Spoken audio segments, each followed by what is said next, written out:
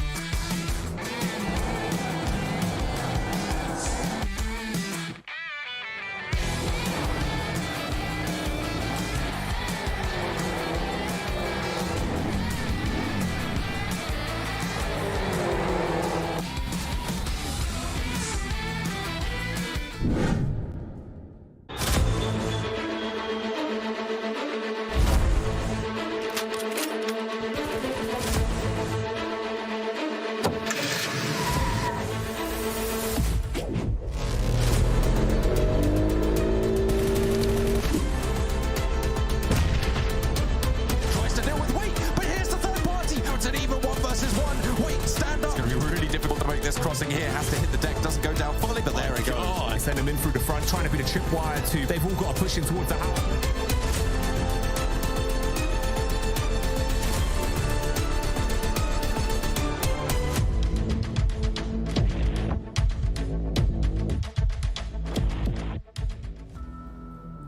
Happy second day of the finals. Welcome to PMPL Europe Fall 2023. I'm Ginny, your host, joined on the desk by Maxman, and we're gonna break everything down to you.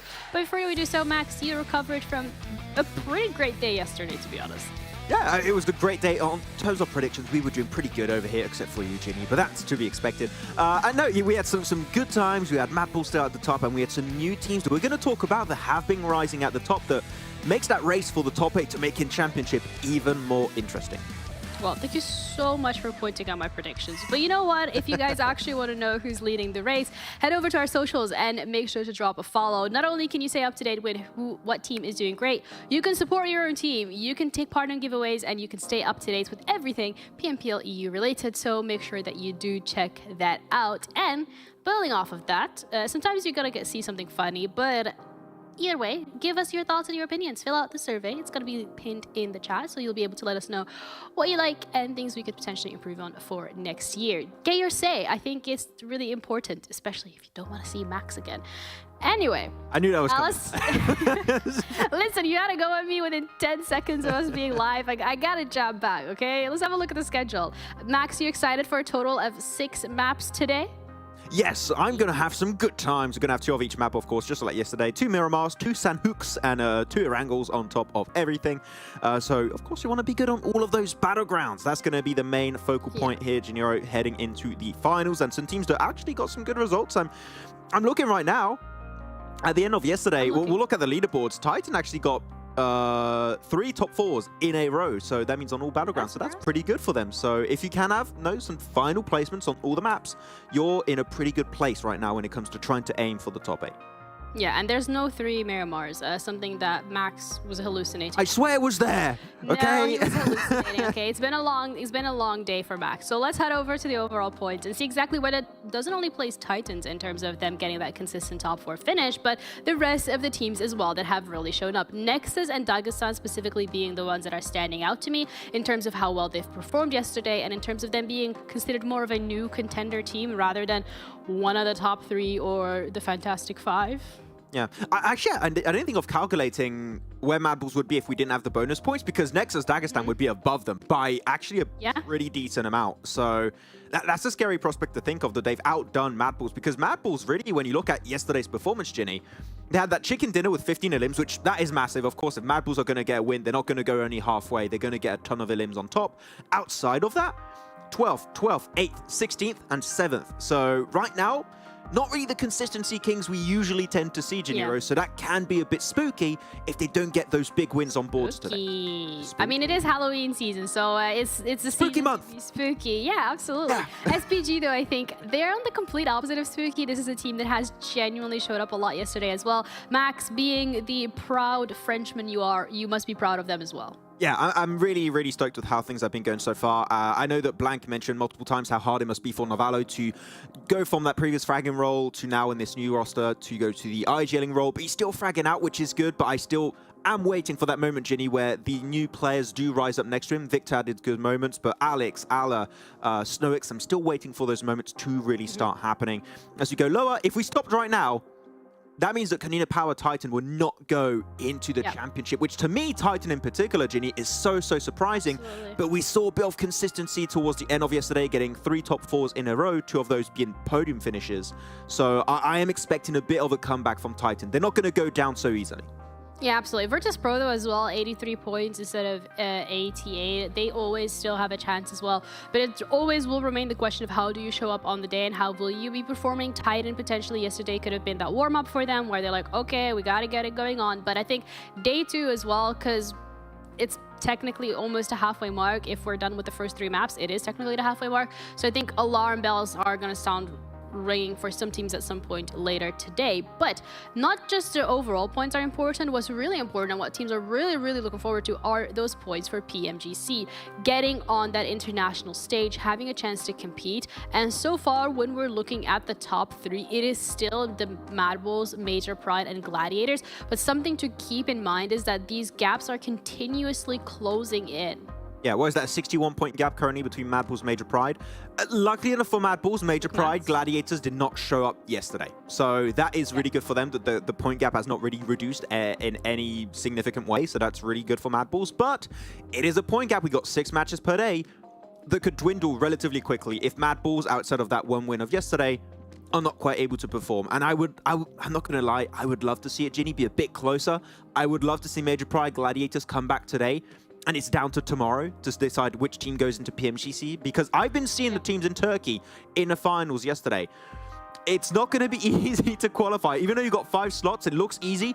It is not going to be easy. So qualifying as early as possible is always a good thing, so you can start already preparing yourself mentally and getting up strats for what PMGC is going to potentially look like. Yeah, what PMGC is going to be throwing at you, because as you said, the competition is fierce. And looking at the teams that are currently dominating the top 3 in terms of being able to go towards PMGC, it is, as we already pointed out, MADBULLS, Major Pride, and Gladiators. But regardless if they meet the top 3, between MADBULLS, Gladiators, and Major Pride, there is such a big variance in terms of the damage that these teams have been able to put out, but also the elimination, 12-point difference between MADBULLS as well as Gladiators. Yeah, right now, only the eliminations for MADBULLS allow them to stand out and lengthen that lead just a bit by an extra 4 points, which is good. No doubt that could make the difference at the end of these finals, though. Except for highlighting MADBULLS and Major Pride, that are the 2 teams that were able to compete a bit for that PMGC spot. Gladiators, sure, 17 eliminations is still not anywhere close to MADBULLS and Major Pride, but only 5 placement points over the course of 6 matches yesterday, Janiro. Fair to say, that is very low. Yeah, absolutely. Like this rotation in particular onto Major Pride, it seemed like there was no game plan. I'm not sure what's going on, though I am going to follow the words of a wise man known as Blank, which is, if you doubt them at this point, you're going to be called out later on for doubting them when they're going to start coming back on day 2, day 3. Okay, so you don't want to doubt them, you just want to wait. And you doubt them on day 3 if things don't start to look good. So there's like a plan of when you start doubting them. But I think as well, something you're pointing out when it comes to Gladiators getting 17 elims, when we were looking at the MVP yesterday at Doran, he had 21 all by himself. So definitely something to be a little worried about. And again, looking at whether or not that will be changing today for Gladiators and MADBULLS as well as Major Pride alike, because it felt like yesterday was a little lackluster from these teams. Yes, MADBULLS do get that 1 chicken dinner, but they didn't have as many explosive games as we're potentially used to. I mean, we said it, right? The only reason why they're in first place is because of those bonus points. And that lead from the bonus points that set them up initially is already gone.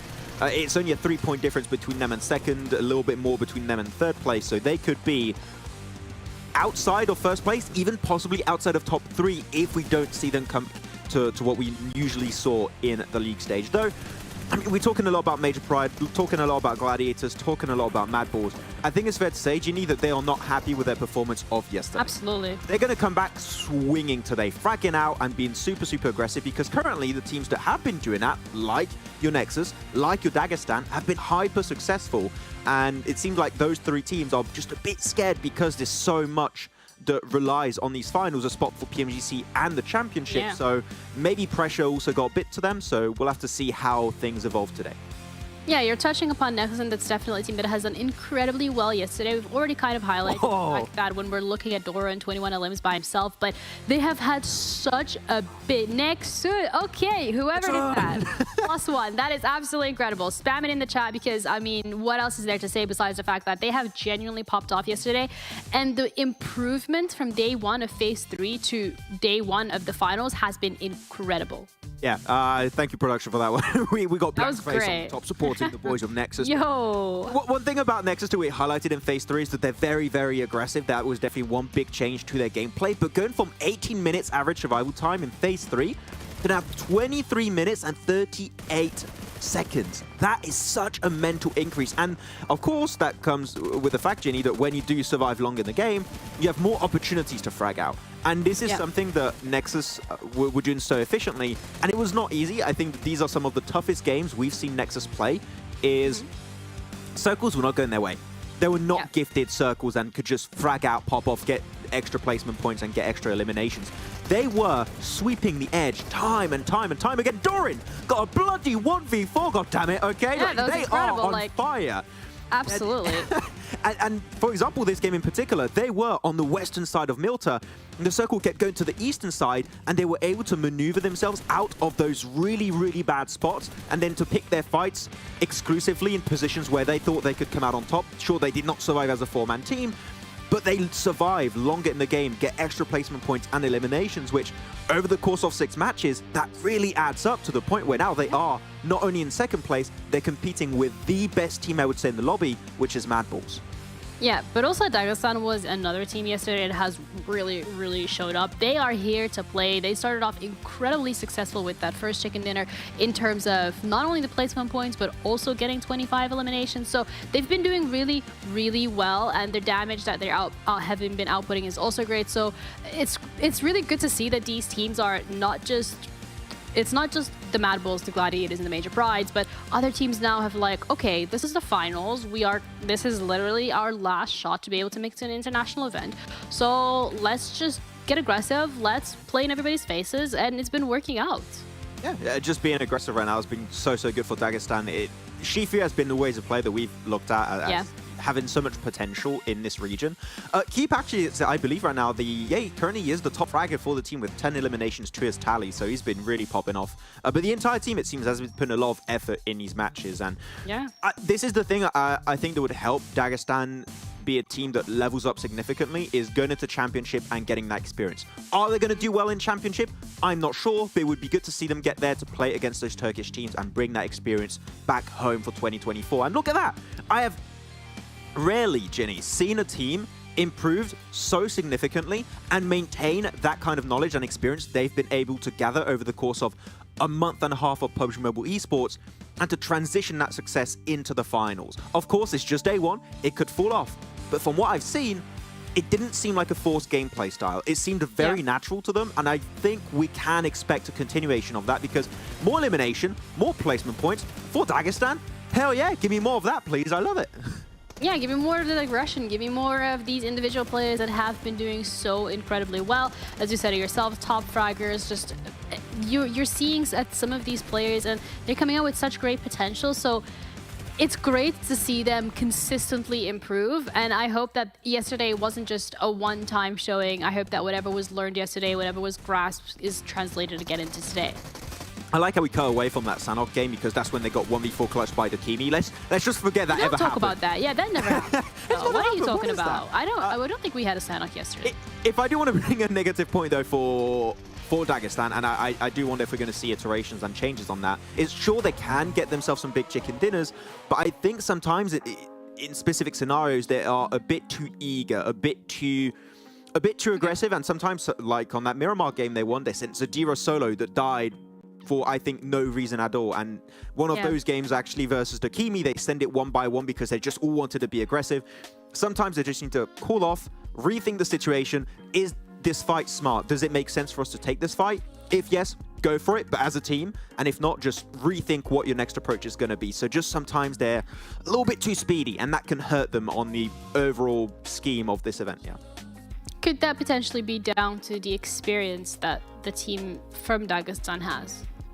Oh, maybe. I think they're just super hyper because they're doing so well too. It's like, oh yeah, we're doing so good. Let's try and be really aggressive. Also, it might be experience. I feel like teams at the top, like maybe your Gladiators, etc., have had these situations happen in PMGCs or Championship, and they've been hurt by that. So they're just, okay, we just got to think calmly, listen to the IGL, and just go step by step. But Dagestan as a relatively new team, even though they've been here for a while, I think that also might, like, they're still young when it comes to the esports scene, so I think that maybe also shows a bit of immaturity, but in a good sense, because they're just so passionate and wanting to go for the fights. Yeah, and it also means that because of the fact that they're a little bit newer and they are building up that experience, they haven't even reached their peak yet. This is what they're capable of, but they can do so much more. So seeing them grow and evolve as players, whether that is together in the roster or later on, it's going to be really exciting to see. Just look at Shifu's face on this player picture. Like, he's so happy to be here. He's just stoked, okay? He just wants to keep happy to those be here, wins. Max? I'm happy to be here. I'm happy. Even though we tease each other, we have a good time here on the desk. It's a cool time. Yeah, sometimes we choose violence, but most of the times we're doing all right. I think as well, looking at the teams for today, looking at day 2, in terms of expectations of what you think should or could be happening, particularly should be happening in terms of the teams that you want to see show up a little bit more today, whether that is them not having shown up yesterday at all and you want to see them today, or they've done really well yesterday and you want to see that continuous trend. Who would that be for you? Currently, I mean, I have 3 teams at the outside of the top 8 because that's where I want to focus on the teams that are on that cusp. It's KONINA Power, Titan, and VIRTUS.PRO, more specifically Titan. I already pointed out a bit early on this pre-show that they've had a third place, and fourth place also. The thing is, they've got barely any eliminations. Throughout yesterday, they got 7, 8, 9, 10. They got 10 eliminations total. Which that compared to, for example, KONINA Power, which had way less bonus points, Janiro, they are just not able to catch up. And normally Titan is a team that would have absolutely god-awful survival time, but really good eliminations. And now it's like that complete reversal. Opposite. So it seems like they're still trying to adjust, but it's definitely not what I expected from them because they die pretty early, actually, from time to time, and lose players unnecessarily, I would say. So I just want them to maybe be a bit careful how they rotate early on. Yeah, and today's the day for them to be able to show up. So let's start off today with a bang. So thank you so much, Monster, for making all of this possible. Head over to monsterenergy.com/gaming to see what's in stock. You might even be able to get what Max is just showing you, which is really what I like. The pink one. The pink one is just amazing. I love this one. If you haven't tried it, it's sugar-free, and I love the sugar-free one. It's good. I love the pink one because it's very sweet. Oh, yeah. Pink one's very sweet. 10 out of 10. It's just like lemonade. But thank you for that. Let's head over to our casters who are going to be walking you guys through our first map of today. So John and Blink, are you guys ready? You're Blink now. That's it. You are eyes shut once, open wide. Wise man, aka Blank, is with me. Who have you paid off to have that as your logo? Yes, that's what it's all about, you know. I am the wise man. The wise man. A creative monster, haven't you? The hair that sticks up at the back, you know. I'm not quite wise when it comes to hair care, but that's absolutely fine. What I am wise about, some of these little things going on in the game at the end of the day. That's what a wise man would say. Some of the little things that's happening around. Stuff, another great word to just throw out in general. You know, sometimes that's just what you got to do. I mean, that's, you know, you're dropping knowledge all over the shop. It's an incredible sight to see. I'm very lucky to be here to catch some of those little tidbits of knowledge, and I'm sure you guys can catch a couple as well, as we are going to be heading over Miramar for match number 1. Dagestan on the up, but MADBULLS just about defending their title. Just gonna, you know, throw out a couple of percentile increases in performance here and there. You know, quantitative data. I'm living for it right now. I'm really living for it. It's so good. I'm not wise. I try to be, but you know, it just comes with the age. Just comes with the age. That's all. I'm an old man now. I hurt my back yesterday. That's how you know that I need to have a big white beard. You know, and wear like a strange wizard hat on broadcast, then I'd be good to go. But looking at this map though, we're off to Miramar. Nice start, honestly, for me personally. I think it's a good start for players as well, because Miramar typically a map where you can get some of your easier rotations in. So for some of these teams, it can be a bit more of a calculated risk on where they would like to head on the map, what kind of rotations they want to pull out early on. I'm interested to see what NEXUS can do here. They've been fairly decent on Miramar. I think they're starting to figure out where those rotations are come in. It is like kind of too little too late, dealio for NEXUS, but whatever. They're going to make it happen right now and potentially even win the finals, which in terms of PMGC points, you know, they've not made it, but winning the finals is a really, really big deal. And it gives you that confidence going into future matches, specifically championships. I'd be very excited to see NEXUS do extremely well in the championships. I think a lot of times they've headed into these international tournaments where they're not feeling their greatest and they don't perform massively well. So I think a little bit of momentum going to the championships would do NEXUS a world of good. I mean, we haven't seen some of these players perform, as you say, at that sort of highest level on the international stage, probably going all the way back to when some of them were in Eastern Stars, even that far back. It is really, really great to see them riding strong here. That return to power for the Warlord himself. We gave him that name a couple of years ago. And now he is back with a vengeance for round 2. NEXUS certainly going all the way to the bell. 3 points behind the MADBULLS, as you can see on the left-hand side of your screen, and a hard northeast shift for them to navigate. Yeah, I think they're going to drop out as early as possible, which they have done. Grab some vehicles and possibly head to Impala, go for the eastern rotation. I know we do call Kapahala the Warlord a lot recently, but as Max keeps mentioning, obviously go check out Max's meme mansion in the meantime over on Esports PUBGM EU on over Instagram and YouTube. Check out all the social media. But as Max keeps mentioning, Kapahala is sort of just there at the moment. So I think we have to demote Kapahala just the time being to, you know, resident bard with the bongos. He's just providing, you know, unseen but heard support from the background, which is fine. That's fine. That's okay. I think that, you know, it's about time we start to see some other players step on me over on NEXUS, because a lot of times it has been Octavian and Kapahala really being that driving force on the team. It's really good now to see the likes of Doran, EXO, Redux just taking up that mantle. Walking through the scrubland, just out of a bush, you hear, "Go shoot those guys, Doran. Go on, get it, get him." And it's Kapahala. It's Kapahala just sat there with his bongos in the brush, just trying to spur his team to victory. And to be fair, Doran was absolutely dancing to the tune yesterday. He was just incredible. Was able to pull off a 1v4. Had by far the most eliminations in the lobby. I think it was by almost 10 he was able to get ahead in terms of that elimination count. Phenomenal stuff coming through from Doran, seemingly unstoppable, and they'll be playing that to their credit. KASIK team on the road from the southwest side, just righting some wrongs with Engush on his side. That's not how you're supposed to drive a car. It was quite easily done. You know, the tow truck came through, little bonk on the top of the car, shifts it on its right side. That's good to see. Yeah, I think for NEXUS, it's good to see Doran do big things. However, I do worry with Doran a lot of times because he does have his pop-off moments and then goes very quiet. So I need to see consistency, number one, and I need to see the rest of the team start to live up to him as well. Because if Doran does take a back seat today, which is completely fair, the amount of lifting he did yesterday, you know, lower back probably hurting, twinging just a little bit, seizing up. So for Doran, I think it'd be okay to take a back seat, but the rest of the team has to follow through and follow up, because he can't be 100% that driving force all the time, although it would be lovely to just be carried all the way through finals. Well, I mean, you've done your back moving a table. He's done his back moving the points tables, because he is right up there with those point scoring greats right now. Yeah, he's doing sick, which is nice to see. And again, I think Doran's probably one of my favorite players over in EU.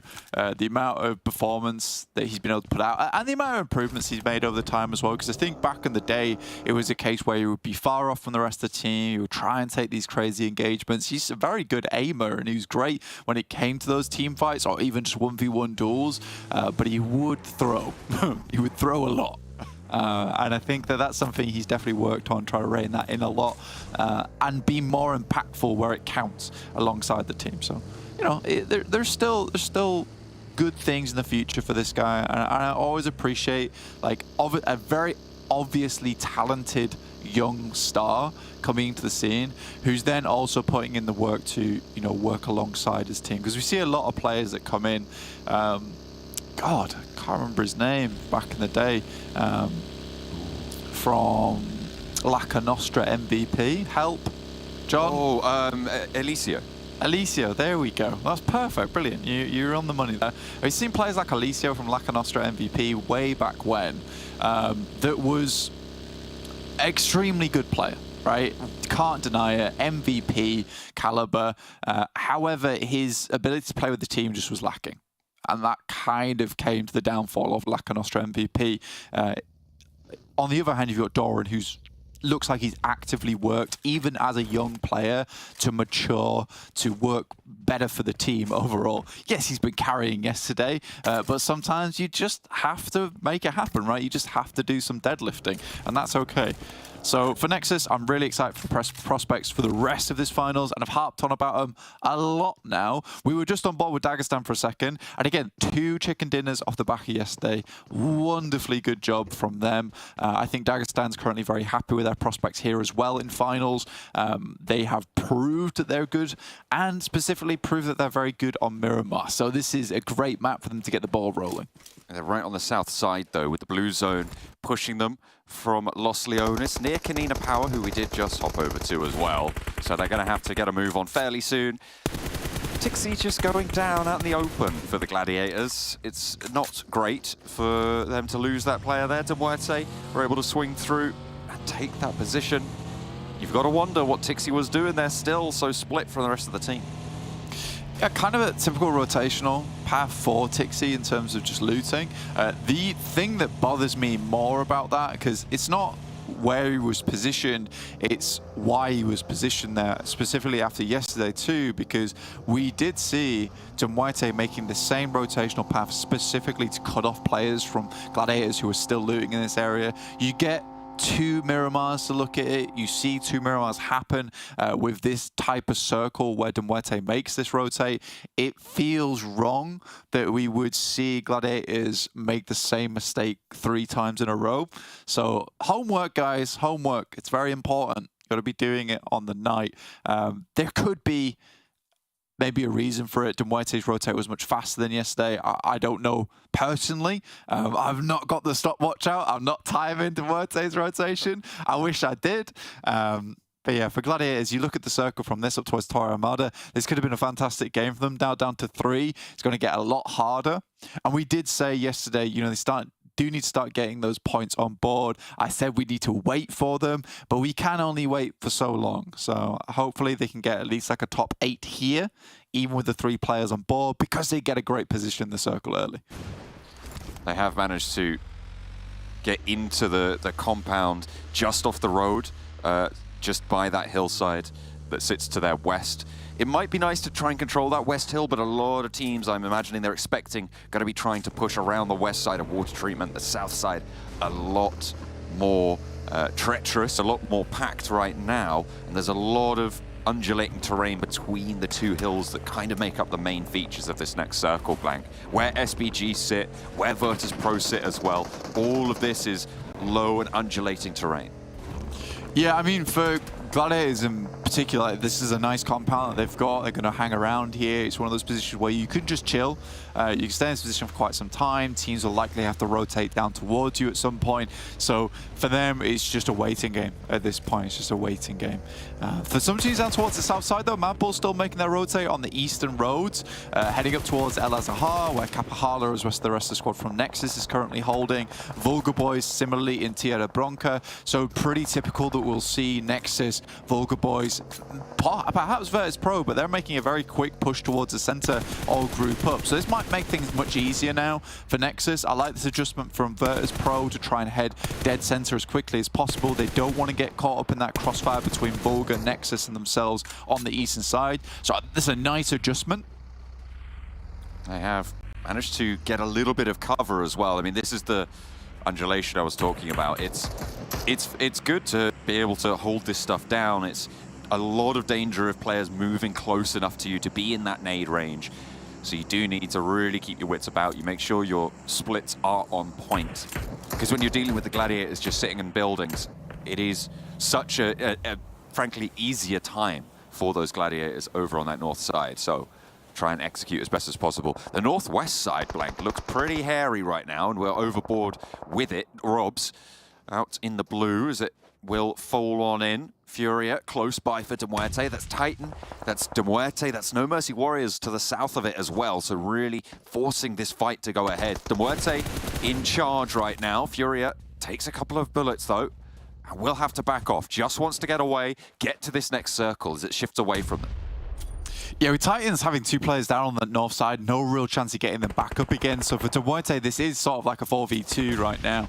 You mentioned this kind of terrain. It does make it a little bit more possible to take these engagements 2v4. Obviously not ideal at the end of the day, but certainly doable. Furia will find at least one. There should be shots coming through from No Mercy Warriors soon, but they just send over towards that eastern side. So good stuff from MUERTE. I would say this is a bit of a risky play coming through from the lads. However, they make it work remaining on this western side. They do need to move now, though. Gladiators will head further towards the center of the circle. Some good little bit of scouting done. I think this might just be the end of Titans now, because MUERTE do not want to leave one player behind. Havlik trying to get away with the buggy, scrambling down the hill. Milky Way with the spray, but the seat's keeping Havlik safe. Does he have enough tires? Does he have enough speed to get away with it? I think he might have just dipped out of the blue zone. Doesn't have any meds, only those 2 stims left. He's got to go back out into the blue. I think he might just be giving up the ghost here, staying behind that cactus, maybe get a cheeky shot or 2 if he's lucky, but I don't think he's going to find much more than that. Okay, he's got some bandages, an unknown number, but we'll be able to just tag up his health somewhat. Yeah, I think for Havlik, it's kind of donezo. MUERTE's been pretty cruel right now. In the meantime, KASIK tried to head over towards where VIRTUS.PRO are playing. They've got a very decent spread over towards that south side. And luckily for them, though, Major Pride's able to find a bit of advantage. TUNA also loses a player to Gladiators, which is a really important factor for them, specifically because both VULGAR boys and TUNA both are down 1, which means that Gladiators holding on this north side becomes a little less stressful when there's 2 3-man teams trying to push in towards you. Yeah, they've managed to get that set of buildings that's on a little plateau there. A really nice central spot for the Gladiators if they can keep it under control. Alpha, spot Unicorn, KASIK and Titan have just been shredded, trying to move forwards, trying to get in where they can. KASIK from the south side, Titan on the west side. It has been a difficult approach for them. You talked a little bit earlier about the No Mercy Warriors push east. I feel like they could have third-party, they could have gone for those shots, but I did like the fact that they went for the hilltop so that they could scout out and keep control of this western side, and it's actually afforded No Mercy Warriors a pretty decent spot. I do question their ability to convert, though, because this team has just, frankly, disappointed at most turns. Yeah, I think they have some decent players on the team. I mean, Wobbly and Aztec have quite a few times in the past, like, performed quite well, shown us some decent things. Their rotations, in the late game at least, do leave something to be desired for. So I think for No Mercy Warriors, it's just a case of, you know, really learning the game a little bit more, coming back stronger next time around, maybe next year in spring. Love to see them again, because I think they have a fairly decent core here. You know, Marlow and Watch Me aren't bad players. I don't think there's anyone dragging the team horribly down on that side. It's just a skill difference issue at this point in time. Comparative to the rest of their lobby, it's easy to fall behind with the talent on display. Shockwave playing on the south right now, close to Dagestan. Dagestan have lost a player, so they're on as 3 against Shockwave on the south. They've been really forced to the back of the queue. See if they're able to do a little bit more. KONINA Power, southwest side, just on the inside of this next circle, and VIRTUS.PRO struggling a little bit here as Becca will get the flush. Wait, close by to this, and the rest of VIRTUS.PRO not in a good spot. VIRTUS.PRO were here very, very early, Blank, and now that 2-2 split has been punished. Yeah, I think for VIRTUS.PRO, they have a good compound, right? That Beck is currently holding alongside Elementrix. I think there's a massive reasoning for VIRTUS.PRO to continue confirming on these players on the southwest side. Realistically, for VIRTUS.PRO, it's just a case of taking some pot shots, keeping players at distance over on the edges. Eventually, at some point, there's going to be more teams trying to make their way in from that south side, and the fight's going to start to bloom, and you can clean up the pieces afterwards. Now, VIRTUS.PRO's left themselves in a very vulnerable position. You can see the compound on the right side of your screen. There's quite a few buildings to hold, so there's a fair few positions to crash on towards this spot. So I think with a few less compounds, VIRTUS.PRO might have been able to comfortably play for a little bit longer with 2, but this just really does expose them to quite a few threats, particularly with them being quite close to that central arena. Try and fend off where you can. Always successful. SBG on the front page, Blank, in the conversation to maybe go to champs if they keep their ducks in a line. On the south side now, a little bit behind Dagestan, who are on 2.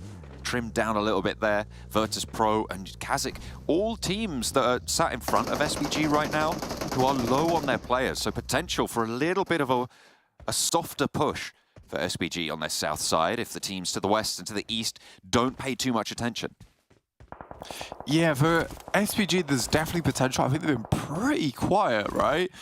In terms of their push, trying to slowly make their way in. Dagestan taking a few casualties off the back of that. They're down to 2 players.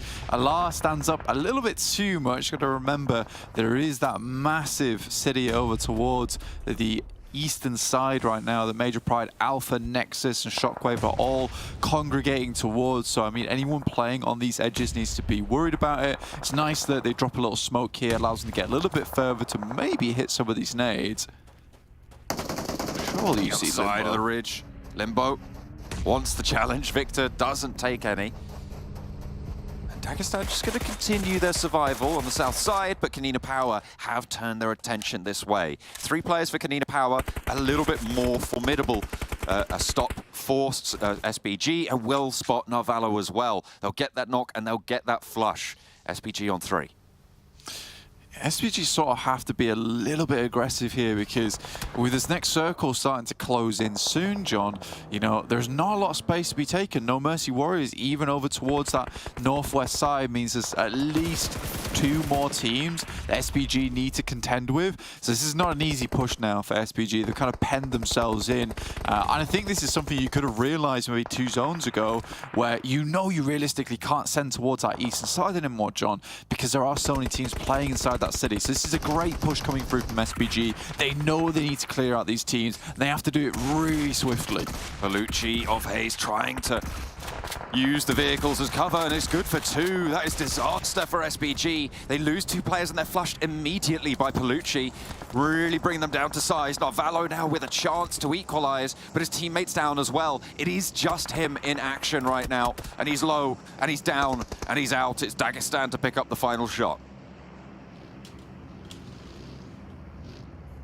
Dagestan taking that final shot in there is real unfortunate, right? And I think SPG made all the right plays, but just weren't able to finish it off there, John.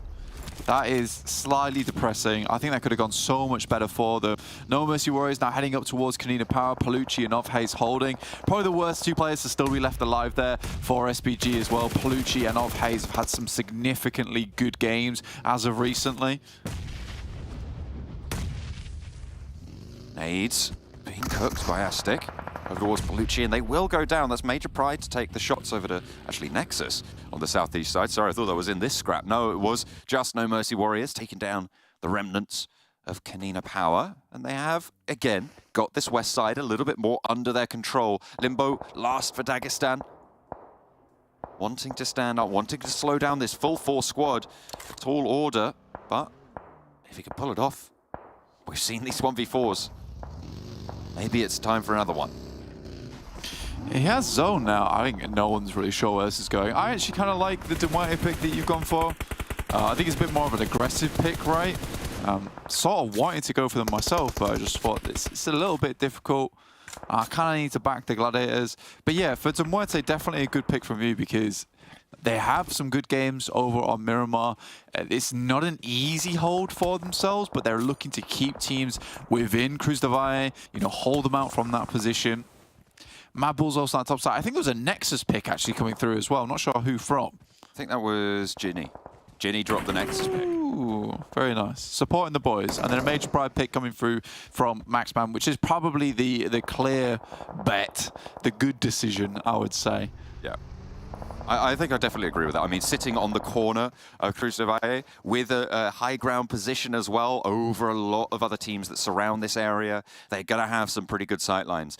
If Nexus push in behind, they pick up Naomi potentially, try and get something there. Even Shockwave from the south as well, similarly positioned to do so, could be troublesome. But if they can guard out like they are right now, with the help of Alpha, it's going to be a lot harder for Nexus to make that push. For Shockwave as well, the circle is slap bang on DeMuerte, and I predicted them because I feel like they've got a lot of structural strength towards the teams that could potentially pose the biggest problems. I think leaving a settlement is always going to be treacherous. It's a little bit downhill from Major Pride, so when they come out, it should be easy to take those shots for them.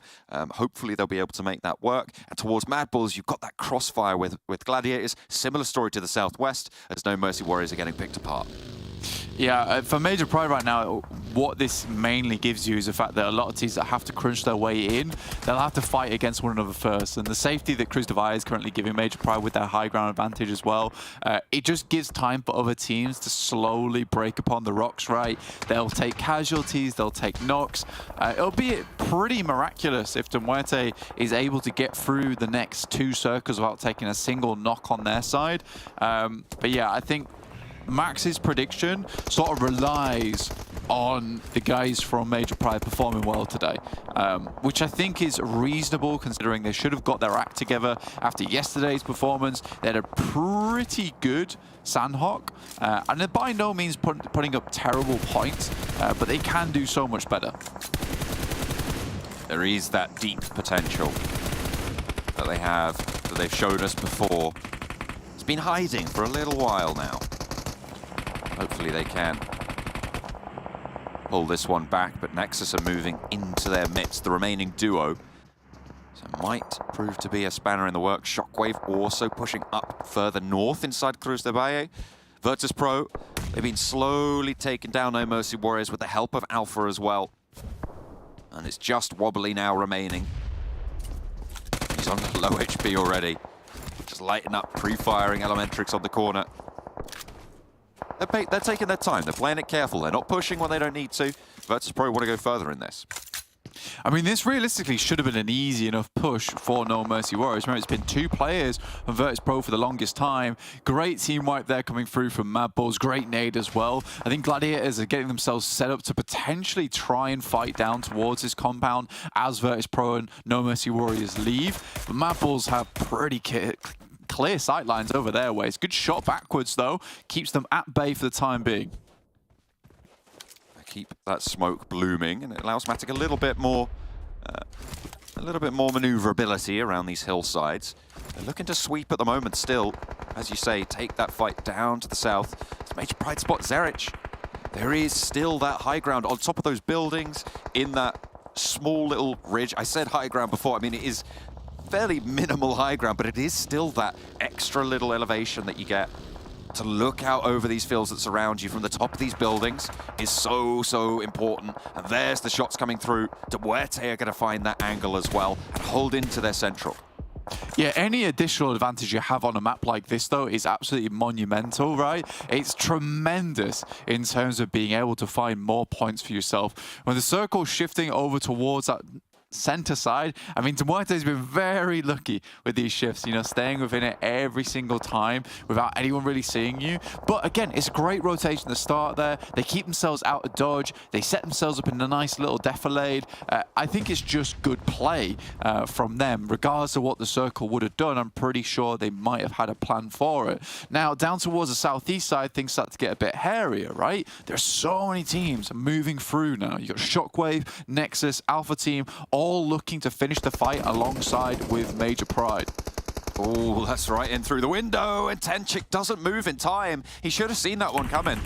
It was plenty of time to move out the way, but he just doesn't get there. And now Alpha have lost a player. SHOCKWAVE moving through could be the biggest problem for Major Pride on their north point in the buildings that still reside within the circle on the next shift. Fortunate to be able to stay inside this settlement for as long as they have. Losing TenChick for Alpha, fairly disastrous here. But they've still to move further. Good peek from Corker. Takes down Meku on the back line there. That is really unfortunate. Fury will take a dip, though. Will take a tumble. And gets cleaned up by Flique, who's on a bit of a wild angle himself. Kitsune finds Elementrix, very important. They took down this player coming through from VIRTUS.PRO. But at this point in time, Gladiators are pretty lacking in terms of a paddle, because look where they have to head in towards. Not easy. A path fraught with danger. The res did come through onto TenChick, but they'd already lost Mandarin. So playing as 3 for Alpha to try and stop SHOCKWAVE moving further north. As Major Pride still hold as 4. Real titan on the north point. Still trying to hold it out. The nades now a little bit of a danger for DeMuerte, where perhaps before it wouldn't have been. Corker now down. He split from the rest of the team. A brilliant knock over onto Matic to maybe just about save the day. Comes through and Milky Way moves forwards with the buggy, trying to pull out that distraction, allow his teammate to get in and look for this res over onto Corker. Really important for DeMuerte to stay up as 3 here if they want control over Major Pride, who are going to have to leave soon. Thing is, MADBULLS actually has an angle, and as I say that, finds Milky Way. There's the issue with just driving all over the place without a care in the world. Malai has to hit this nade. It looks fairly decent over the top as well. Oh, there it is. He dunks it down, and Malloy sends the Gladiators up in smoke, but unfortunately they've lost their player. Fleek trapped on the outside. They're angry about that one. In the meantime, Shockwave and Alpha blank over in Cruz de Valle, still scrapping it out. Alpha coming out on top, but the corner is still there, and it is still strong on the hold. He turns his attention the right way as well, dips out for the spray, and it will not be good. The bottom right of your screen showing Shockwave's demise. Yeah, at this point in time, it feels like Major Pride should just clean up 4 players versus the 2 coming through from DeMuerte. They've still not been able to clear out. Beck here from VIRTUS.PRO. Reflex going to send round the side. Should be able to see Beck immediately, but likewise, the same is true. Beck just trying to stay on the outside. The only advantage that DeMuerte have as the duo that they are right now is that they have got more control of the circle, but with the numbers advantage, you just got to question how long that's going to last, because it is now a 2v4. Yeah, it's not easy, but they can play the lip, right? They can play the lip. Circle closes in. Still have that east angle, but with the vehicles that Major Pride's been able to hold on to, that is a massive advantage for them. Have to hit some good shots here. Black-White on the top of the building. Corker is lucky he doesn't go down here. Comes a fact, he didn't quite commit to jumping over that ridgeline, I think wisely. Major Pride know they don't need to fully go for this one. A nade from Malloy might be able to turn the tables, but it's really down to Corker on this angle. Long nade, nicely placed around the side of that ridgeline. Black-White's going to have to leave the high ground soon, and that's going to be the go time for DeMuerte. It's going to force him in. It's going to force him to drop down, and there he goes. Now they're all stacked up here. A nade might be troublesome. A well-placed one, and they play for the center. Linearizing this fight between Naomi Effect, potentially even Nomi, and Black-White, a brilliant pick to start. Alloy looks for Nomi, finds it as well. There's the spray, looking for the flush. They might just be able to land that as well. Corker by the vehicle, steps out for a challenge, doesn't take too much damage as well. Line up for him, he's going to take you down. You need to be careful.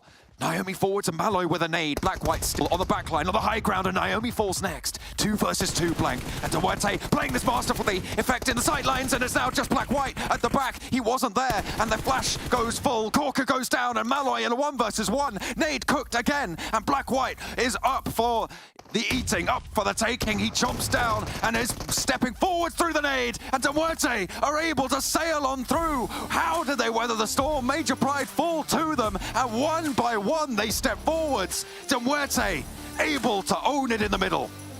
It's a great game there from DeMuerte, and I think it's just a masterclass on nades coming through from Malloy. Again, the teamwork between Corker and Malloy there just fantastic, with Corker basically every single time just retreating into like a turtled up position. As soon as Corker holds forward, Malloy pulls the pin on the grenade, sends it over the top. There's really only one clear angle there that they can take, and again, I said it towards the beginning of that fight that it was so important that Corker stays up in that scenario versus Black-White. If Corker goes down, it's an easy push for them, but I think, yeah, again, masterclass in duo teamwork and a masterclass in nades coming through from Malloy. That does not happen without a substantial amount of skill, so very, very well done to DeMuerte overall. I feel like Major Pride maybe clumped up just a little bit too much. They sent no one to the other side, and they just fell 1 by 1. They kept giving them that advantage on that duo play. Brilliant from DeMuerte. Brilliant for my prediction scores as well. They were able to close that one down in style. Right, style indeed. When we're looking at how DeMuerte was able to close that one out, Max, beautifully done. It was so close for Major Pride though, so what went wrong for their end? We've already heard Blank and John saying they clustered up, giving those 1v1s. Anything else that they could have done differently? No, that's exactly that. They gave the 1v1s. It's very unfortunate that they didn't peak at the same time too, which is very weird. I think the initial peak was a bit weird because you got that third-person perspective. You don't have to put yourself in danger, and the fact that they put themselves in danger to the point where they could get knocked felt a bit weird. Then the moment they got the second knock, it was like, okay, now it's even Stevens. It's 2v2. And really, the nade usage of MUERTE was so impressive. They were so good on the uses of that utility in particular, but especially the game-winning play was when you saw MUERTE leaving the southern edge of that ridge, Ginny, and they start to go north so they can play around that little bit of a corner, that little bit of an angle where they were central, which forced the entirety of Major Pride in their location, which means they were dictating the pacing of that engagement. And that was such a smart play from MUERTE. I'm super impressed. The moment Gladiators went down, that ridge was going to be their game-winning condition, and they used it to, I would say, almost perfection. Yeah, it was really well done by MUERTE. I think another team to highlight coming into this that we wanted at least to be showing up a little bit more today was Titan Gaming specifically, but obviously this is going to be a little bit more of a negative note, but what's happening to Titan? Because not only are they not surviving this time around because they're one of the first teams to be taken out, on top of that, they also weren't able to get any points in terms of elimination or placement. So a slower start of today, and it is a little bit concerning. It is very concerning. And of course, it's in the finals, it's not that big of a point gap that's going to be built. It's not like the league stage where you're going to have like 70, 80 something games played, right? You're going to have a chance to catch up. Even if you have a bad day 1, day 2, you could pull a Gladiators and catch up on day 3. But I think it's fair to say it's not the start you're hoping to have in these finals. And yeah, it's so weird. They just get held out in the blue. Of course, circles haven't been really favorable for them. They need to rotate a lot of the times on yesterday's games and this one too very clearly, but I don't think that is an excuse when you have teams that, like MUERTE, to do these great rotates, get in central position super early. So I would like to see them try and be a little bit quicker on the pivot to get in those positions. But looking at the stats of MUERTE, 5 for Corker, 5 for Malloy. Hell yeah, I love this. This is MUERTE we know and love. Yeah, they're just stepping up both individually, and it's really, I mean, double digits across 2 players on your first game of the day, that's impressive, absolutely. Milky Way and Furia, I think, again, you said it yourself earlier today, I think it would be repeated here as well. Maybe a little bit more coming out from those 2 individual players could genuinely be that launch pad that MUERTE needs towards incredible success. But all in all, nothing to take away from them here on the first map of the day, because 13 elims already, you get those 10 placement points, you're doing absolutely incredible. VIRTUS.PRO also seeping into some of these top damage dealers and top performance of that first battleground that we've seen. So want to see that translate into, oh, he's thinking, oh no. I'm doing the big old thinking right now. Oh, you don't like it when Max... You see, you're already... No. Okay, listen. I put MUERTE and then I was like, you know what? I got told yesterday by multiple people to go for Nexus. So I went for Nexus. I honored what people told me. But it is what it is. I don't want to talk about it. Nexus had one of the toughest rotations here because they were forced to leave the city to cross the roads into a 4-man split of Major Pride. Unfortunately, as much as I would have loved to see them be successful on that rotation, it's not going to happen in 1,000 years. Unless Doran pops off and is like, oh, I'm gonna make it happen and we're gonna pop off. He was not there. It was just Exo and I think it was Exo and Redox.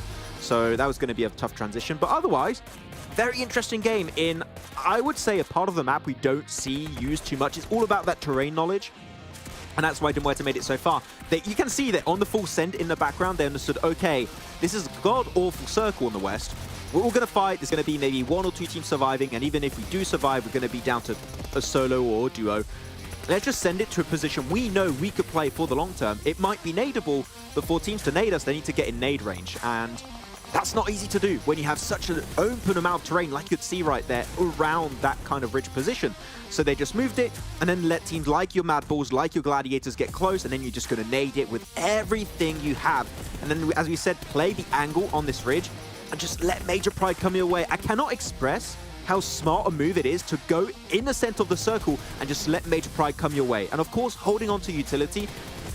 If Kalaris was here, we would know about that because we keep pointing out, Ginny, how important it is to hold on to your nades, to your mollies, to your smokes, to the very end, because it is a big difference maker. And that is the main reason why MUERTE won this game, is because that smart move in the center and keeping those nades. Those nades. Okay. I feel like in Hunter x Hunter right now. Okay, they kept the nen going. Yeah. Weren't they called grenades at some point as well? Grenada. So we're changing it up here a little bit every now and then. Got to keep it entertaining. But with that as well, I mean, looking at the points that MUERTE have gathered this time around, 2 chicken dinners, the eliminations on the board, 126, 2 points behind MADBULLS. If I was a MADBULLS fan right now, I would be shaking. I'll be shaking in my boots right now. I'll be a bit spooked Waking in my out. boots. Oh, yeah. No, good from MUERTE. They jumped from, what was that, 4th position with 103 points, now 2nd place. That is, as we said, Ginny, right, it's how close it is currently at the top of the rankings. One good game, even from an SPG, if they pop off and they just get this huge, huge game, that could catch up technically to a good old top 3 location by the end of the day. So I'm stoked. I'm really liking what we're seeing. Though there's still teams that, as we're going to go on the second page, VIRTUS.PRO, KONINA, Power, Titan, still want to see some presence of those guys. And first game, that can hurt you a little bit, your morale entering into day 2 of these finals. But we need to see something, especially from Titan. I think that everyone here watching at home would be severely disappointed if we cannot see what this Titan roster has to offer on the bigger international stage that is the championship. What if you're watching from your friend's home? Would you also be disappointed? Or is it only disappointed if you're watching from home? I mean, isn't your friend's home also your home? Is home number 2, you know? That's a really good question. We're going to take some time to think about that, and our casters are going to take you through Sanhok, which is the second map of today. So let's head over to them and see what they think about whether your friend's home is also your home. It's quite philosophical, you know. What is it? What is the material aspect? I don't know. We're going too deep, Blanket. Let's wheel it back. Let's pull it back to Sanhok, because that's where we're going next. I'm getting blasted by the sun right now. It's kind of unacceptable. I would fix it right now, but I'd have to reach like across the whole room. So I'm not going to do that. It's fine. We're heading towards Sanhok. Jumping into this one. MUERTE, incredible game. Like we said before, just really good teamwork between Korka as well as Malloy. Nice to see Malloy really picking up speed as well, because he really was the dude back in the day. Even on OG MUERTE, when Fleeke was still playing on that team, he was the guy that was really putting up the big numbers, the big performances. So it's nice to see him there. And Korka, just a great addition, coming through from, I think he was on VIRTUS.PRO back in the day. So very, very well done to both those players, working very well together in those final moments. It depends how well you know the friend as well, Max, if their home is your home. But, you know, it's up to you, bro. Mikasa, Tsukasa. But only on the weekends. Well, any day of the week for Max. He could. Oh. I mean, I'd rather be in Max's meme mansion, to be honest. But my meme flat doesn't really hold the same weight. No, it's a little bit less illustrious. But you know what? It's still valuable to us. You know, it's not the size of the meme. It's the friends you share it with along the way. It's what you do with it. It's what you mean with it. That's ooh, right. Yeah. Oh dear. Let's talk again about KASIK and Titan splitting off from Painan and making the middle of the map a bit harder. Let's bring it back to reality. Yeah. So I mean, right now, obviously, KASIK going for the same rotation as before. Nothing changes there. It's the same old tricks. So I'm not too displeased with this at all. Titans also will just be hanging on. They have slipped off quite a bit though. Pretty disappointed the way Titans have been playing. I know there's a lot more under the tank for this team. So, you know, if we pop the hood right now, there'd be a very much working engine in there. It seems like it's a driver issue. So I need to see a little bit more from Titans. I think right now what I'm noticing the most from them is a clear amount of impatience in these games, just trying to force their way into a lot of these circles, a lot of these lobbies. I don't like it. You know, 11th place, it's not where they should be. And I think they've done a fantastic job to get into the overall rankings in the 3rd place. And now they're very much letting it all slip away. You know, 2nd game of the 2nd day, there's still chance to bring it back, but there are now teams who are hurtling towards that finish line. We have a nice little bout in the top side. You know, NEXUS and MUERTE, MADBULLS. MADBULLS still clearly hanging on. Great game from Fleek. Last match on Miramar. I don't think we can really discount the amount of work he does. It's kind of why he's known as that solo dolo god, right? He's so good at it and does perform very well in those high pressure scenarios. He knows what he's doing. He knows what it's about. You know, you've got Zerich, this bulldozer for the team, the MVP from the league stages, doing a lot of work, pulling the roster along. But there's always Fleek. There's always that reliable backstop for them.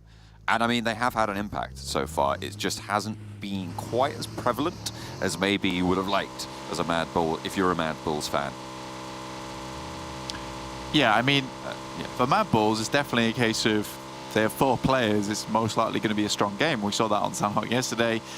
Really fantastic finish from them, where they're able to get themselves their chicken dinner on board versus Major Prize. So not an easy win either, playing uphill, and they made the play that was necessary, right, which is pushing into Major Pride right at the end of that game, which is never an easy decision to make, especially when you've been on the back foot as well in a lot of those matches previous day. And you're like, look, we just have to believe that we are the team that has just been giving everyone the old Russell-Dussel in the old face. So I think for them, league stage looks extremely good. They just need to return to that form, or at least believe that they can. Because it does feel like once they put themselves in those scenarios, which are winning positions, they take those winning rotations, they typically do well off the back of it. And I think there's a little bit of caution happening right now at the start of the finals, which needs to just be thrown to the wind, I do believe.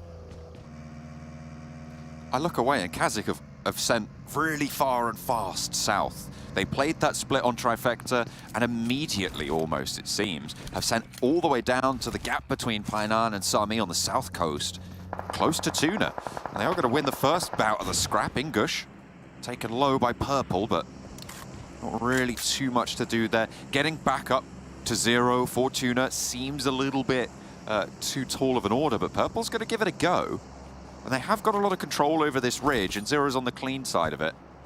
Potential to make it back there. See, they're just suppressing. They're popping these nades up, and the fact that he was able to get down the stairs on the crawl, pretty nifty stuff from Zero.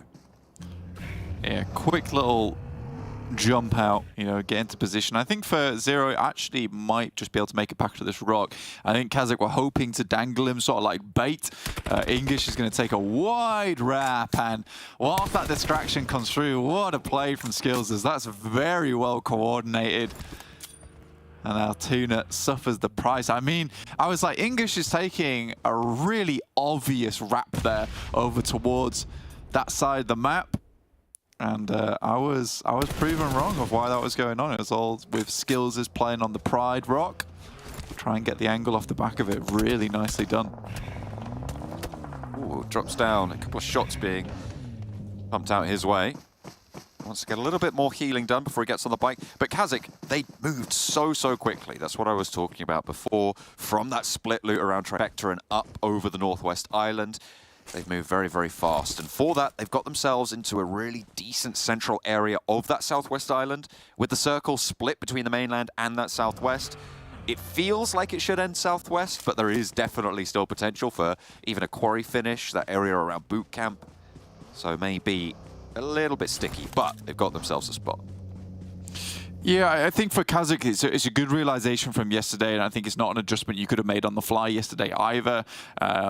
Improving this would have been very difficult. You had to know exactly who was playing in which location and for how long.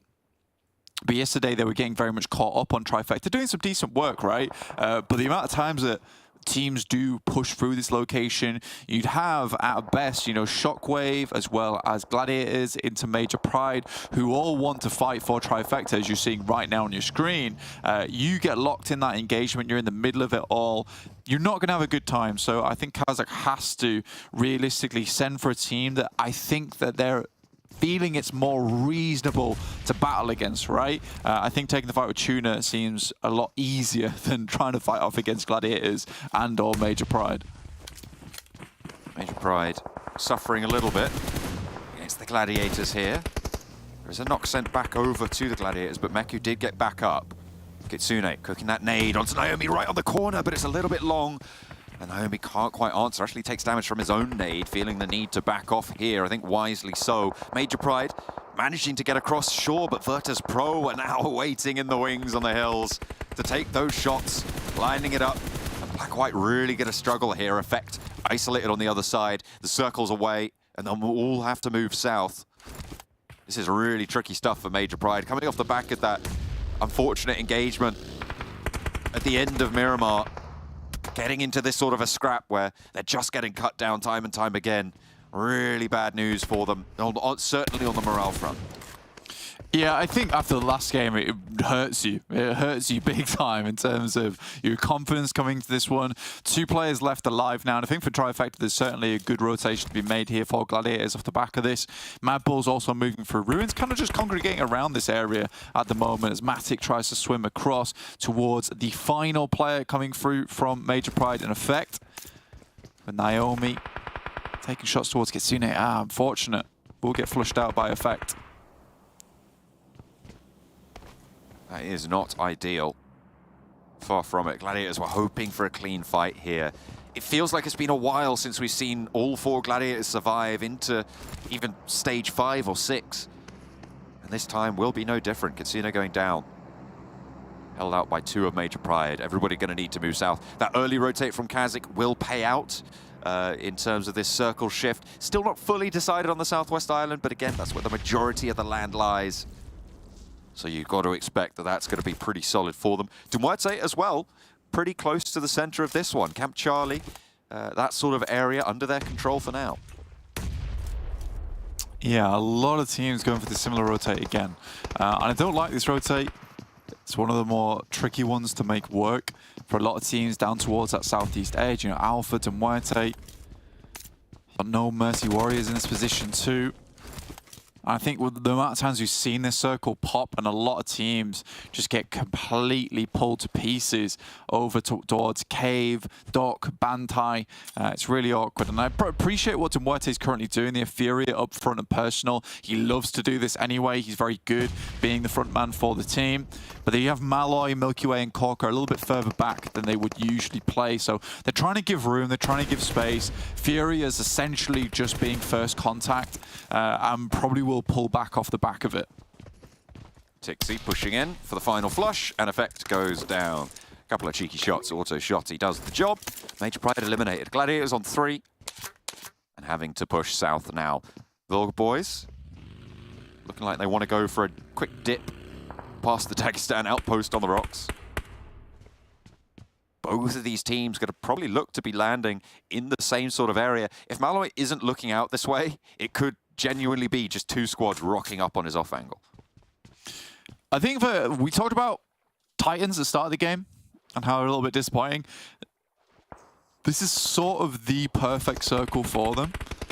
This is where they can perform their best. I mean, they practically have the majority of the northwest side all to themselves, so they'll be crunching in on a lot of teams. They'll be fighting down towards the south side. Dagestan is most likely going to be going down here if VULGAR boys can hit their shots. Yeah, it's looking dire. It's a bad time for Dagestan. They don't have the room to swim out of vision range of VULGAR boys and keep making friends with the coral. Seemingly just going to drown it out. I mean, you split, sure, but you're going to have to surface at some point, and someone's going to be looking your way. I mean, hang on a minute, maybe, but Zadira's going down for certain. Keep not going to get spotted, those bullets in the line, tracking towards Zadira. There's only 1 player from Dagestan remaining. Now, where do the VULGAR boys go? Because their circle is closing quite quickly, and it's going to force them up. The shift goes back over to the mainland, Blank. Yeah, I mean, this is a curiously horrid circle for a lot of teams. I think for Dagestan, it hurts even more, like really cuts the bone on this because they are attempting to swim to Bantai. They would have been better off just fighting Vulgar Boys in docks and then heading back up towards Quarry. So a lot of teams will have to make a quick move. For Titans, again, really nice circle for them. They play over towards the shallow area of the river. They can make an instantaneous crossing towards this northwest side. It's really good. All these teams down towards the southwest have some serious decisions to be made now, though. For MADBULLS, I think they're going to make an interesting rotate here up towards the northwest edge, towards Painan, try and wrap behind Shockwave as well as Gladiators, which will be very interesting to see, considering that's likely going to be a third party that comes out in the near future. Nice little nade from the cape-wearing Foops man. Sails it on over a Milky Way. Does chunk him back, but being knocked so close, you're not getting that one on the trade. Gladiators moving in onto Shockwave's area. Oh, please don't do it. Skirting on the high ground. Oof, I've seen Gladiators assault this compound before, and usually what they like to do is just crash instantly onto the back wall. Never ends well for them, though. They do get another knock, which is fantastic. In the meantime, No Mercy Warriors battling out with VIRTUS.PRO. We knew a lot would start popping off down towards the southwest side eventually, purely because of the amount of teams in this area that have to move up towards that north side. Matic will take a tumble and also be flushed out. So Gladiators now down to just 2 players, John. But they do have a fair amount of eliminations, 6 total. So they're getting some points this match. I mean, fair enough. It's still quite likely that we see them over to Championship, over to the next stage against the Turkish teams, but they cannot continue to be putting up these low single digits. So putting 6 on the board, really good stuff. As we get the replay of Vulgar Boys just finding fish in the barrel and acting accordingly.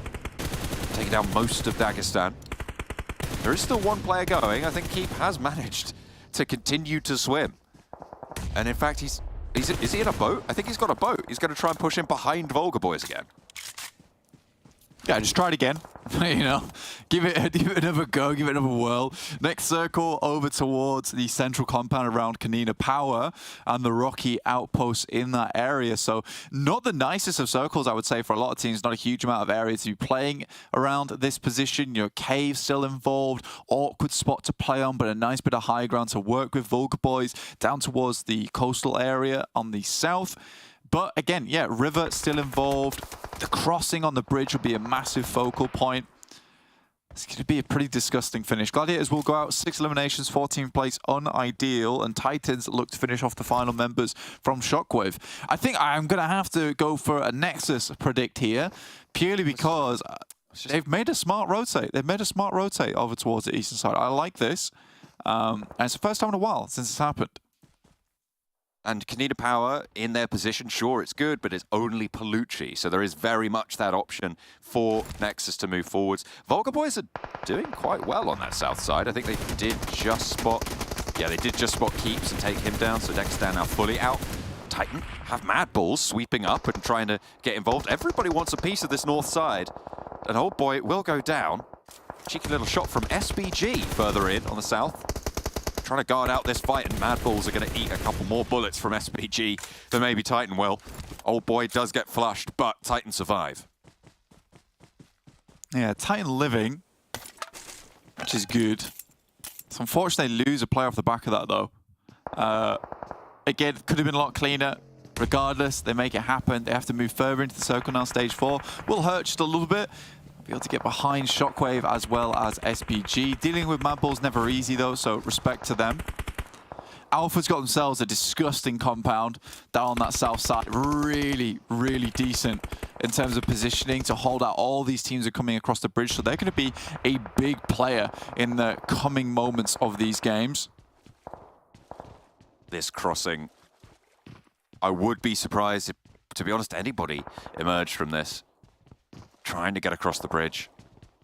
Like you say, just look at that ridge side that Alpha have. The benefit for the teams under the bridge is that the teams on top of the bridge are going to be taking that fight a little bit more linearly with the rest of the players over on Alpha. A split decision. You baited and switched over to Titan on your prediction, and now I lied. So, yeah, you said Nexus. I was already typing Nexus as you were saying that, and I have gone for the main Ginny, going for that spot. But Titan managed to sail straight on past SBG. I didn't quite catch that, but straight into that middle compound, and nobody's predicted Alpha here, and we might all be wrong now. Yeah, there's potential. I mean, for Alpha, again, this compound is a little bit on the low ground. Eventually, you will have to start moving up. Doesn't give you a lot of sight lines in the future. What it does give them is really fantastic control over the bridge. Basically, what they're hoping for is teams having to push over towards their spot on the map. I love that rotate from Titans. Super duper aggressive. Kind of unacceptable in terms of being able to cross that way.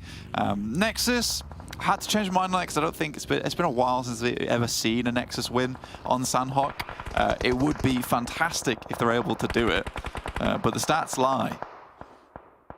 Stats always lie. That's what I've been told. Yeah. Stats have lied to me before. I'm hoping that they tell the truth this time and Nexus aren't able to get out from this one. And I don't look like a fool. But either way, it would be nice to see Nexus win this game, purely because they have made a good rotate. This is the first time in a while we've seen like a strong rotate come through from Nexus, easily getting their way in towards one of these end circles with all 4 players alive. So there's definite improvement there for them. KAPAHALA going down to Pylaus, though, not great. He does have high ground, though, so it's going to be very difficult to flush that one out.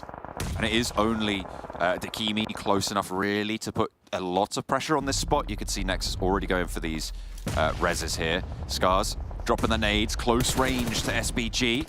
Ala around the corner, waiting for the spray down, has 2 to deal with. Lights up for a lot of damage on the first, but the second's there for the 1-2 punch. And SBG have one of their own, though, and it's Narvalo. He's swinging back, and Scars will fall with Shockwave. Yeah, I love that as well, considering the fact that Snox is just down the hill, not even too bothered about this whole position. He realizes that Alar's probably gonzoed at this point, going to try and ask him to just crawl as far in as possible, and then he'll get him afterwards. He needs to scout, needs to ensure the position is free. Nexo comes through. It will be a little bit further off towards that east side, so not an ideal spot there for the guys on Alpha. Eventually, this looks like it will just not end up on their position. Dakimi, the 1v4 god from yesterday, looking to do it again. Oh, KAPAHALA, dangerous forwards, has the shots, remember, from Pylaus, who is taking the angle to back Dakimi up. This tiny little bit of scrubland, seemingly keeping him safe from KAPAHALA. He has no idea. They have no idea that he's here. Okay, finally they spot him. Dakimi maybe missed a trick there, not just getting that knock and flush over towards KAPAHALA when he had the opportunity. Is that Pylaus knocked in the back as well? I think they managed to find that second, and Foopsman maybe the last to stand. Yes, indeed he is. And he's forced to the bridge under the watchful eyes of Alpha. Doran taking gorgeous shots over towards SPG there. Very difficult. Pylaus will fall, and Foopsman just hiding underneath the bridge, looking to take out not all the players that will remain on this side. Nexus have to push their way down the hill. Similarly, you know, we are looking at Titans who aren't having the most fun position to play in. Narvalo, Snox still going. So SPG actually on track today to get in towards that top 8. Finding Robs too, their old teammate. Feels unfortunate. There will be some shots from Icy.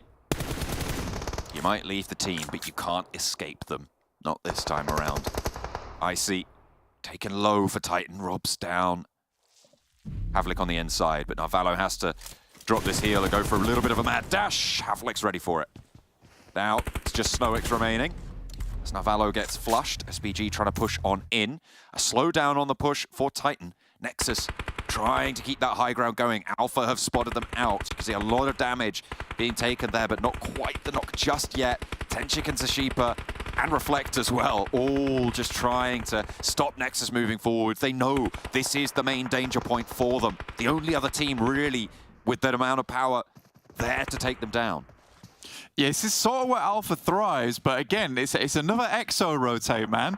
He does this a lot where he'll just make a wild, blind push through the circle itself, find himself a little bit of a spot to hold on to and work from the back of that. So really, really cool stuff there. He's now going head-to-head versus Nexus, versus Titans off in the distance. And we'll find a big nade over towards two of them.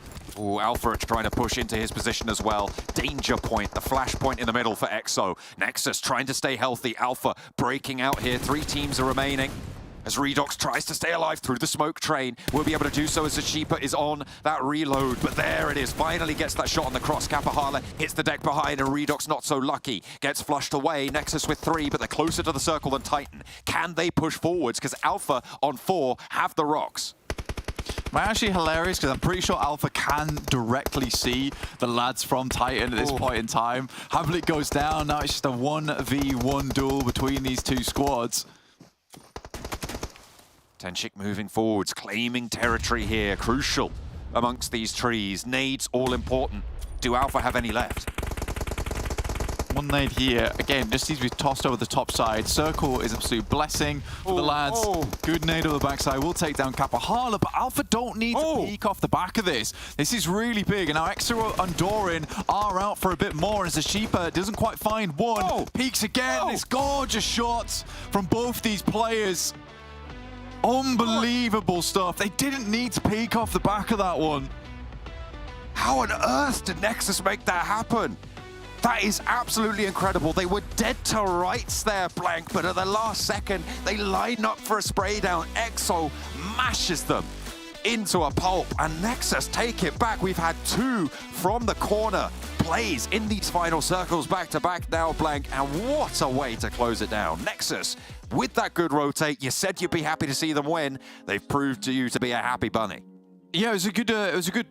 Okay. You are a happy bunny. It's said. But yeah, it's a nice rotate from them. It's the first time in a while we've seen them actually take the win on Sanhok. Really good stuff. And I think that overall, those last moments, it just felt like Alpha could have played way further back, right? Outside of nade range. They didn't have to peek because eventually with that circle, Nexus would have to push off from that rock. So yeah, unsure on the decision making there.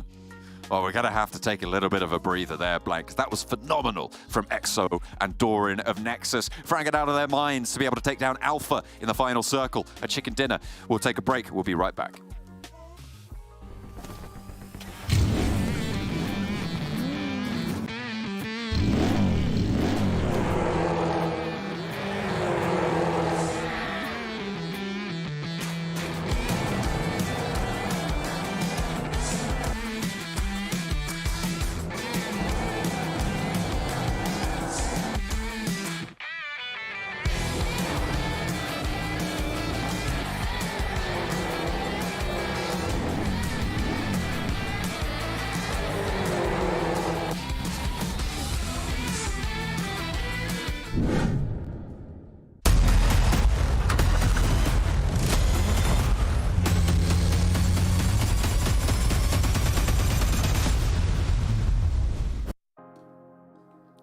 All right, Nexus have done it, and what a way to close it out. Not only do I get 3 points of my prediction, they get their chicken dinner, and they get an incredible amount of limbs on the board.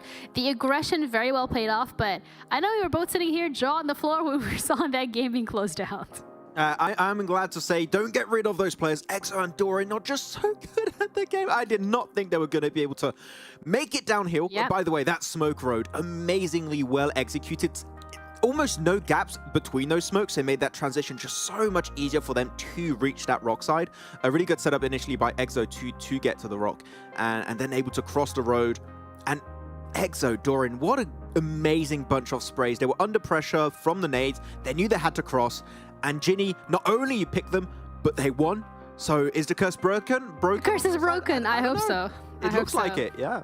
Yeah, I mean, and it's not just the fact that they close it out with the chicken dinner. They've done it in such a formidable fashion, and as you said it yourself, with that teamwork, with that utility, with that aggression, every single piece of that puzzle coming together, regardless of the fact that they weren't in the most favorable position.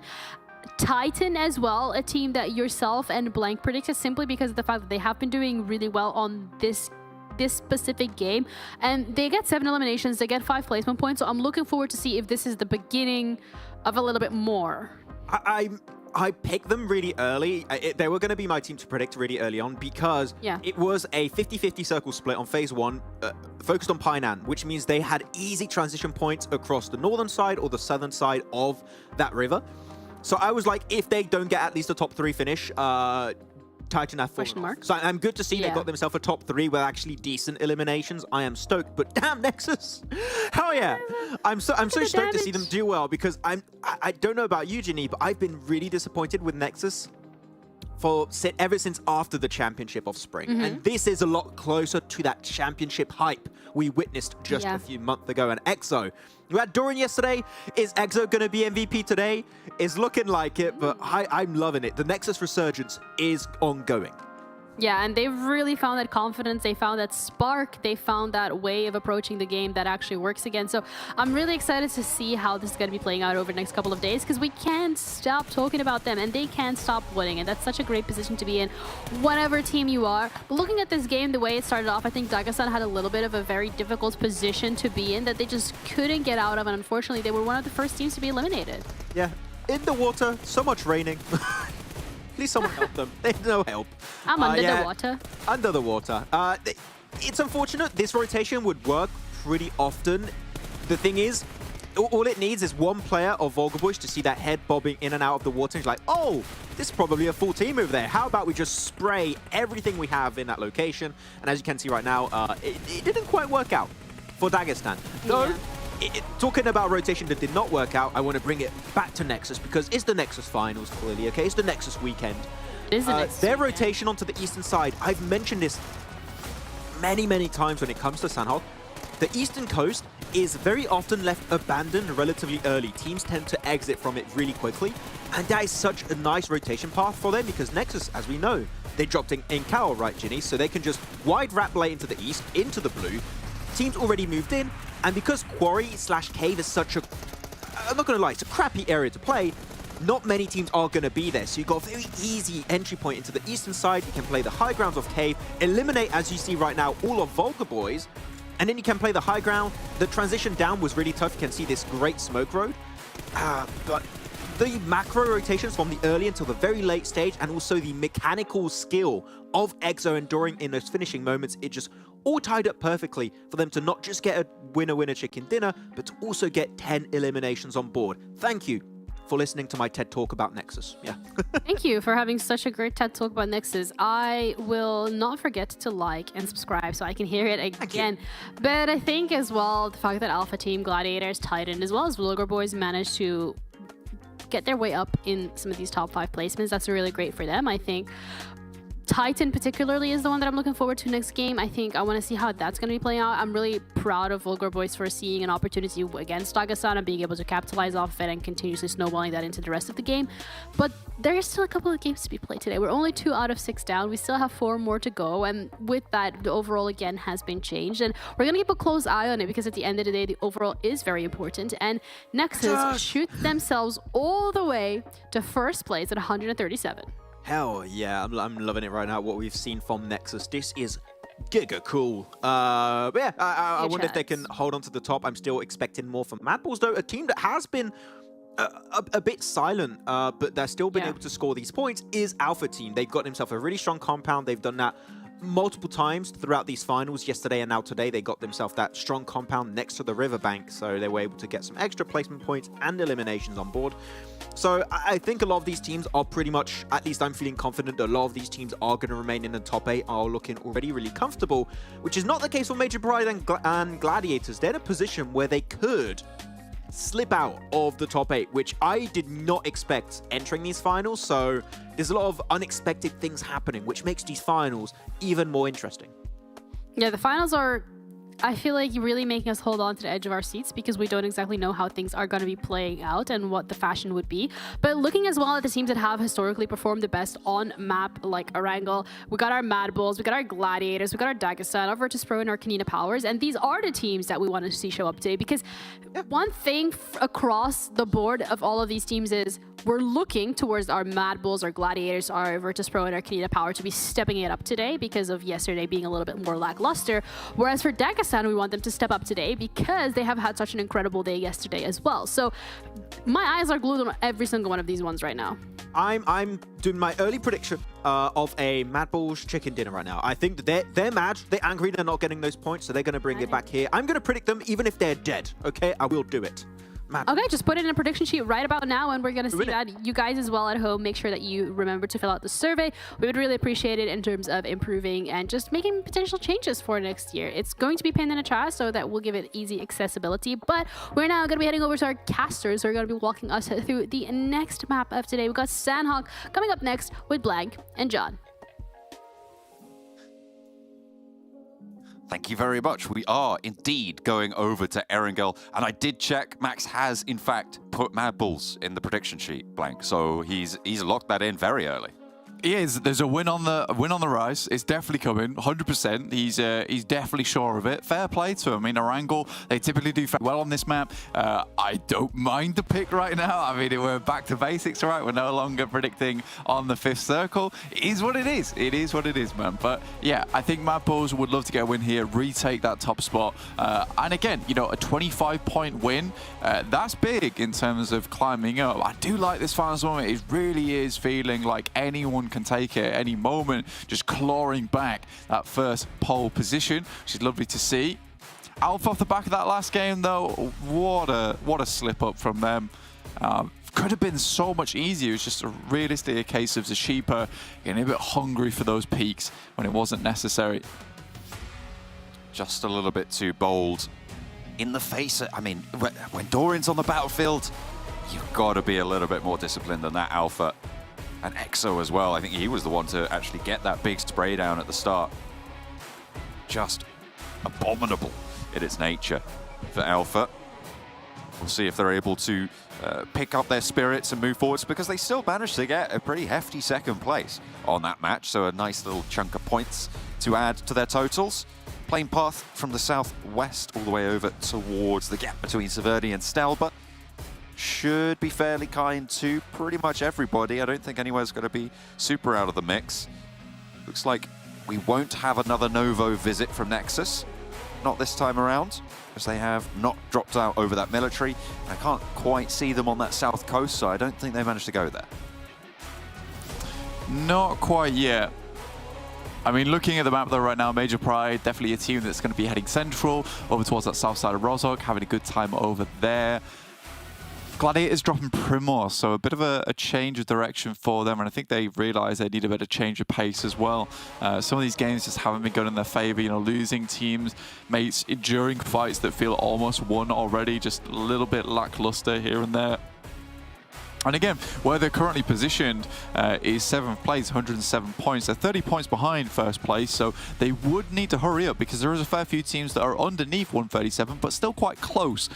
So not only are you trying to catch up that 1st place position, but there is that buffer underneath as well in terms of the teams that are playing there. MADBULLS currently 78 bonus points still on the cards, 37 elimination, but only 14 placement points, so they're really not getting far into a lot of these games despite being 3rd place right now. It really is Nexus Gaming who is taking that massive champions badge, because 49 elimination points to 35 placement points, it's been very reasonable in terms of scoring, and it's great to see. You know, it feels like a very different Nexus here, and they're stepping up when it counts. It's also stepping up the meme game over on the social media. Esports PUBGM EU. Make sure you're scanning that QR code, heading over that. And enjoy yourself. Just have a good time. You know, that's what it's all about over on the socials. Certainly not just about having a good time over here, though, for these teams. They are very much trying to step up, stand as tall as possible. The VULGAR boys dropping out over on the north side. They stood tall in phase 3. They had a little bit to do yesterday, but I feel like we haven't seen that phase 3 team from VULGAR boys in the way that we have from Dagestan, that we've praised them for so frequently. Hopefully they can find their feet in towards the 2nd half of these finals. Yeah, I mean, for them, it's looked good, right? And I think that they could definitely bring it back. Just always difficult, you know, always difficult in a lot of these scenarios when you get towards that day 2, because I think that's when the pressure really starts to set in, because you feel a little bit loose and free on that 1st day. 2nd day, it really does count, because when you get that 3rd day, you want to be setting yourself up with a good point scoring. You know, heading into 3rd day with a 20-point lead is absolutely huge for the mental game, because you're able to drop maps, and I think a lot of people do underestimate how good that is and how good that can be for you, being able to drop maps maps overall and then still bring it back later on just gives you that bit of wiggle room, right? You're not feeling like you've got to hit 100% on every single match to get towards the top side. Again, that's something that Gladiators do very well. They love that type of lifestyle, which is on the last day, everything counts more than anything. It gives them a bit of a kick up the arse to get them working, to get them grooving. I mean, it is hair-raising for Gladiators fans, and I'm sure for, you know, the team that sits around them, not because obviously it's not just the players, there's the coach, there's the management. It's all potentially a little bit nerve-wracking for them, but it seems like points count for double for the Gladiators on those last days. You're right. Hopefully we'll see that be brought to bear, because it is getting pretty close now, Blank. After this match, we are in fact halfway through the run. The MADBULLS, Max's prediction, I'm just double checking. Yeah, no, it is still there. He has still predicted it. Playing from Rostock, a very central position on the map, obviously gives them a lot of options, and there's very few circles that fully cut them out. Yeah, this is always good for them in terms of rotational-wise. SPG and Yasnaya, no one around them, so not really harassed by Dark Project anymore, not in the finals itself. So it does give them a bit more room to work with, which is always really nice in a Yaz position. It's kind of the Pachinki of the eastern side of the map, right? Gives you a lot of rotational paths. Very nice in terms of being able to play outside the field and get some of the more distinct compounds nice and early. Alpha just regrouping over towards Mansion. You've got KASIK on our teams right now. They're making their rotate inwards. They're in the circle right now, just a bit to the west of Mansion, just looking to find themselves a home to play in. Most teams haven't actually made their way over to the circle yet, realistically waiting for Zone 2. And I mean, if it is a drastic shift, then that's when you'll start seeing teams getting the old cars, filled up with gas, and then get moving. In on the road again, KASIK. Just finding that high ground, finding that spot. Very, very central. Really nice stuff. They sent early before in that Sanhok. We were talking about that. They managed to get another central spot this match. See if they can hold this one out this time. MADBULLS maybe looking to push on in towards that KASIK position, but I mean, it's a difficult position to push over if you want to take that area of the map. Might be better spent time to go for something else. Dagestan will do just that. Head a little bit further south in that sort of shelter area. Try and post up somewhere safe. I think for the eastern side, it can get quite pretty hectic, especially around shelter as well. I really don't like that position. It's very scary to play. Sometimes you have to go there, though. It's unfortunate for some of these teams, but you've got to make it work sometimes. MUERTE and Lepovka pretty happy with this. They've not been too heavily offended by some of these teams early on. No one's hurling insults or bullets their way. Again, they are sort of cramped in now, though, because so many teams did send towards that mansion position and the compounds surrounding it nice and early. NEXUS towards Kameshki and Stalber, not opting to go for MUERTE. Again, the circle, the playing path didn't really allow for it, so you kind of understand why they're playing this position. I prefer them in this spot anyway. It's a better spot for NEXUS, who tend to struggle on those like first couple of rotates, so giving themselves a bit more freedom in the early game is very important. And on that north side, they will search for that freedom, although the east point of Yasnaya kind of creates a funnel. A lot of teams are going to be looking out that way. Unless NEXUS want to go for a wide swing, but that's probably even more risky. They're just trying to push down on this east side. MUERTE potentially looking to guard out, although MUERTE very, very split on this east side right now. Think about a kilometer between their two furthest flung players. Korka on the north, and Furia all the way on the south to Lepovka. Korka sits just to the east of Yasnaya. So that east side very sparsely populated, but it is all MUERTE. I don't know if you caught that, but Titan's currently on a 0.5 a limb average here on Erangel. It's not good. It's really not good at all. So for Titans, something has to change. Something's got to give here. Oh, because certainly it's getting a bit more difficult. Circle shifts down towards that south side, makes it a bit more difficult for some of the teams making this north rotate. I mean, Shockwave, Nexus, VULGAR boys, all going to be affected by this one. Gladiators, in the meantime, are just rotating over the top side of Pachinki at the moment, over towards school and apartments. So should be able to find themselves a cheeky position within the circle itself on that western side. They'll have to deal with KONINA Power in the meantime, though, and Major Pride, who's in front of them. Tricky western side, but a central clump really starting to condense as teams spike out Alpha, taking shots over towards KASIK. Shockwave now trying to push in from the north side. They will be behind Nexus.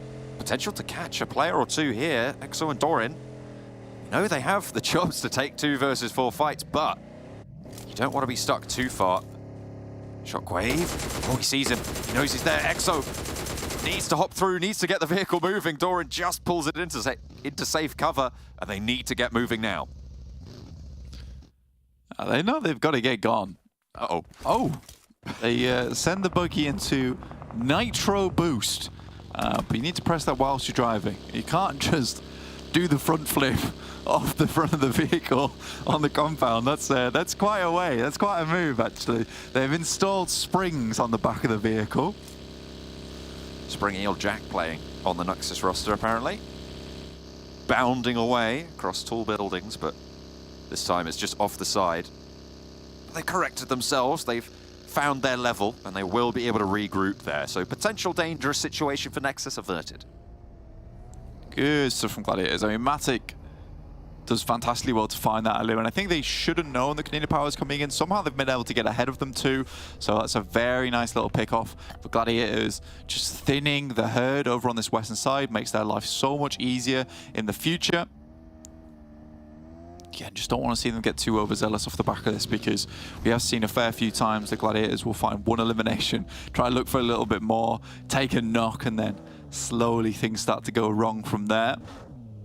Again, No Mercy Warriors also heading in over towards where KONINA Power is playing. I think this might be a cue for either a third party or just to get out of there. No Mercy Warriors trying to move across the hillsides on the east near those Gladiators. Meku in a bit of a tailspin here, right with the blue at his back as well. The magazine is empty against him, and Aztec will fall. Tixie is there to give his teammate a little bit more room to operate. Marlowe crashes into a tree, and Matic makes sure that that's the last one he's ever going to see. Close to it. Very unlikely that they go for this res, and indeed they just send for the hills. But KONINA Power are here on the south side to potentially find this flank, pick up the pieces. And No Mercy Warriors still in very, very hot water. It's flying away. I mean, where the circle currently is, heading over towards this western side, you know, now there's an opening for a lot of these positions, and KONINA Power Gladiators do not want to let this one up. I mean, if they can start to take control over towards Potato Hill, move out from the back of that, clear out this western edge, they know most teams will have shifted over towards our eastern side, which gives them time, which is absolutely valuable here to pick up a strong position within the circle.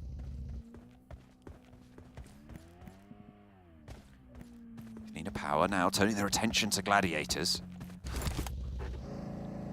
Trying to see if there's any more threats on that ridgeline off of Potato Hill, but Gladiators looking for a better spot.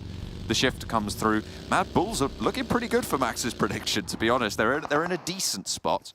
VULGAR boys over on the east side, challenging with MUERTE, and it is not going well right now. A full surround for the MUERTE roster. Milky Way finds a third, and now it's just Tresley hiding out in the smoke, taking shots out of there, but immediately as soon as those tracers get shotted, he will be seen and taken down. VULGAR boys don't even inflict casualty back towards MUERTE.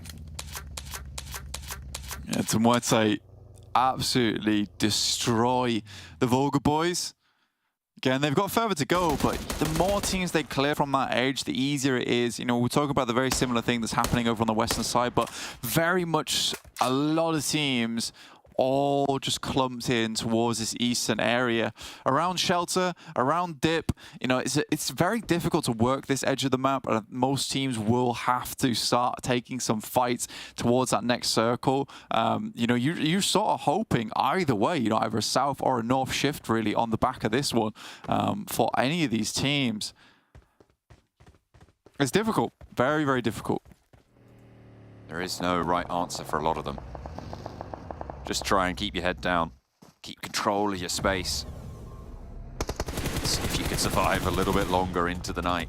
Kapahala, spray down from Furia, but with blue zone on them, the MUERTE team are going to have to move. It is stage 3, so not super devilish on the zone, but still very much a consideration on all your maneuvers. NEXUS, similarly, a little bit worried about those health bars. We'll need to get some healing done. Furia out, and we'll be able to bring up the tail for MUERTE. Pack back into the southeast side. MADBULLS on their high ground position. This ridge and compound, tale as old as time. SPG mounting up to potentially take it from them.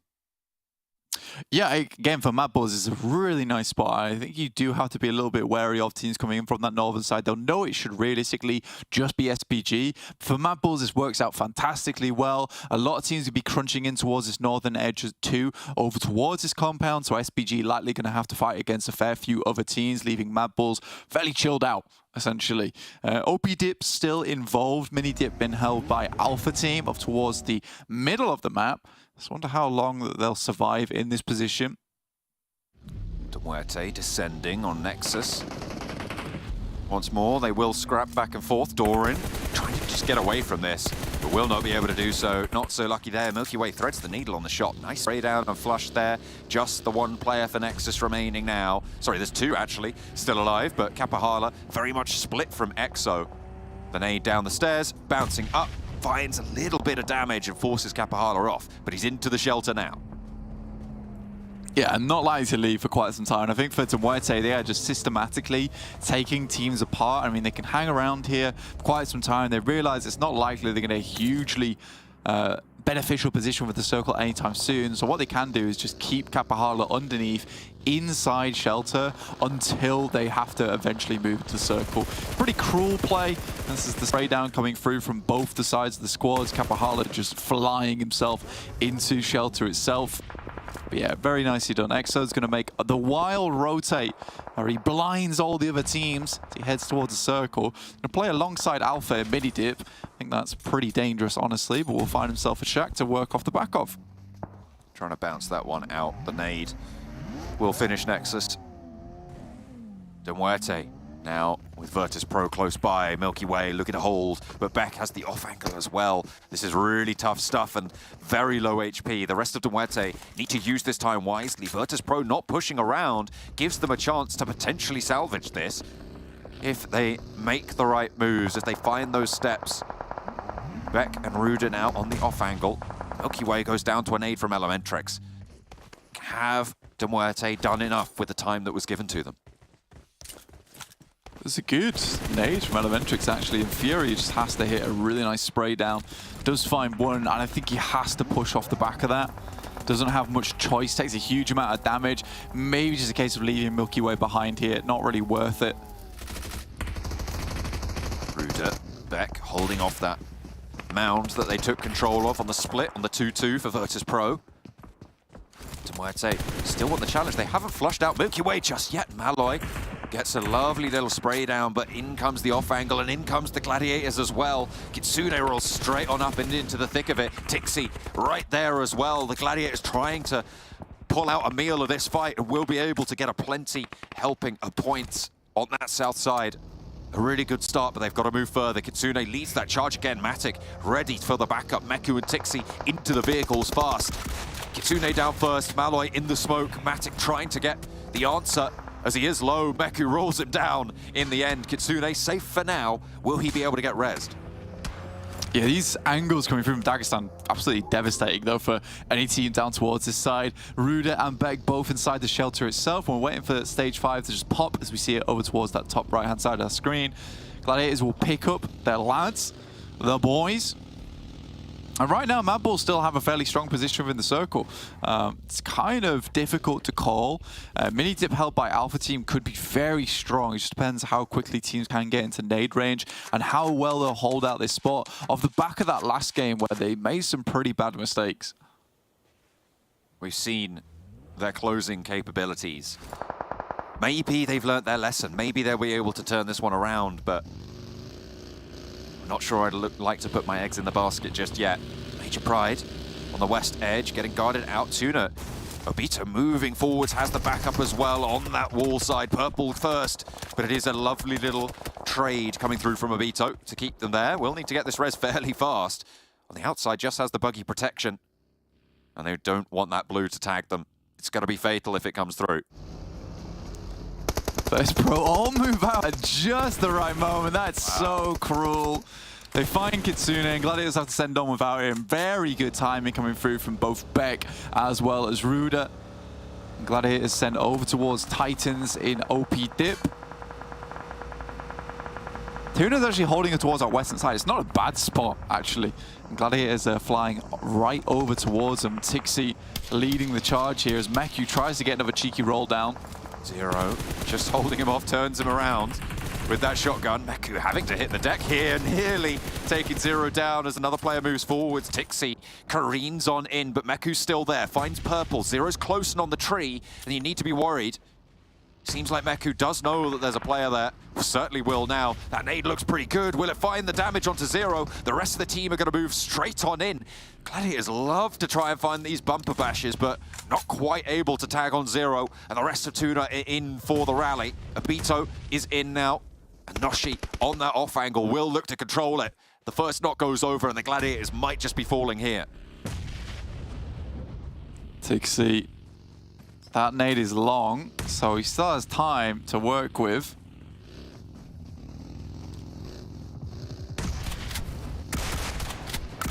Forwards, Tixi. Nearly doing a little bit more damage there, but with 3 players left for him to deal with, it is only a time before he goes down. The Gladiators are out. Unfortunate, but TUNA still going strong on the western side. Yeah, sort of close but no cigar there for Tixi. I think most of his shots were on point, but that's just the way it goes now with the DBS at long range. Sometimes it can be absolutely godly and feel like you're just smiting opponents, but sometimes it does feel like a bit of a wet towel that you're whipping people with. Terminus spots over towards Skills's. Try and do his best to avoid these grenades. It's not as well as you might hope. And that's potential to get Aza back up again now, so for Shockwave it's not gone terribly here. They have lost Scars, but you're right. 3 players to play from the northeast side. Still a lot of leg room for them. Open ground, unfortunately. Alpha still holding down that central area. Dagestan a little bit crunched on the edge of their compound. A hard north shift, and that gives MADBULLS a pretty decent shout. I don't know how Max has done it, but he's managed to keep his prediction in. He just knew what was going on. That's a disgustingly good grenade over towards Old Boy. Shifu for looking for a little bit more. Icy in the back there with the Mini 14. Sees Limbo, but that'll give Shifu an idea. Again, a bit of a long nade to toss, but certainly doable. Shifu launching. Got his throw arm on. Doesn't quite make the distance. Icy will get the res onto Old Boy. The north shift now makes Alpha a hard south flank for Dagestan to maybe try and push on through. We'll see if they're able to orchestrate that, because Shockwave have got some cheeky angles over to this as well. If Shifu breaks too wide and takes the wrong fight with them, could be a little bit of a disaster. And Shockwave also have to move to the circle, which is getting closer by the second, so Shifu's just going to hold this down. Vehicle's going to get its wheels popped, and Shifu's going to do his best to keep it alive, but again, fairly dangerous the way he's going about this. The rest of the team looking to potentially get up towards mini dip. Great shots from Shifu. Unfortunately, it's just not meant to be. Limbo will send in. Has got that cover behind the burnt out vehicle, and Vagnazada dancing, but it's not enough. Limbo runs him down.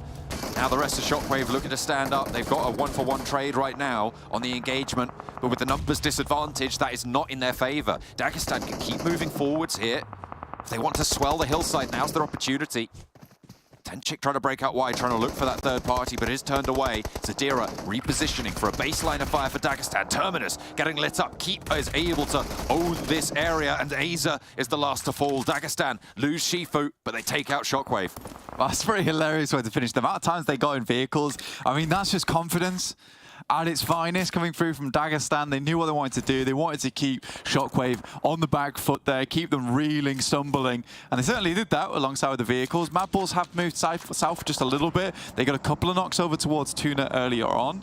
Just left them down to just 2 players total. And Alpha splits up a little bit. KONINA Power will find Reflect. And Mandarin immediately moves over. Tenchik did make a wide run out to take down Shifu from Dagestan to flush out that player. Did certainly make it a little bit easier on their eastern side. But now KONINA Power can get across the road. Cause a bit more panic over towards Alpha team. And this push from Mandarin, I don't think it was worth it. Luckily, he's good with the shot. What? Limbo gets absolutely sat there. Keep, maybe?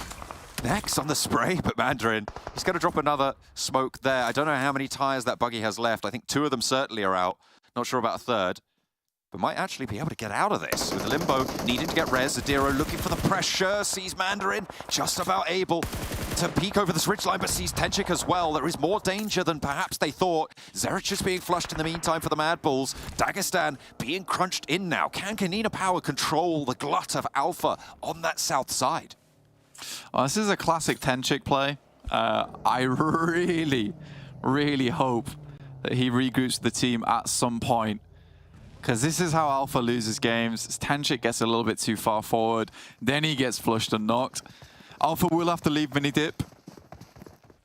Head up towards that north side. Currently, the team with the most players, but also the team with the most danger from getting sideswiped. KONINA Power across the road. The 2 players there. Such a major barrier. Can Becca get value for it as well? Dagestan looking for a crash. The MADBULLS have been weakened, obviously, from losing Zerich on their northwest side. There's a potential for Dagestan to have another option now that they didn't before. Zadira just hyping himself up now. A little bit of radio, a little bit of the tunage. Frozen, on the other hand, is just listening to classical. You know, keeping himself nice and calm. The orchestral sounds. Trying to keep him nice and tight, nice and together. Dagestan rolling up to Fleeke.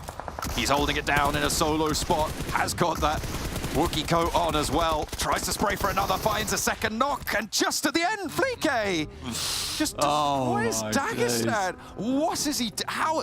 It's impossible to make that happen, but yet we see it time and time again. Dagestan down. That's your boy Fleeke at work. What a ridiculous play. Lovely nade from Mandarin, who's done some serious work this game. Looks for another and it should be good. There's probably at least 1 knock, but no, can't quite find the target there on that one. Tenchik is down. Classic just Tenchik things, that really. Needs to find the right nade, find the off angle, and that's what he was looking for. Becca now trapped, alone, isolated from the rest of the team, and the spray for the first is good into the fire, but he'll have to run. Reflect will be safe for now. And now 4 players from Alpha. Can they do it here, where they failed previously? Can they keep it together, get their team back on their feet? Still have a player out in the blue, and I think with the way it's pushing in, it's likely the Reflect is going to go down here. We're going to get a replay on Fleeke's movements here. Look at these shots with the grows. They're just disgusting, quite literally gross as he goes into this engagement. Swings around the side and will find the last off the back of that. Really, really well done. Reflect might be able to get his buddy back up again. Again, Alpha will be moving out into open ground, but they do have the circle on their side, and MADBULLS will have to move in. I think it would have been way nice for MADBULLS if it was a bit more central, because they could have probably teamed up alongside with TUNA to take this game. That ridge that separates MADBULLS from TUNA right now is the thing that's stopping Alpha from moving. It's forcing MADBULLS to stay on this side for a little bit longer, which isolates Mandarin and Reflect on the back side of the road. That smoke train now being established. They'll know this crossing's coming, and they'll need to execute. TUNA trying to hide behind these ridges as best as possible. Yeah, no, she's got kind of a decent angle. Right now, I think MADBULLS are just trying to remove as many vehicles as possible. Reflect sends really wide here. Try and see if he can find some shots downwards. Mandarin taking himself bit of an interesting angle over towards the roadside. Frozen just trying to hot peek this one out. A little bit of an exchange of fire. Reflect low, but has got the cover to stay alive. Fleeke aware that there is danger in the valley beneath, and aware that they're most likely going to have to move for it. I think Alpha a little bit harder up against it though. Yeah, I think for MADBULLS, they're doing the smart thing here. Noshi's constantly trying to look over towards MADBULLS, but MADBULLS are very much okay to just let TUNA live in this area. They know that they need to deal with the guys on Alpha badly at this point in time. Frozen needs the vehicle as cover. Has 3 first aid kits, so should be okay. Immediately has to back down again. Mandarin might be the difference maker here with nades up so close. That will take down Frozen. Really nicely done. Now looks for another with a molly. Had Frozen not had to dip into the blue, that nade might not have taken him down. It didn't look like it was fully on target, but it was enough. I think Frozen might just be falling out here. Lovely little turret spray. It's Mandarin to get the flush now and immediately taking the second. So swift on this fight and all important as well. They find the next and Alpha look for Noshi. They know he's in this smoke. They know where the spray is, and this time they will not be denied, Blank. They find that chicken dinner. They are able to play from the mini dip, and this time they convert. Yeah, it's a really good game from them. I think there was a few times where they could have been quite easily naded out there, but they held their ground. Tenshik, slightly scary for me. A lot of times moving a little bit too far out for my liking. But again, Alpha's able to make it work. I think there might have been a difference maker if Zerich actually stayed alive on that top side for MADBULLS, but overall, really, really good game. And I think Mandarin, after that last match, sort of redeemed himself. I think it was very important for himself. A tale of redemption for Alpha, but we're going to head back over to the desk to break down their win. The tale of redemption for Alpha does mean that MADBULLS don't get their tail, but still it was an incredible finish from them as well. Alpha team, first time for them getting the chicken dinner finals. We have seen them creep up into those top spots every now and then, Max, but they're finally able to seal the deal. Yeah, they got themselves a really good Game 1, a good Game 2, and now a chicken dinner on Game 3. So off to a really good start for the first half of this Day 2 of these finals. So they're going to be happy-chappy about that one because they were happy-chappy. Yeah, they were contender at the top right for one of those top positions. So that puts them close to top 1, I would say right now, possibly in second, third place, somewhere like that. But they should be because these 18 points. That's a lot of points. That's a lot of points. Yeah, yeah, that's more than 5. That's more than 17. Yeah.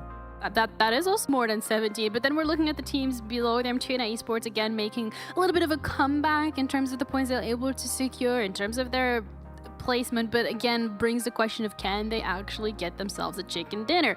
MADBULLS a little bit of a better game for themselves alongside KONINA Power. Dagestan a little bit more of, they're trying, they're getting the points in terms of elims and placements, but maybe not as flashy as we expected them to. I think Major Pride and NEXUS Gaming here going out with 0 points. More concerning so for Major Pride than NEXUS Gaming, considering the PMGC points, considering how they've been performing, but what's going on? I was a bit disappointed by Major Pride this game because I think it was phase 3. You had a good idea that was going to play around OP dip / also that hilltop to the west of OP dip across the road. And at that point, there was no one on that little ridge surrounded by roads. And I thought, okay, Major Pride, they're nearby. They already had one player that was scouting that position relatively early, so they knew as a fact that position was free. I was expecting Major Pride to leave their compound and play that high ground position. That would have been, I believe, a really smart play to go for. They didn't quite go for it, and there's a laughing emoji on your prediction. I wonder why. I wonder why. I mean, I had one redemption, and then it just all goes downhill. So I'll be working for the rest of the day to try and make up for that one because it was a little bit of an oopsie. I think as well, looking at how this game has played out in terms of the teams that were able to get themselves onto the top. Again, really great performance. MADBULLS maybe falling a little bit short, but still they get those eliminations. They get the damage in there as well. So I think for them, with that consistency that we're so used to seeing from their end, it's just a matter of time before they lock it in.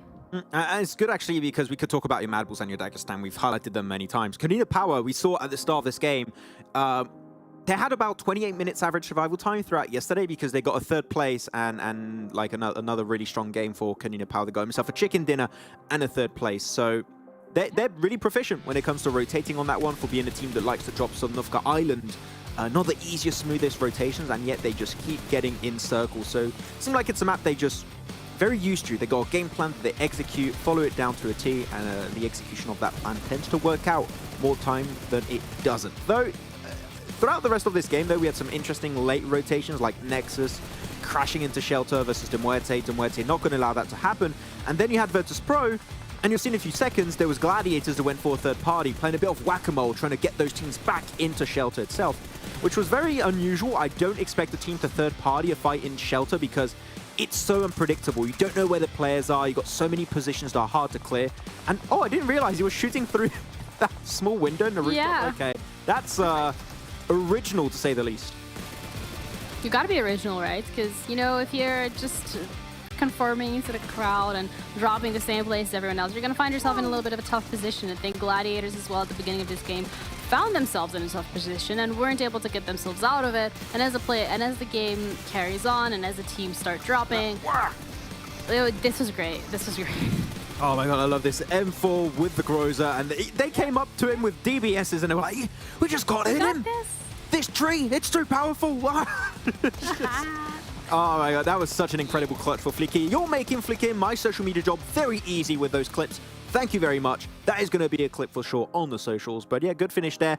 And especially, I think Mandarin was the unsung hero of this game because he got himself a great angle to just have a bit of a backside angle onto MADBULLS, and then when he got a nade range and molly range, it was done. He got the opening knock, and then you could just see them get into the buggy, obliterate the remnants, and then they had a 2-2 split where they could just shoot down onto TUNA in the Valley side. So really good execution from Alpha Team that we know can get big games and actually now able to secure their very first chicken dinner of these finals. Ooh, yeah, we'll see whether or not it's going to be carried out into the next couple of games. But before we head into map number 4 of today, we're going to be heading over into a TDM with our cast, John and Blank, and they're going to be covering all the action that's happening there, so make sure you stick around.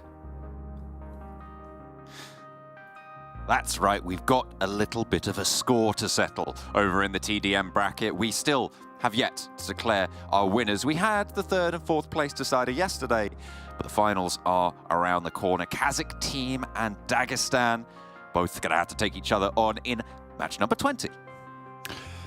Two big improvers from the entire tournament, actually. KASIK versus Dagestan. I'm curious to see how this goes down. Again, big money on the line, big pride on the line here as well, taking the win in TDM. It's been a long format here. We've had a lot of games, a lot of matches, and for both these teams to get here, it's going to be quite the ordeal, I reckon, to see which team comes out on top. Are you going to drop a prediction early? Are you going to pull a max man and go for the MADBULLS? Dagestan. I think they're in this one. You going Dagestan?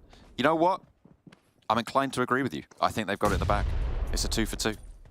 We're certain. Now to be proved wrong. It would be cool, to be fair, if KASIK can take the win. A nice little bit of a consolation prize at the end of the day. I think they had their step up and it just hasn't really followed through the same way it has for Dagestan, who have consistently looked like a much better team now, even in the finals, which is really nice.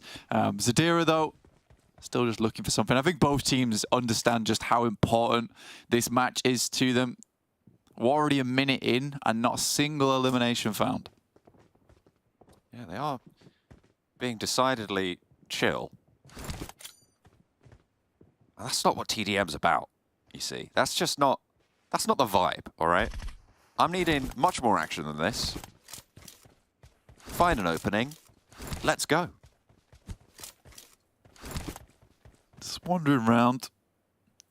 A little bit of camping going on.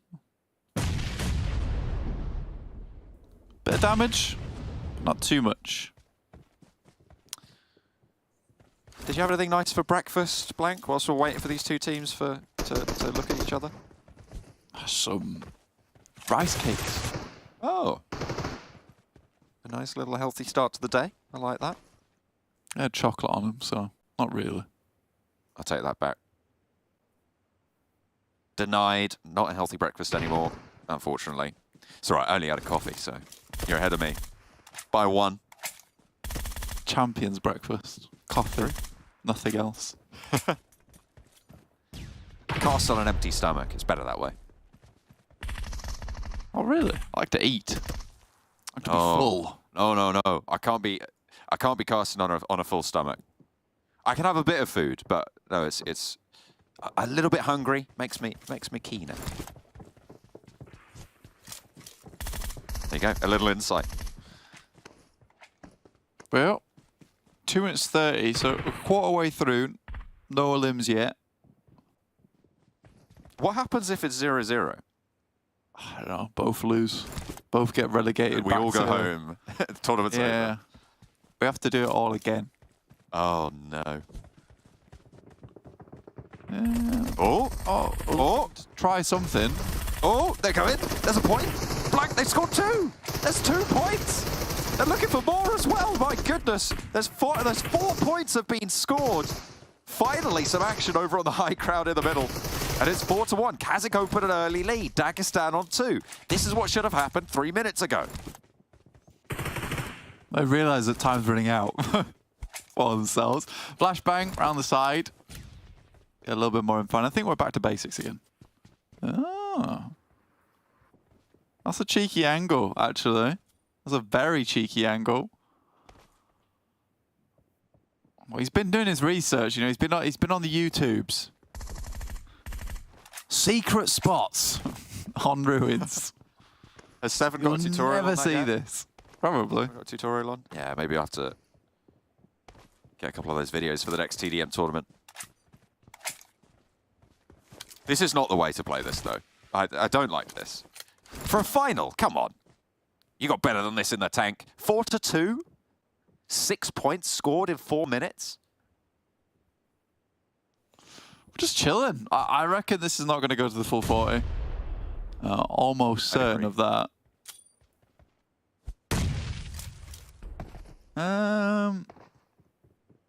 Okay. Well, let's wait for Shifu to do something. Oh, there it is. There's the cheeky spot. They do find Zadira. Limbo's trying to cross, and he goes straight to the sidelines. There were a couple of points scored in the mix of all of that. Shifu is spotted. KASIK team now 4-point lead, 8-4. But don't worry, Blank. We've got a little bit more time to breathe now.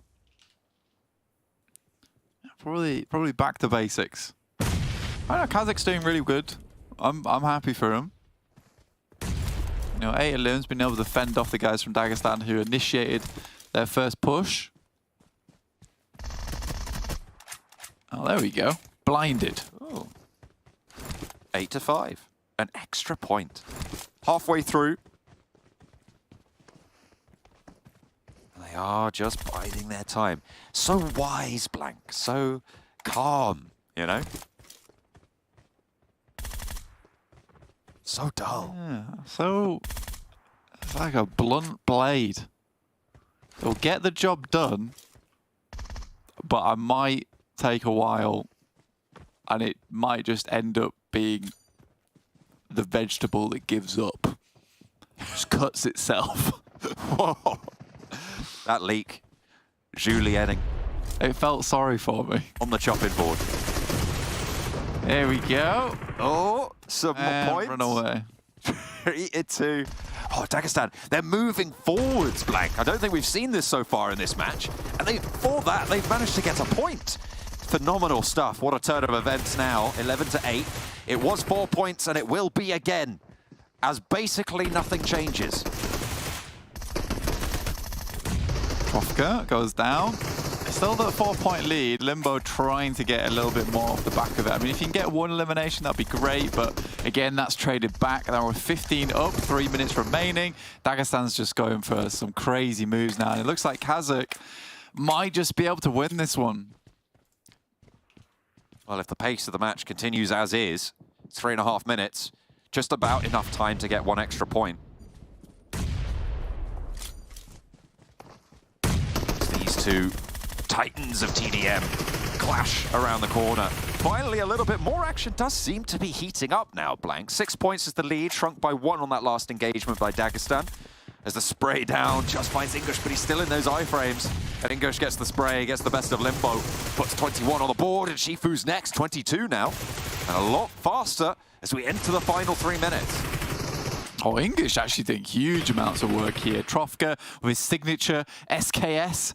Around the corner, both players were quite low. Not sure what Keep was doing there. Attempted to get back into the action, back into the fray, but Unicorns up top side, sprinkling some magic dust. And by magic dust, I mean bullets. That is far from the fairies on that one. 18, 19 now points on the cards for Dagestan, but it might just be too little too late. Shifu keeps them within striking distance, but it's still a 7-point gap. Steps up for the spray and immediately taken down. 8 points now, the gap for 2.5 minutes. He wants a bit more, and he just runs straight out to the sideline. So 30 eliminations now, and I think Dagestan realized that the game might just be up now as they're just sending it down mid. English. More than this.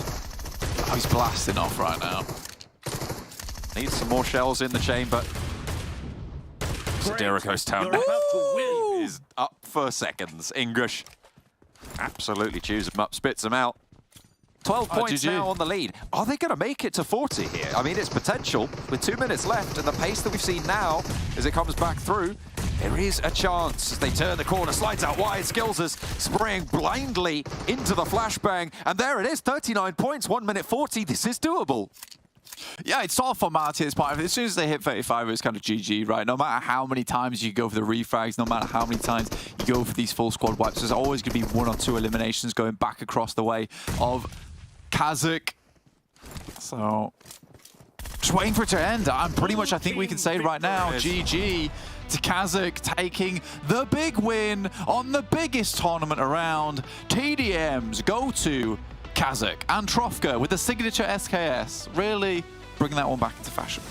What a journey they've been on through this TDM bracket. You can see that they started all the way against TUNA Esports in match 2, taking on Alpha Team, Nexus, Titan, Dagestan. Nobody was able to stop them. Match number 20 is where they find their victory. The best team on the ruins. Don't step to them, or you'll find out all about it. Anyway, we're going back over to the main tournament now as we've got a Miramar on the cards, Blank. We do, yeah. I think for a KASIK team as well, their bracket wasn't easy, right? They did MUERTE, they went to Nexus, they went to Titan Gaming. I don't think they had the easiest of brackets to push through towards that end game, so they had to fight against some of the best, which means that they certainly deserved that TDM champion win. They'll be wearing the belt proudly. Good job, good stuff.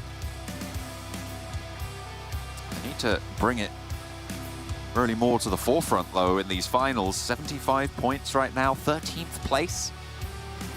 Still possible, sure, but it's just not being seen so far for KASIK.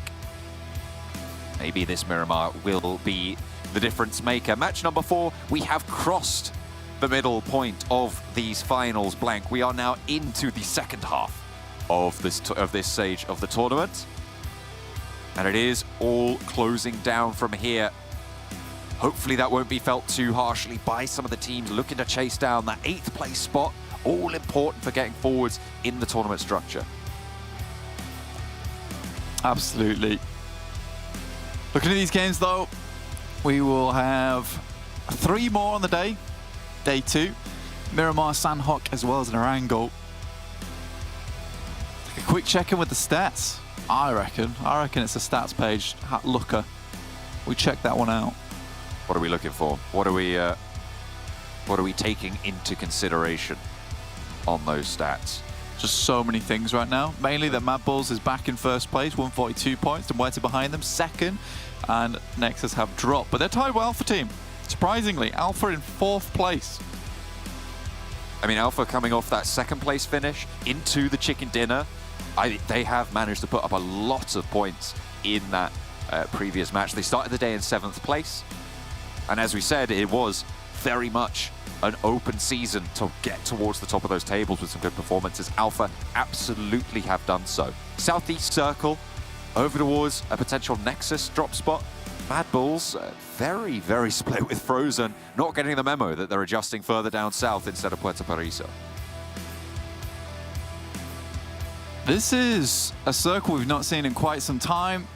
But I'm happy to see it. It's back again over towards the southeast side. Nexus don't have to move too much, but that might not be a blessing, John. You know, on Nexus, get the engines rolling. You know, the gears moving. That's when they tend to do well, but they do not like stagnating, bro. I'll tell you that. Holding it That's down. Get rusty. They're like sharks, Blank. They've got to keep moving in order to breathe. That's what they want. They do not want to be sat still. Hopefully, they'll be able to capitalize here. Getting a little replay of some of the hot drops on some vehicles. The double barrels of the sawn off there for Milky Way. Yeah! Slapping him with a knife. I think you slap people with knives. Don't tell me how to use my knives. a weird way to start a duel and just kill the man accidentally. I challenge you to a... Oh dear. Oh, no. Duel's over. I win. Someone get him some orange slices. He needs some recovery. That's definitely a Britishism. Orange slices at half time. No, I've never heard that. What? You've never heard that? Is this lumps again? No. Orange slices at half time for like playing football when you're at school. I hate football. I did as well, but it didn't stop them making me play it. Why are they giving you orange slices? I don't know. Ask them. It's just what happened. It is. You are not gaslighting me on this. This is a thing. It's a cultural. It feels like a very private school thing, though. It's not. It is so very much not. I mean, when I played football in my school, you know what they did? They sent us out. It was raining. It was just a rock? It was a rock, wasn't it? There was no like indication of where any of the corners were, anything like that. We played for an hour and then we would go in. The referee had to go. I don't know where you're getting orange slices from, bro, but yeah, that's not a thing that happens in normal schools. Okay, you're out for the gaslight today. My goodness. I'm not, bro. I'm just telling you. It's so real. It is such a real thing and a widely acknowledged thing. If everyone in chat right now, yeah, please tell me if you're England and your PE teacher, who by the way was a man with a big old pot belly that obviously didn't play football, gave you orange slices at half time, raise your hand right now. I guarantee there's none of yous. Oh my, I cannot believe you've never experienced this. It is a quintessential part of British childhood. That's wild. That's insane. I can't believe you've done this. Anyway, look at the circle. We've got MADBULLS down to Porto Paradiso. This might be, the MADBULLS game. I think we've seen a fair few times on this circle, MADBULLS actually taking a win. I think they might second guess themselves, though. I'm worried about that. Because there has been a few times where they've made these alternate adjustments, haven't really found too much benefit off the back of it, and then gone back to basics, back to an adjustment, back to basics. So hopefully they just really play this one out as standard as possible. I think that will be the most successful in this game, especially with No Mercy Warriors being so far on the western side. They're usually the team that causes them the most issues on a Porto Paradiso job, and I don't think we'll see them for quite some time, especially with Gladiators taking such a southern rotate too.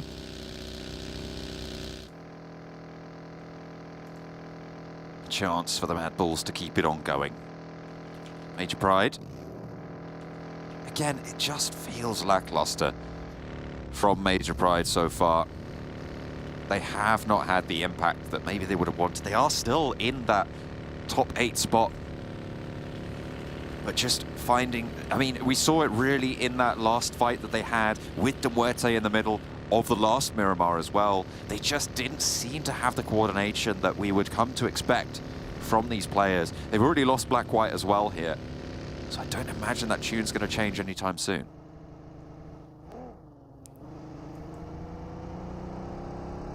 Probably not. And I mean, for Major Pride, sending them towards the south side, I just don't think they're getting ahead of the game right now. They used to be so quick at their rotates, and I think that's something we kind of praised them so much about, is the case that they would just send into the circle. They would send in the circle, they'd find a really good rotate, it would be very smart, it'd be intelligent. A lot of the lobby has leveled up around them, obviously, but I still think they can find that same speed. And they just feel slow, man. They feel sluggish. So I'm not really sure what's going on with Major Pride, but it can't continue this way, especially right now with them being not the most amazing position, right? It's not terrible, but 7th place is not where I'd expect Major Pride to be. One of the big 3. Certainly coming into this tournament, I think most of us would have had Major Pride towards the top in our predictions of the top 3 that we gave at the start of the tournament. But then again, I had Titan in mind as well. And look where they are, 12th place right now. Is it 12th? Somewhere around that. I think they are, no, in 10th place, sorry.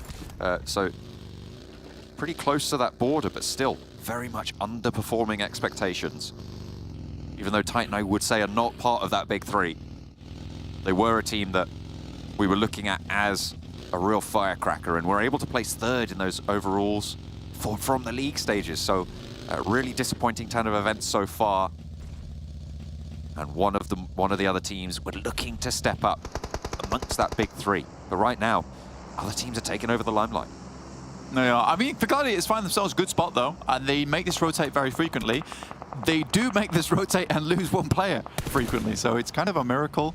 And also a happy blessing that they get towards this compound with all 4 players still alive and try and play off the back of this. So they're hoping for a southern shift on this. That would be very, very good for them. VIRTUS.PRO so far, I think they've been doing quite well in the finals. I've been happy with a lot of the spots they're taking. Obviously, they're not hugely up towards the top of the rankings, but I don't think that they've made too many missteps. It's just been a case that a lot of these other teams have been quite strong around them. Circle down towards the south side, massively in the water, but we've seen this one before, and I think Gladiators are going to be really pleased with their rotate. They will look for that control over the hills that they sit in east of Los Leones.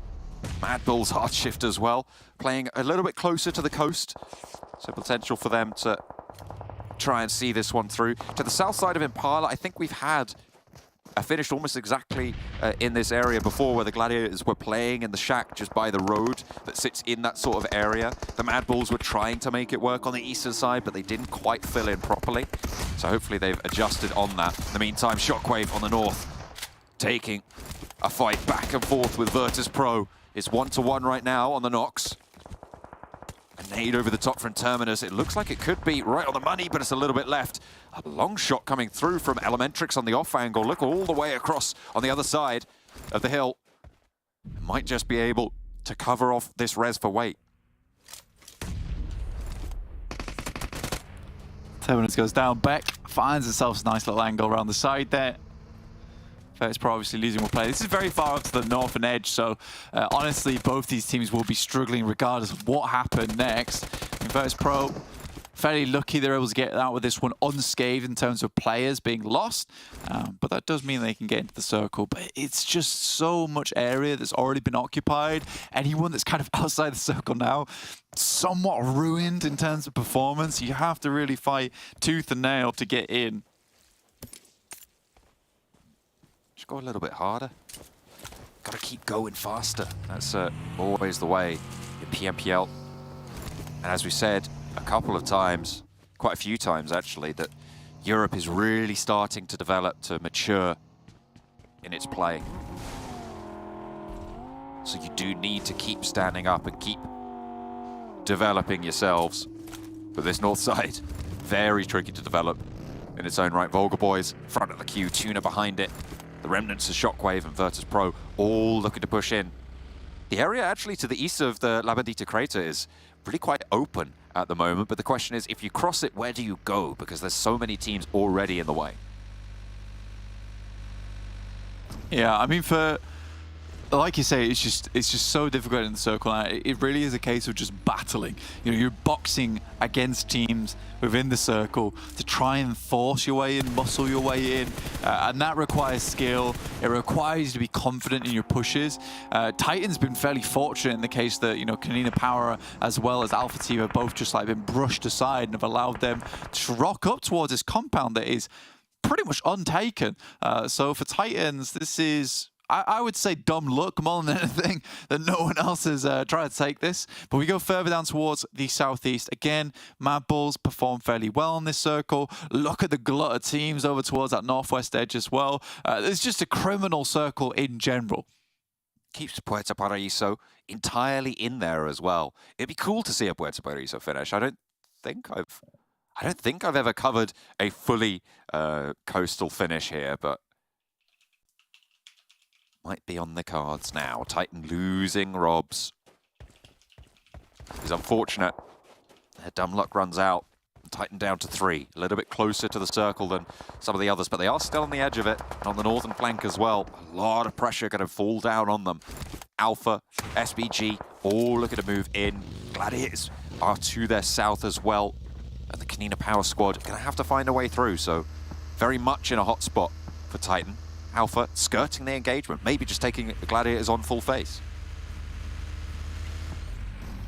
For Gladiators, they've found themselves a decent spot. Right now, Kitsune is scouting.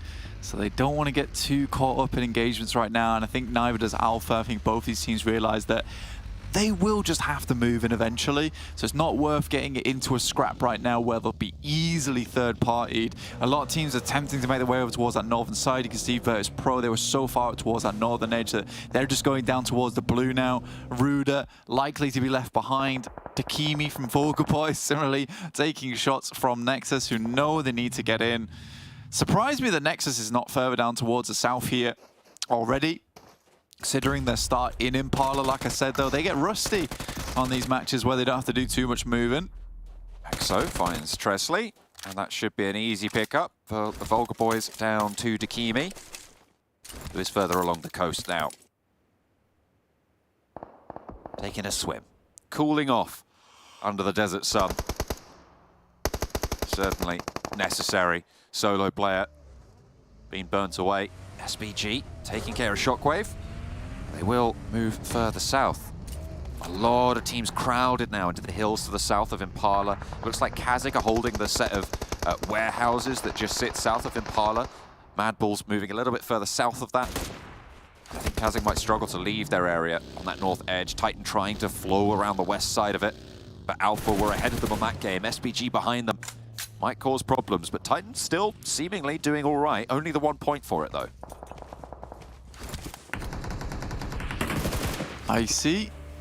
I can take some shots over towards SBG right now, who are attempting to get on that northern side. TUNA's decided that this is going to be an island finish. They've already sent their players out. I love that. Our last player alive for SBG, I do believe, and he will be taken out there. Lickety split. Circle moves over towards the big three. It's Gladiators, a major pride. A yellow. I thought that was MADBULLS. There's no mercy worries. I joke, I kid, as MADBULLS decide they're going to clear out the northern edge. And I think no mercy worries read into this, and they just pick up their position. They're masquerading as the MADBULLS at the moment. VIRTUS.PRO trying to sweep down to the east, but MADBULLS definitely looking strong to hold out on the north side.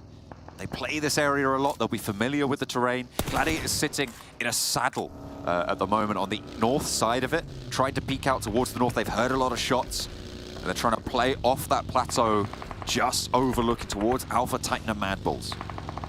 VIRTUS.PRO go down eventually. It's kind of to be expected there. Icy sending it over the top. I like this play from MADBULLS though, because they have identified this is probably where most of the teams are going to come through. If they can clear out a huge amount of space on this northern side, and they're confident enough to do it, which is, like we said earlier, just got to remember that they can play the game. I mean, Fleeke coming through with a 1v3, which looked almost impossible to complete, to finish.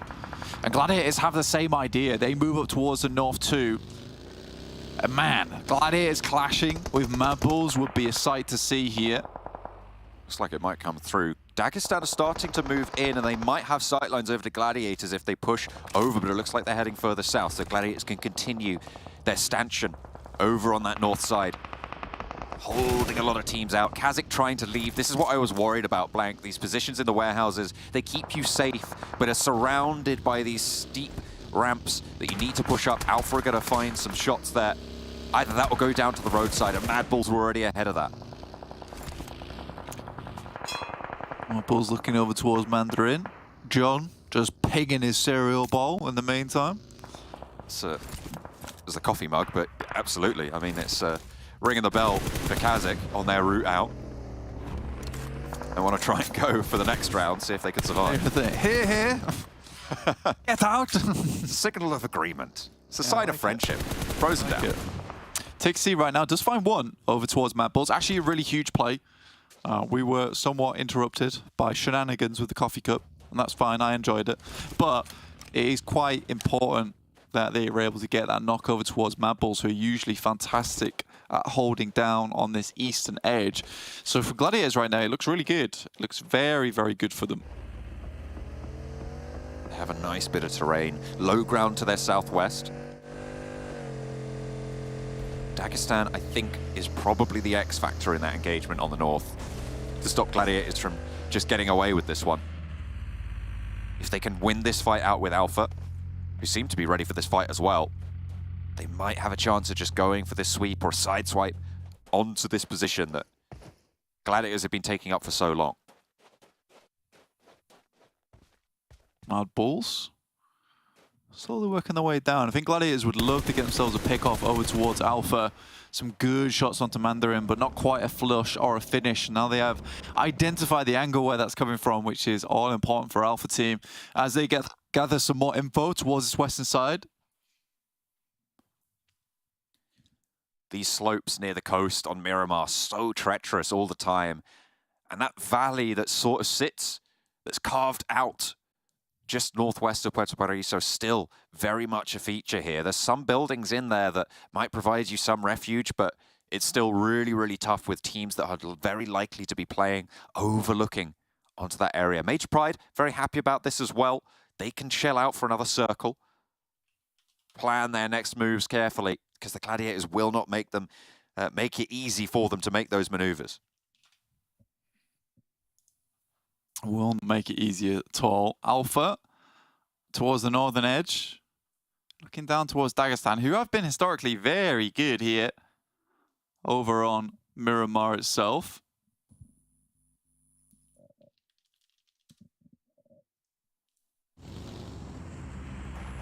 Dagestan still crunched in. They've yet to make their move.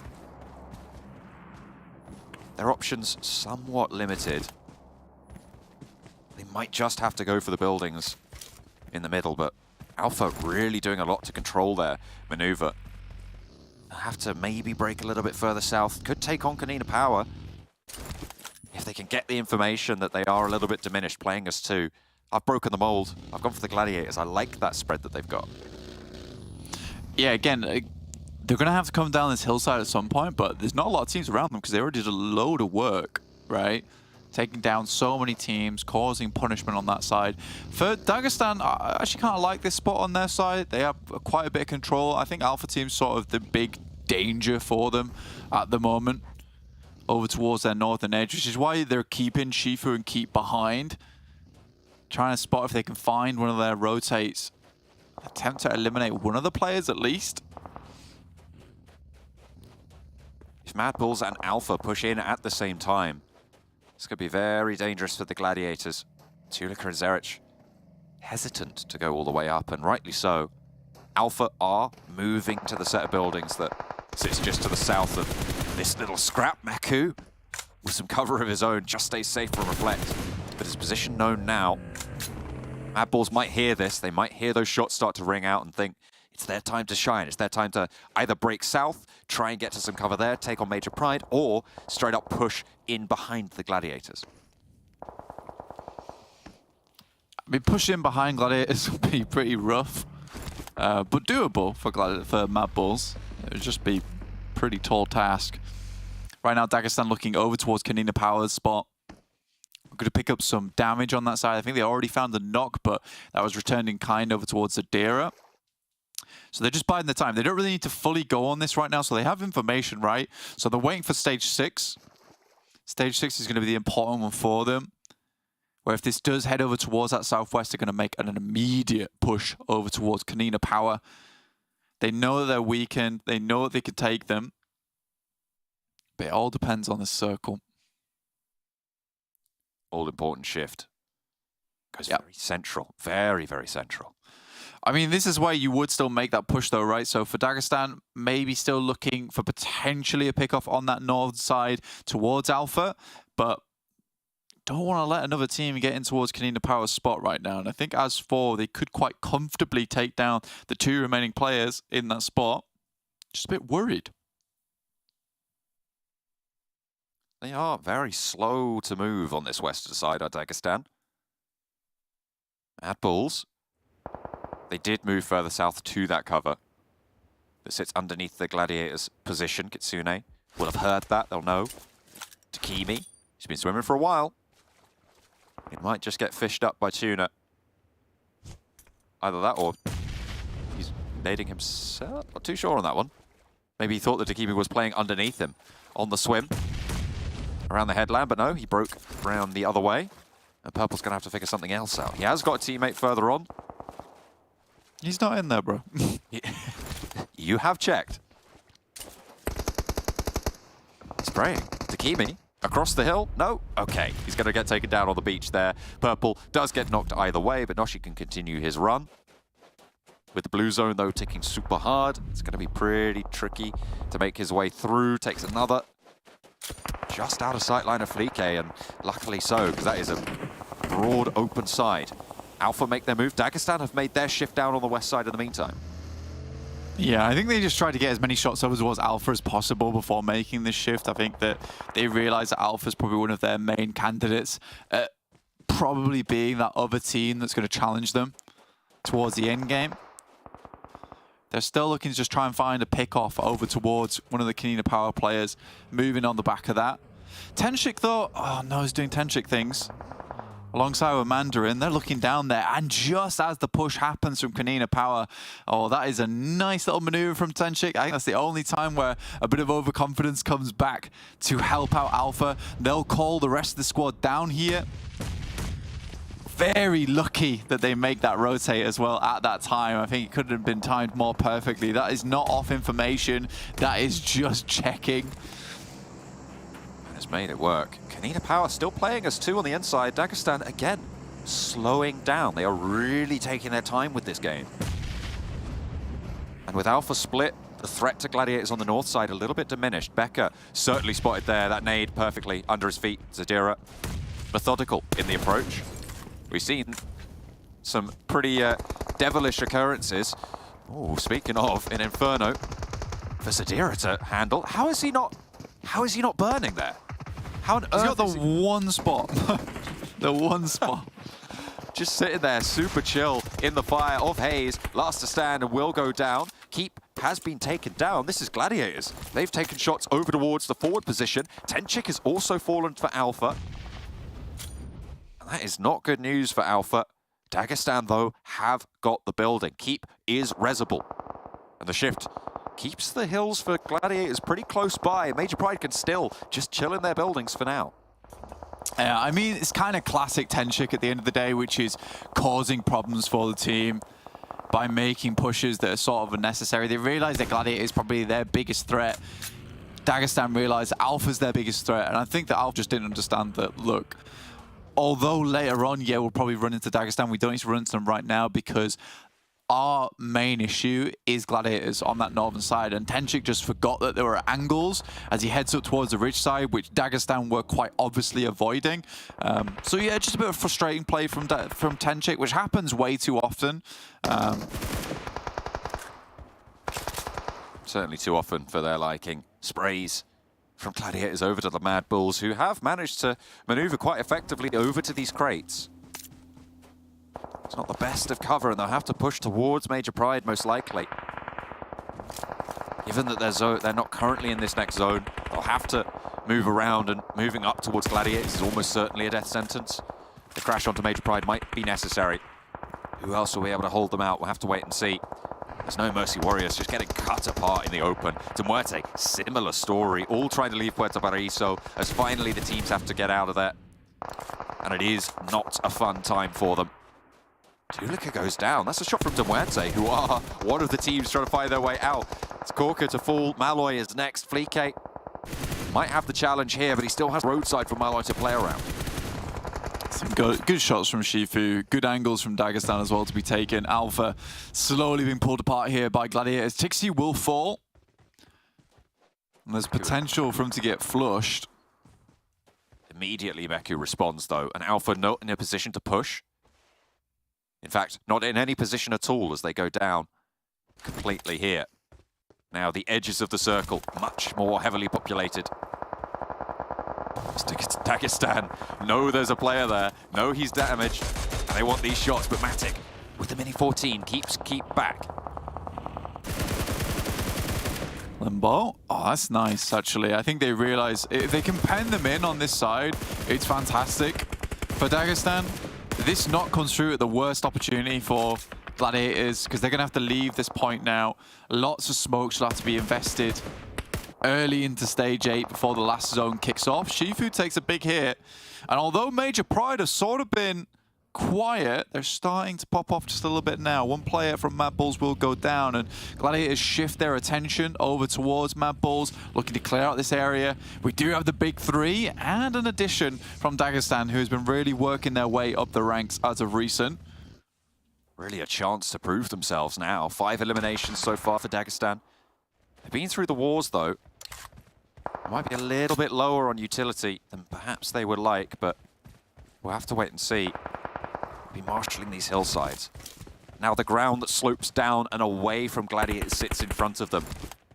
Now just where they're going to have to step as well. Fortunately, no one is super close to get in that nade range just yet. Major Pride certainly looking out this way, though. They're more concerned with MADBULLS, though, in the meantime. As Naomi spots Zerich, doesn't put him down, but takes him very low. They squeeze every moment out of that. Tixi goes down. 30 seconds on the blue closing. Might just cause some major issues here. I don't know if they'll be able to get him up. 20 seconds as well. Definitely a chance, but it's really good timing. Matic up close and personal. Keep finds Tixi, that's so important, but Matic cannot find himself an elimination here. Kitsune out. Keep is really putting the work in from that angle on the top side. The rest of the team just has to send over towards the shack. They realize where he is at the moment. Gladiators, though, do have their foot in this circle a little bit deeper than Dagestan. We're a little bit isolated. Where did Dagestan go from here? Because they will have to make that move. And can they survive a little bit longer than the Gladiators? MADBULLS have been doing a lot of work to keep themselves alive as well. They look like they're going to push up now. The Gladiators, they're going to have to fend this one off with Dagestan looking their way. MADBULLS might just open the broadside to it. Because Dagestan are certainly looking at this hillside. The shack completely occupied here. Where will the shots land? Fleeke finds Shifu. Hang on a minute, he's been flushed. Dagestan lose a player. MADBULLS still going. And Major Pride trying to break out too. He's looking for more. He's lighting them up. Nomi down and flushed. Zerich, unfortunately, sits in the blue too long, and that's 3 teams. But MADBULLS have a massive impact. Yeah, huge impact there over towards them. Realistically, Dagestan needs to get up into nade range, and they're going to send off down towards Major Pride. I like this play from them. They realize that if they can clear out this one, eliminate the sightlines coming through from Gladiators, live this game out, hopefully play on as 3, it's ideal. But Meku's sending in. This is bold. I kind of like it, though. I mean, Dagestan are on this cliffside. Matic suppressing the ridgeline with an excellent crossfire, and Dagestan most likely just going to have to drop off. This gives Matic some chance, and he will find it. Limbo is there, and there's the spray from Meku. He drops him too, and Keep is in danger now, as Dagestan might fall here and now. In the smoke, look up. You know he's there. Major Pride are lost as well, and there goes Dagestan. Meku and Matic might be able to do it all the way for Gladiators, and they take it down. Yet again, they surprise. They fight with their backs to the wall. And they punch back. Dagestan slip down the cliffs, and through their fingers, the chicken dinner falls. Wow, I mean, for Gladiators, it's a fantastic game. I did not expect them to be able to win that one. Really good stuff, but should have ended a lot sooner for them. Honestly, there was nades available over towards that shack from MADBULLS, but they just couldn't really do much with the sightlines from Major Pride. Again, for Dagestan, slightly a bit of a misplay there. I think they could have probably held onto that spot, pushed up through the smokes, taken the fight to Gladiators as opposed to trying to work off the backside. I mean, you're a 3v2, guys. You got to not be scared of 2 players, but still, wonderful game from Gladiators. Meku solo holding those 2 players out. Goodness me. Matic so pivotal as well on that back line to just keep that ridgeline suppressed. Beautiful pair play. We've seen so much of that rather in these final circles. Absolutely love it. Gladiators take home the chicken dinner. Gladiators do indeed take home the chicken dinner, but the question is in what kind of fashion, Max? I think that ending kind of got all of us really clenched up. You're seeing the top 3 teams, your MADBULL, your Major Pride, and your Gladiators. Dagestan thrown in the mix. It's, you know, it's a recipe for greatness. Yeah, you had the big 3 still alive, the MADBULLS, your Major Pride, your Gladiators, and you had Dagestan, the new contender at the top here. New contender. We were just missing NEXUS, and it would have been perfect at the top here, but 21 points for Gladiators. And you know, I'm going to mention the words of the wise man again. You never doubt the Gladiators until the last day when it's almost impossible for them to catch up, but they're starting to bring it back, and what a tough game, Ginny. I thought that they were going to struggle to leave that high ground position, but the way they were able to transition, apply pressure on Alpha Team, and especially keeping sending Meku towards Dagestan. Yeah. And keeping Matic on the background with that mini 14 that we know is his key weapon in this second half of the year. He's just controlling the ridgeline, making sure no one can peek aggressively onto Meku's push and approach. So it just worked perfectly. It's not easy to execute. It requires a lot of trust with your teammate that he will be efficient at defending that ridgeline. But Meku, Matic, the golden duo of this game for sure. Yeah, coming out on top with 11 eliminations as well from the side of Gladiators. Very close from Dagestan. They have 8 elims. They're a little behind the damage as well, but Gladiators had such a good game. Dagestan as well, the fact that they were able to make it this far and they were fighting for such a long period of time, absolutely beautiful. We're looking at teams when it comes to every single one. I mean, every player here got the exact same amount of elims, so it's not something we see often. Usually we see 1 or 2 players leading the charge, but it was genuinely a group effort from Gladiators, and that's what English is difficult, okay? That's one of the things that we always use to praise Gladiators for, is the fact that regardless of how a game plays out, they're always so great at working together as a team. Yes, but any Tixie supremacy in the chat? Maybe. I think it's time. That he was doing really good. Really smart move from Gladiators, by the way, because keep in mind, their team that normally drops high northwest. This circle was to the complete opposite of how they usually play, so they had to fight their way through so many teams, but they didn't because they saw the fights happening north. I think there were 6 teams fighting each other alongside MADBULLS, and they're like, this is a mess.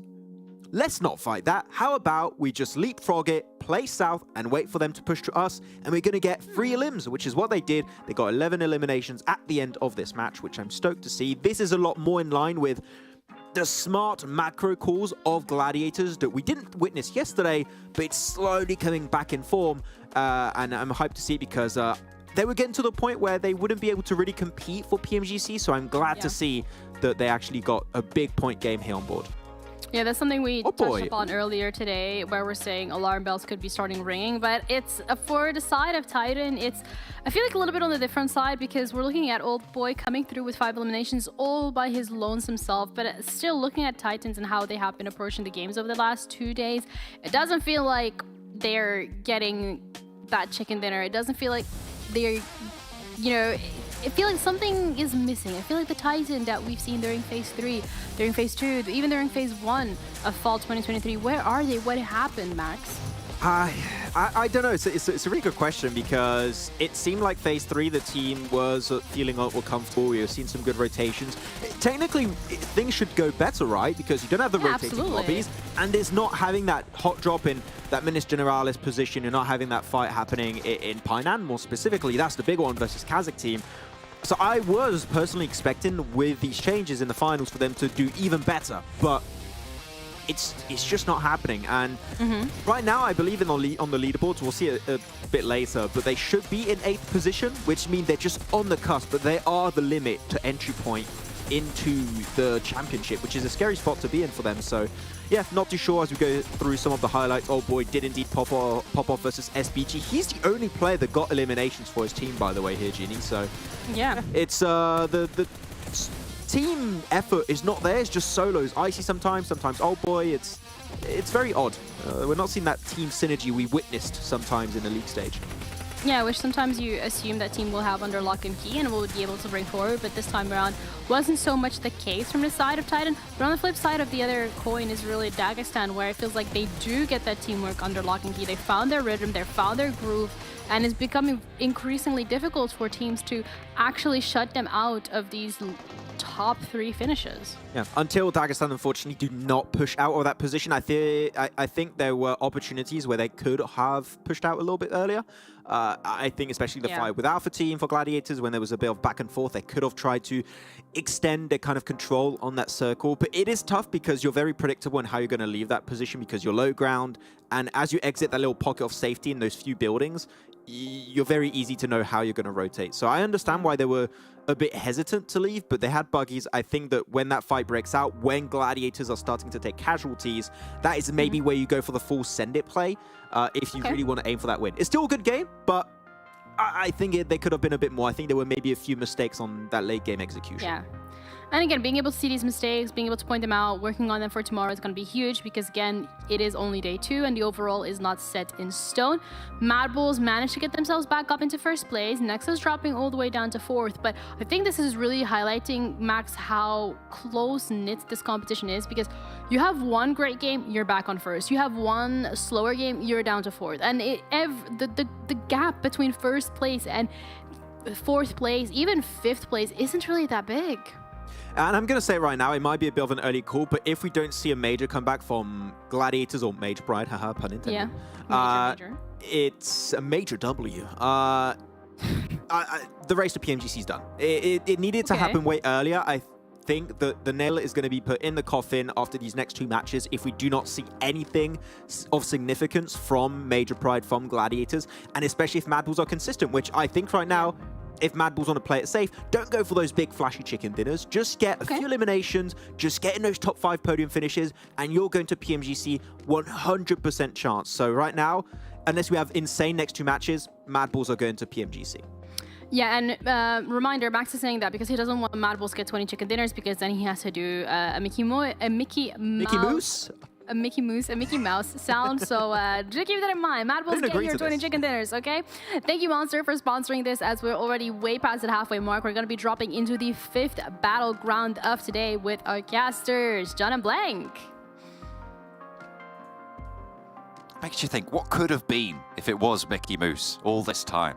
Such a different world, I think, you know. But either way, it is going to be just the one world we're focusing on for now, and that is Sanhok. We're going over to the jungle for our next installment of these thrilling finals, as they have been a massive battle within this top 8 set, even probably all the way down to 10th place, still really very much in flux.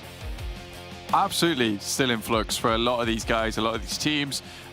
It really doesn't quite feel like the usual finals of old where we'd have any team at the top just clearly ahead of everyone else. This time around, everyone's battling out for it. Everyone's looking for that win. Everyone's absolutely pumping as hard as possible. And MADBULLS consistently staying at top place despite not having the greatest of games. They are really taking this as far as they absolutely can. 153 points.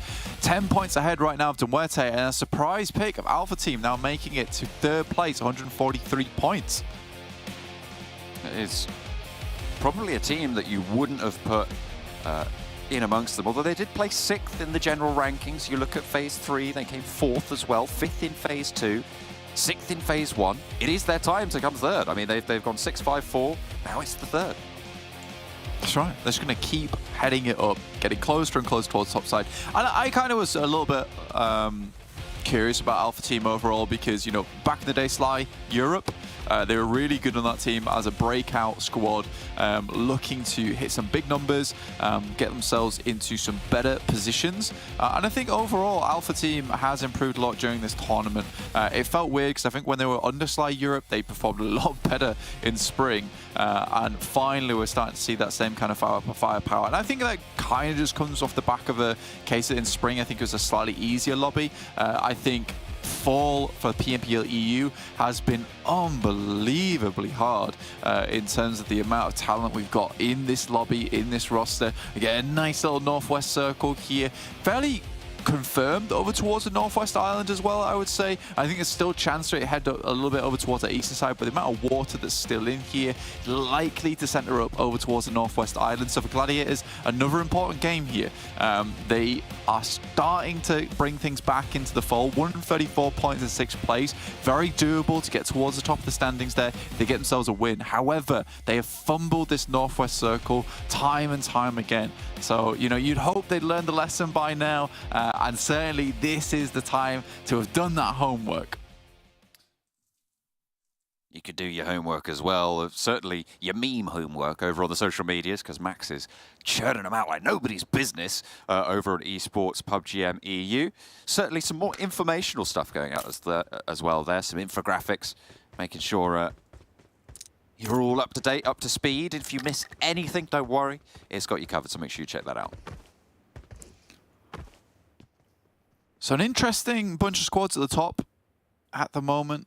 It felt nice to see on that last game, you know, MADBULLS, Major Pride, and Gladiators all in those final circles. Felt like a bit of a return to normality almost. And I think that it was very well deserved that Dagestan was there too. I think that they have put up some significantly good performances in the past. And just keep improving, keep balling up those fists, and keep jumping back into the fight, which is nice to see, despite it being, you know, beaten up just a little bit today. You know, they're not getting the most ideal performances, getting some good compounds and then just not finding those ideal rotations in.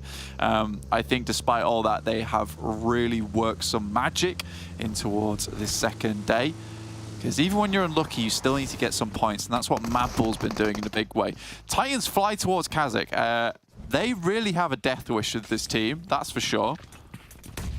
Maybe they've looked for this rotation. They should know that KASIK has been playing on the split in the last couple of days, and it seems like they found two of the forward players for KASIK. A little bit lacking, but hang on a minute. Skills is still there. He's doing a lot of work. Two players fall for Titans, and Havlik now around the corner. Oh boy, breaks wide, goes low, but just about seals the deal. Ingush just in time to keep his team alive, but goes down to an off angle, and it is Titan back and forth. 1 point for either way, and No Mercy Warriors. They've waged up into the north side as well. The Gladiators are going to have overlook here. VIRTUS.PRO are into the Northwest Island already. This is fast and loose at the start of Sanhok. Yeah, Icy is real firepower coming from this squad. Come on, Icy. You just got res. There's no reason to peek the window.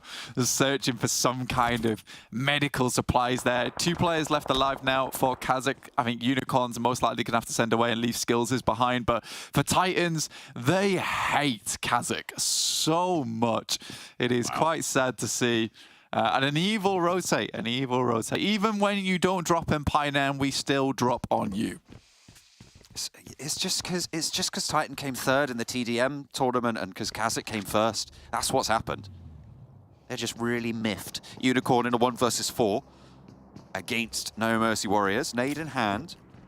A knock or two. Good start to it, but gotta think it's just so unlikely for this player to be able to pull this off. Aztec moves forwards first. Unicorn has the nade and Molotov. The burn is on shore, but he's managed to find the first knock that he needs. Dripping down his health bar, though, and Unicorn just will be lit up by the DBS in due course. And Aztec will get rezzed. No Mercy Warriors play on us 4, KASIK, none. Look at that. Titans back up to full force as well. Not quite got the stims online just yet. Get themselves back up to full HP, but regardless, great start from them. Not a rotation that I expected or saw coming, yet very successful. And I think a lot of the teams are seeing the same sentiment. This is most likely going to be a Northwest Island finish, particularly with the amount of circle that is in the water. MADBULLS looking up towards the Gladiators, who are a little bit split at the moment. Meku, after his crazy plays last game, looking to potentially hold them off, but this is quite a difficult task. He finds Fleeke as he tries to rotate in. He's doing fairly decently on his lonesome. He sees that nade explode right next to him. He's like, hang on a minute, need to get away. But it is the threat from TUNA that spots him out. The Gladiators, they left Kitsune back to have oversight on the Titan KASIK fight with No Mercy Warriors involved as well. And now they're playing really, as you said, very split. It is a bad time for Matic and Tixi in the valley between the MADBULLS and TUNA. Yeah, I think this is where you try not to get too split up, and I think this is the same problem that Gladiators keep having, is that when you get a circle like this, which feels pretty confidently over towards the northwest side, you're going to get a bunch of teams all sending in. No one really wants to be left behind here. No one really wants to be crossing the bridges late. So for Gladiators, it's one of the things where you just want to ball up your team. You want to stay as 4, fight out that way. And Meku playing so far out into the distance versus the MADBULLS, trying to get maybe some shots over towards the bridge side. You can respect it, you can understand the thought process behind it, but it's dangerous. And when you're just so close, getting up towards the podium, it's not massively worth it to be taking these risks. No, the Gladiators, I mean, they had their glory. We've seen what they can do with 4 players towards the late. We've seen what they can do with 2. Now it's their time for 3. You know, we're looking for that triple as they regroup on that high ground. This is where they should have been a lot earlier. But we're over further north to Shockwave and Hatim. That we are.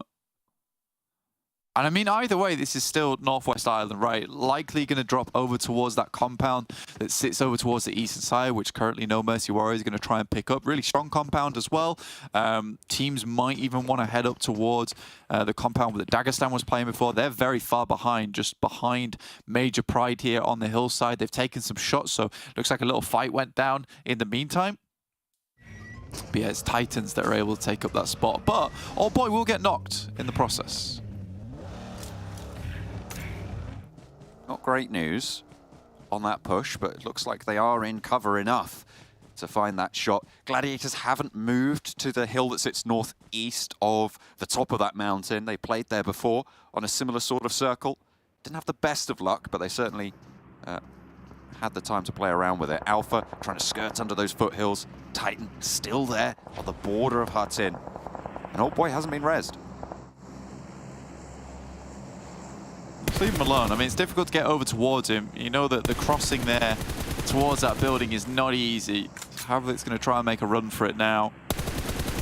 Does get in off the back of the reload. Good stuff. Nice nade from MADBULLS, though. Does a huge amount of damage over towards MUERTE. Continuing to pressure Furia and Malloy. 2 nade specialists on MUERTE's roster. They've got that. Their Suvat equations down. They know all about the parabolas. Arcing their nades perfectly when they're given the opportunity. Corker behind the vehicle, slipping slowly down the hill. Listing lazily to the left, but Tulika has a nade of his own, but that's what we're talking about. Malloy dunks it on him. Nice play there. I'll give them more time, and I think time is really what they're buying for the rest of the team to get into a better position. It's not ideal to be playing on this coastal side. Milky Way will also go down to Pilehouse as he attempts to push further over the edge there. Likely that Milky Way should be able to get away from this. Depends if MADBULLS want to take another peek over the top side, in which case you can see here that the players are going to have to make sure they look over towards him. Ooh, he's trying to bait out the shots here. I mean, it's smart, but Zerich isn't really falling for it. He is just on the right side of the ridgeline. I think he's spotted him now. Just tap it away. Yeah, Milky Way's down. A bold idea to maybe make that work, but really was doomed from the start. Tulika still down in the meantime for the MADBULLS. There's a little bit of an isolated fight between MUERTE and MADBULLS on that northwestern edge, right towards the water as well. NEXUS looking to mount up for their cross. They're still on that eastern island. In fact, 3 teams still over on that mainland. You've got NEXUS on the bridge mouth. You've got SBG behind them over towards the road in this compound here, needing to move a little bit uphill. And KONINA Power further over towards Cow on the northeast side. All of them very much hoping to cross. The circle could still favor them. It could still go over to those curved rice fields that EXO sits on right now, but highly unlikely. It's sort of sad as well for MUERTE because I think Milky Way didn't go for the old 360 rotate down the hill. If he just constantly crawled all the way down, he might have made it there. Sad, but it will be MUERTE carrying on with just 3 players. Circle moves over towards that eastern side. Gladiator still on a bit of a wide split, trying to control the island hilltop with TUNA underneath them. Dagestan do actually, in fact, make it to the southern compound, so not a bad rotate from them at all. And I think that they're very good at finding these little openings on the map. It's not ideal in terms of positioning. They would have rather been far towards that north side, and it's typically a rotate that they would have been able to make if this was less determined over towards the northwest side. They've won from that position before, but that came at the cost of the circle being, I think, towards the center of the river, right, where it wasn't sure where it was going, which gave a lot more time for teams that were on the outer edges to get positioned up into a rotational position. This time around, everyone's just barreled their way in. Closest will find themselves the success. I want to talk about what VIRTUS.PRO have just done. They sent in from the northwest side near Hutton and went straight to the hill to the northeast of the mountain. And have control over the edge of it as well. Looks like they might be playing under the cliff just now, but they certainly had all the control they needed to go for that. And that is a really important spot in this next circle. A lot of control over the ground to the north side. The MADBULLS, in the meantime, over on the northwest, still resurge from the water. They all seem to go for a cliff dive, and MUERTE baited in with a false sense of security, left now just with Malloy. Yeah, that's not ideal at all. Malloy will have to carry on by himself, just going to send in. But MUERTE, who's so far up the rankings, you know, a pretty sad loss like this on a map where, you know, their playstyle kind of leads into it, right? They're pretty scrappy. Malloy moves up towards Pylaus. He knew this team was here and he just has to battle for it.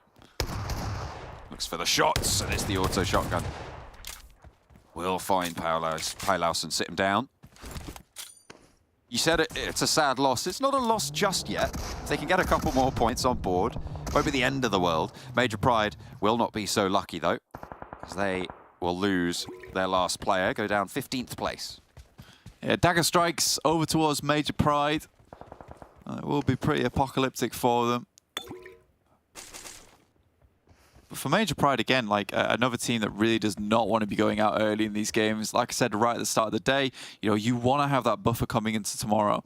And right now, no one really has it other than MADBULLS. And I think that you can be really impressed with MADBULLS if you are a fan of them, just in the sense that every single game, they've been profiting points time and time again. I think they've realized that, look, guys, we have had that 78-point buffer coming into this off the back of the bonus points. We realistically just need to put up some pretty decent points each game. Not amazing, just good enough.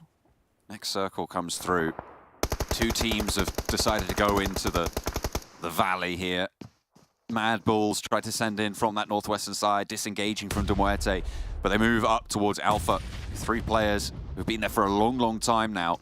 2 of them forwards in this spot, but only one MADBULL to deal with now. 2 look at half HP, looking for some heals to come on through. No one looking down on them just yet. The Gladiators are going to move forwards in just a moment. VIRTUS.PRO have been holding on their position for quite a while now, and it's a really important position still, just to the northeast of this valley, as the MADBULLS are swept aside. Yeah, they've got a couple of players up top, and then one player underneath, just supporting the run out when they eventually will have to leave, or if they have to leave at all, because it might still move down towards that south side. So they're just kind of keeping all bases covered. So it's pretty decent play from VIRTUS.PRO. Could be the move for them. The drop down could be all important in the open ground. SPG with just SNOWX looking to pop that heal. And the Gladiators move over to the top of the hill. They spot VIRTUS.PRO. They're looking for those flushes. Seems like, was it VIRTUS.PRO who were taking shots down towards Gladiators when they were in the same position? I'm not entirely sure if it was, but it feels like it might have been.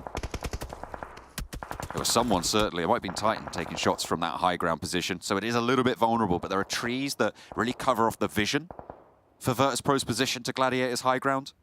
So that's what they'll be relying on. MADBULLS, so you can see them taking shots over towards Alpha. MADBULLS did finally leave the game, though, as Mandarin was able to get a bit more damage done. 2 players instantly flushed away. Tulika was last.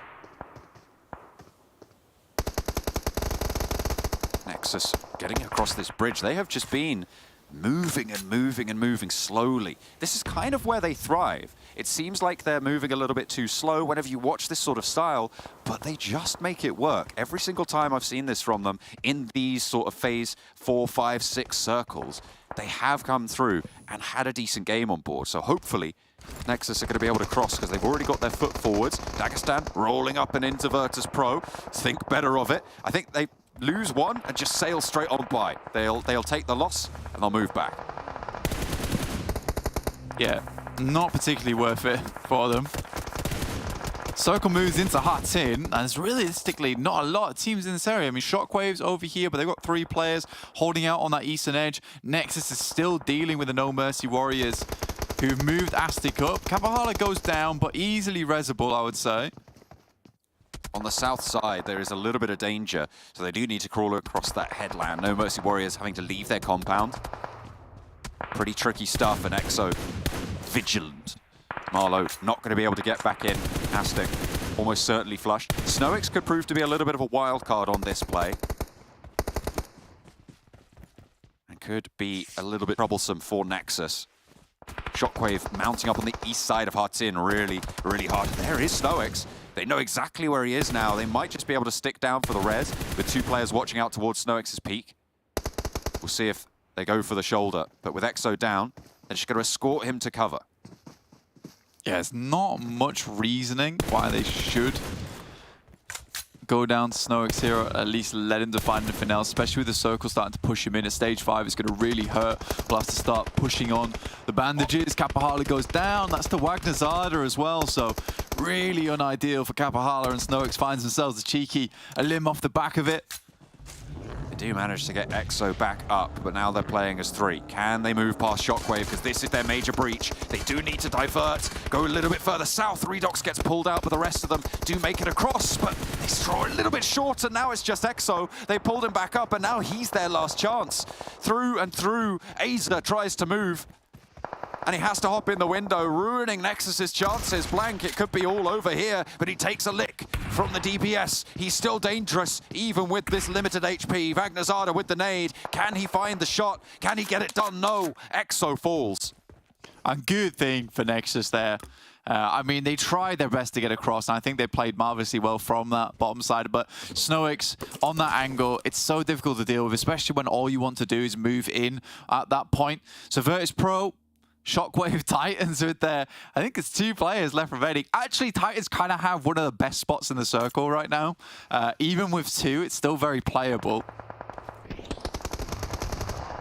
It's just Gladiators trying to roll up onto Titans and seemingly dismantling the enemy there. Really nice hold from Titans.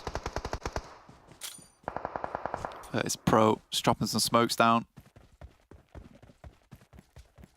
Again, they have to leave too. But yeah, the thing is with Titans compound, even with 2 players, the problem for most of these teams is just open area in this spot that you have to rotate through. Even Shockwave is struggling. They will be able to move west into the western portion of Hattin, still have some cover from there. But if we move further down towards the south, again, even though Shockwave got 3 players, Titans can quite easily get some really good shutdowns onto a lot of these teams. Zashipa trying to scramble up the hillside there and get a nade back over towards VIRTUS.PRO on the high ground. Mandarin drawing some shots out, but moving a little bit too fast for Wait. Will have potential to take some shots back. Wait is found by Shockwave. Over across the way, and that is the high ground position for VIRTUS.PRO taken down. Can Titans just keep this going? Yeah, I mean, it's fairly simple business for them. They also got the DBSs in play. The issue for Titans is that there's not great sight lines up towards the northern side of Hattin for them. So they have to be very careful. I'm surprised that VIRTUS.PRO has been able to get so far up towards this compound. 2 players left remaining. Malloy looking to steal some limbs of his own. And you're right, you know, it wasn't all over for MUERTE. They managed to get Malloy very far into this game. Woo! That jump out from Robs, though. That was so timely. Hey!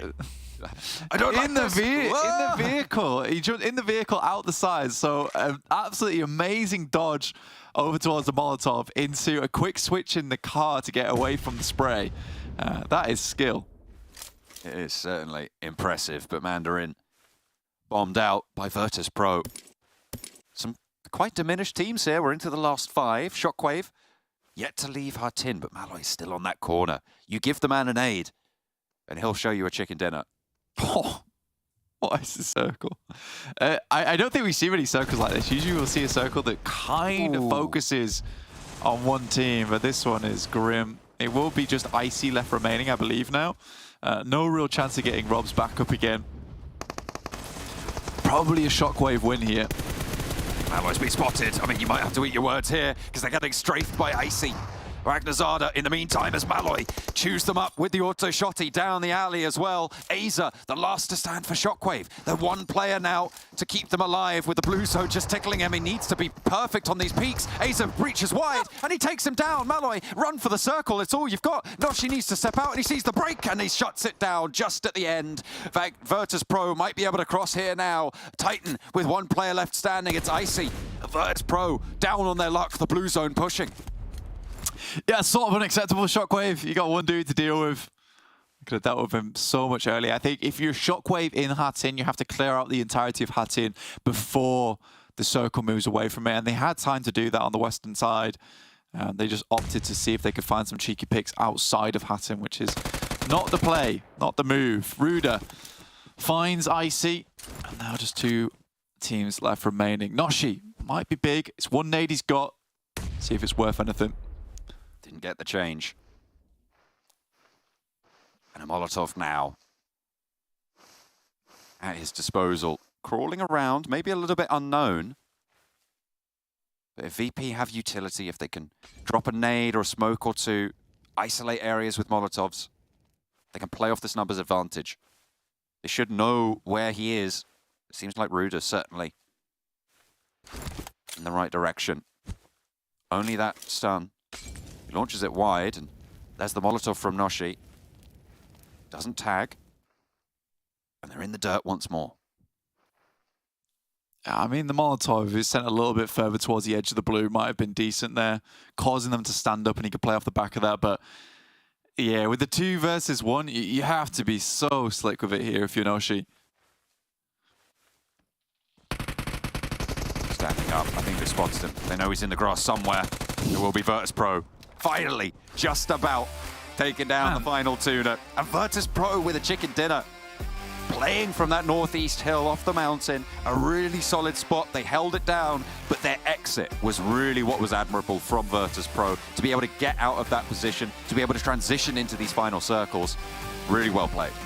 I mean, they missed practically the first 2 sprays onto your lad of Noshi on TUNA, so there was a chance there for him to actually get the win, back. But yeah, a really interesting game, very difficult to call, especially when it goes over towards that western side. It's unfortunate for Titans. Really nice play, though, from VIRTUS.PRO to clear them out, because if that doesn't happen, then Titans likely have a really strong chance at the game. To MUERTE as well, claiming even more points for their run towards the top side of the tables, because, wow, Malloy, once again, I said it was over like 5 circles ago. It just certainly wasn't. You never count him out, not quite. Although, you probably should have. SHOCKWAVE really missed a beat there, goodness me. But it was VIRTUS.PRO able to descend from the hilltop and make things work for them with the chicken dinner. All right, Max, with that win from VIRTUS.PRO, it does feel like almost every single team that we've pointed out earlier today that we said we want them to show up, we want them to have a great day, we want them to at least have 1 chicken dinner, has ticked it off. So, look, yeah, great. Super. For VIRTUS.PRO, it was going to happen eventually, because I think we've had this circle throughout the league stage 3 or 4 times, and every time, I remember me, I think Kalaris and the casters mentioned, like, okay, they currently have the best opportunity to win this game because they have access to a strong position, they can play that hilltop, obliterate all the teams to rotate late and have a good information base on how they're going to transition later on into the game. And they've learnt, finally, that they can win from this position. So I'm stoked that they actually get themselves a strong finish on this kind of terrain on the northwestern island. 20 points to boot on this match and our last Sanhok of the day. So yeah, stoked to see it and good from Titan. Even though I know I'm going to be right onto a negative point. Sure, Titan, congrats, get himself a top 3. They get 8 eliminations. It is still not the Titan games I want to see, Ginny, where they go for central position as 2 and just hope for the circle to come their way. I want to see the fragging out, the just big pop-offs of Titan we saw sometimes in the league stage, but this is just still fragments of what I really want to see from Titan. Yeah, and it's about time that we see at least something from Titan, because it is closing in. As you said, we only have 1 more map left today, and then tomorrow is the final day of the finals, which is already going by so quickly. Dagestan not having the hottest game themselves, and neither is Major Pride or MADBULLS, and I think for Major Pride and MADBULLS specifically, that is a little bit concerning, more so Major Pride, because MADBULLS have built themselves that cushion, they've built themselves that opportunity to be able to afford some of these days, which are a little bit on the slower side. It's been 2 days in a row now, but even with slower side on the games, they still got a chicken dinner yesterday, so anything can happen. We still have 1 more map left, you know, can't count them out just yet. But Gladiators, another team on the top 3 that we touched upon today, Max, and it feels like they are here and there making a little bit of a comeback, but not as explosive as maybe we wanted it to be. I still believe when it comes to playing on these northwestern island finishes on Sanhok, they still tend to hold that mountaintop a little bit too long, and then they're kind of locking themselves in only one playing opportunity, which is going downhill, and you're going to be very predictable and you're going to get picked up that way. I still want them to understand there's not a huge amount of value in holding this position for as long as they actually do. So I hope we're going to see that change eventually. Though looking at the top damage dealers of this previous game, good on SHOCKWAVE, clearing NEXUS, defending a large portion of Hatton for as long as they actually did. Props to them. But no props to them, Ginny, for losing a 1v3 versus Molloy. Like, that should not happen. Sure, he's got himself that shotty, which is a pain to deal with, but that should not happen in 1,000 years. And yet, SHOCKWAVE just got completely upset. They could have won that game if they win that fight, maybe a bit earlier, but it was just not meant to be. It was not meant to be, indeed. And we're looking at the side of VIRTUS.PRO, and for them, it was meant to be. You have Elementrix, you have Ritter, both 4 elims each, which was a really great position for them. Waiting back, maybe not as much in terms of the eliminations, but at the end of the day, it is going to be a team effort, and you need every single member to be able to contribute something, and they have. And for VIRTUS.PRO to be able to get that chicken dinner, I'm really looking forward to see how that would actually impact them in terms of the overall standings. Where does that place them? Are they 8th? Are they at the bottom? But as well, seeing them here in the finals really come to life, that is really promising for me. So I want to hop onto these highlights. What was the game plan for Titan dropping onto KASIK team? It's like, oh, it feels so weird not to fight Titan and KASIK, to not have Titan and KASIK fighting. How about we just hot drop them, even though there's literally no reason for us to do so? I was a little bit surprised when I saw that. Maybe because they just started dropping, they saw the circle, like, oh, maybe we should go over there. That would be good. We'll avoid having to cross trifecta away from Pioneer. Maybe that's the game plan. But yeah, it's still a bit odd to me that they're just so focused on getting rid of KASIK team. I don't know if it's targeted or not. We'll have to... Maybe that would be a good interview. I would love to know. Or maybe Icy. I know you have my Instagram. Maybe you can ping me on Instagram. Tell me, why the hell are you guys doing this? I'm not too sure. As we move on, we had a lot of fights happening in this Grand Canyon, as I tend to call it, the Grand Canyon of Death. And MADBULLS a bit upset by Alpha Team, which... it's finally time that the team punishes that, because it is not an easy position to defend, and I think MADBULLS got away with that position too many times in the past, so teams are slowly catching up that it is a weak spot to defend. It's just a good temporary location to play from. Yeah, absolutely. And we're looking as well at this game. I think something to also keep in mind is that because we're nearing the end of the finals, the heat, the pressure for a lot of these teams is ranking up. Potentially it is getting to some of them. Maybe it's causing teams to be a little bit more worried in terms of playing aggressively. What really comes to mind for me this time around is NEXUS, because we've seen them play so aggressive, so in your face for literally the last 2 days. And I think this game specifically, it wasn't as aggressive as what we're used to seeing. It's been a rough circle. I've said this for yesterday's games too. They've just been able to weather the storm in some way, but these circles are not in favor of NEXUS. They had to cross the bridge. Yeah. There was team waiting on the other side. There was SPG getting involved. Aztec also from No Mercy Warriors. SHOCKWAVE, they were on the outer skirts of Hatton on the eastern edge. It's just so many things kind of going against them. I would like to see NEXUS maybe be a bit faster to rotate early game. I think that would be one big improvement they could have, and be the ones to dictate the pacing of the match. But right now, NEXUS are the ones just getting bullied and moved around a bit by the other squads that already are in circles. So we'll see if they can change that. Yeah, we're going to have to wait and see how that's going to be played out. And fortunately for us, we're going to have one more map to do so, which will then impact how the end of the day is going to be looking. But as for now, MADBULLS are still sitting on the top. Those 75 bonus points here, Max, really, really coming in clutch, because you're looking at the gap between them and, say, the likes of NEXUS Gaming. It's only 9 points between them and 4th place. So this next map could genuinely be the difference between MADBULLS holding on for first or actually dropping even further lower on that table. Yeah, we're not having a repeat of the league stage where MADBULLS have a 60-point lead or something like that. No, one good game from any of these teams, then they're back in a race. They're competing at the top, in the top 3, maybe trying to overtake MADBULLS. But though one surprise, we've highlighted so many teams like your Dagestan, your NEXUS, but Alpha Team here, Ginny. Yeah. So, especially on the elimination front, they are popping off. They're looking so good. And there's been some clear redemption moments from individuals. I think Mandarin, in particular, today has been good for me. Tenshik has been creating these dangerous situations that have been highlighted by John and Blank a few times. But yeah, I'm glad with Alpha Team, and I wonder if they can maintain that top 2 spot until the very end. Yeah, we're going to have to wait and see. Their consistency has been nothing shy of greatness, but also make sure, guys, that there is a survey. Will be pinned in a chat. Feel free to fill it out whenever you have time to do so. But for us, we're going to be sending it over to our casters to walk us through the final map of the second day of finals. So John and Blank, do your thing. We certainly will. One more match today. On the cards, back over to Erangel. That top 8 page, it looks pretty good, Blank. I feel like this is a good set of teams that I would be very happy to represent Europe over in the championship. Yeah, 100%, man. I'd definitely agree with you. I think that right now, where we've got on the stats page, it could switch up a little bit, but for the top 8, sorry, all of them are very good teams going into the championships. I don't think there's a single team there that I would say is bad by any stretch of the word. So I do think every single one of these, I would like to see them go through in the top 8. Kind of interchangeable of where they'll end up, but I'm very excited for Champs because I think we'll be bringing a really stacked roster to go up versus Turkey and see what they can bring to the table as well. Definitely a fearsome sight for the Turkish competitors. I'm sure they'll be worried. They'll be wondering who's going to come out on top here, who's going to be on that bubble place, as will we. This playing path, probably one of the deeper cuts we've seen in quite a while on Erangel in these finals.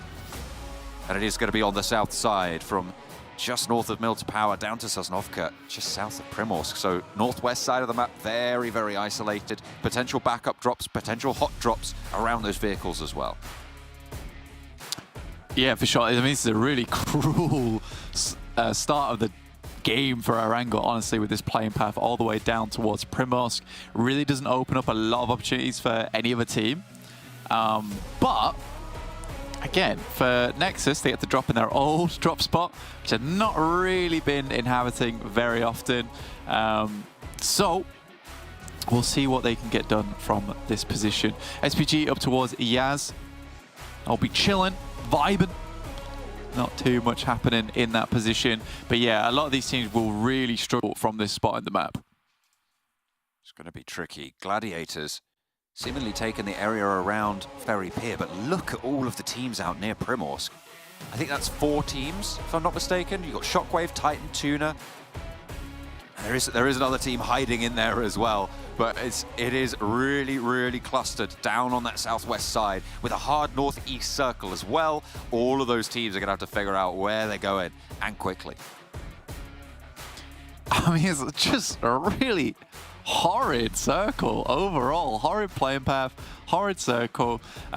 Overall, this is going to really send a lot of teams into flux. I mean, even just looking down towards the southwest side there, you can see the amount of squads. They're all dropping in Quarry. Gladiators finally get to go back towards the Ferry Pier drop. I think Titan spotted that. But yeah, this is a crazy way to finish off the day. Alpha already finding Fleeke. That's huge. The top of the tables team losing a player early, so the chase is on. Alpha team sat at the moment, I think they're not that many points behind. I think it's 6 points behind MUERTE, 7 points. NEXUS, not much further than that. Certainly within striking distance of a single game, so the MADBULLS do need to keep their wits about them, with everybody dropping out along this line to try and grab some of those roadside vehicles. They've already lost a player. They're split by Dagestan and Alpha, harrying them on the sides. They need to be careful. No Mercy Warriors trying to move on out. Get a little bit closer to proceedings. Shockwave broke out of that southwest side. Both of these teams were in this Primorsk glut. Shockwave moving a little bit further west than No Mercy Warriors, but both of them moving up along this side. Potential visitors to Georgopol. You can very reasonably move up and actually just go fully have a loot phase in George, north or south, for these two teams. Sure, that's what they're looking at, to try and take control, unless they stop short for a scrap. But with no weapons on Scars, I don't think that's really an option for them. Not really. They're just going to have to get out of there as quickly as possible. Again, I think No Mercy Warriors will be heading up towards North George, so Shockwave should be able to loot up Hospital and/or crates. No big deal. 2 teams in Sosnovka, your VULGAR boys and Novo, KONINA Power holding up Sosnovka military base itself. But yeah, a very interesting game. I mean, this is going to cause so many rotational difficulties for these teams.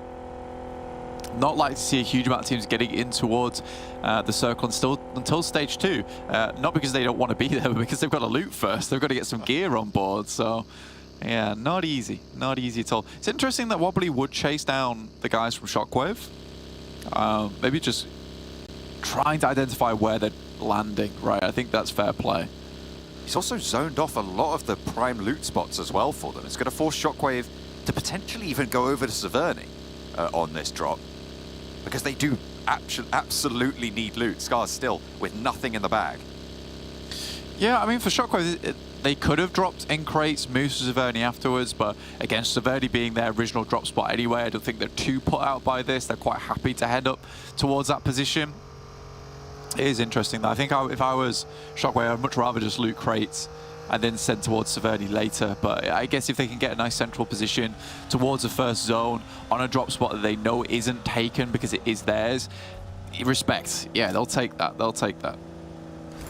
I mean, they'll know those rotations out as well a lot better and a lot cleaner than the spots from crates where they would be moving into a lot of teams who are moving from that Rozhok area, from that Pachinki area, that would guard them out, that normally they would be on top of. So they'll be more familiar with the ground, and I don't think you can discount that as a major factor in how you play circles and in how times progress when you are playing with a little bit more familiarity. So hopefully SHOCKWAVE will be able to use that as a boon to them. Major Pride crossing a little bit further west of Rozhok and close to KASIK.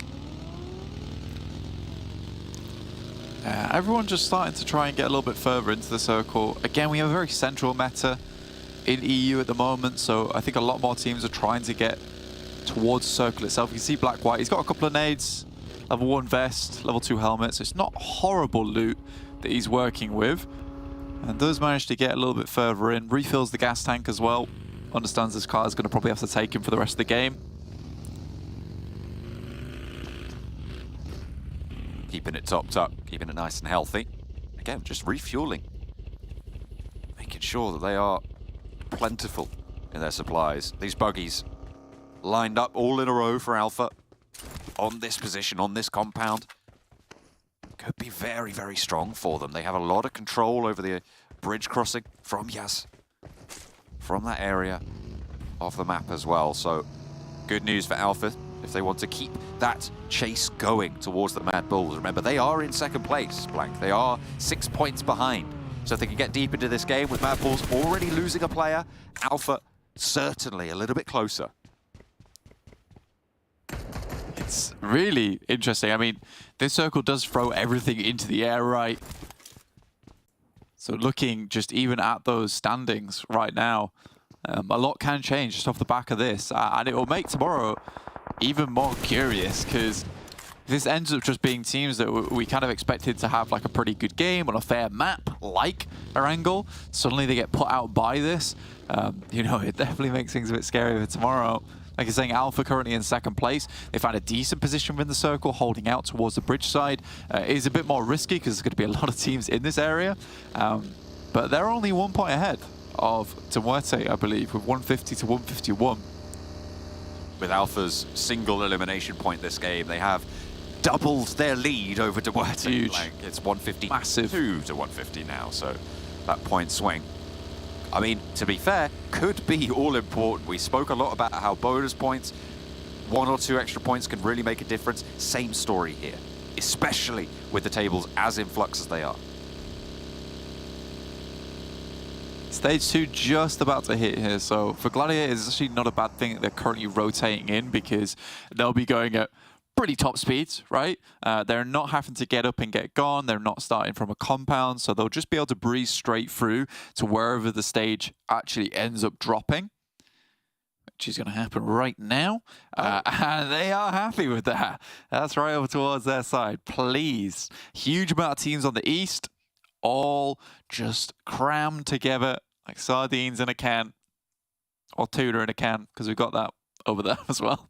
Me too, although I feel like they mash up tuna before they put it in the can. So they're trying to be a little bit more sardine than tuna at this stage for these. I want to go in whole.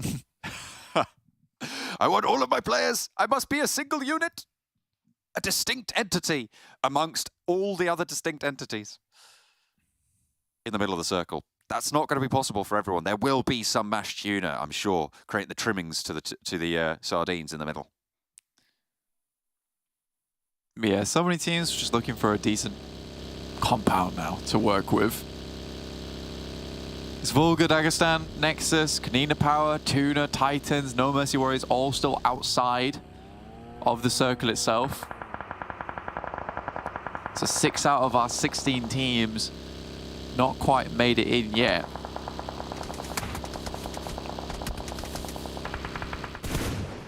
Not for the moment.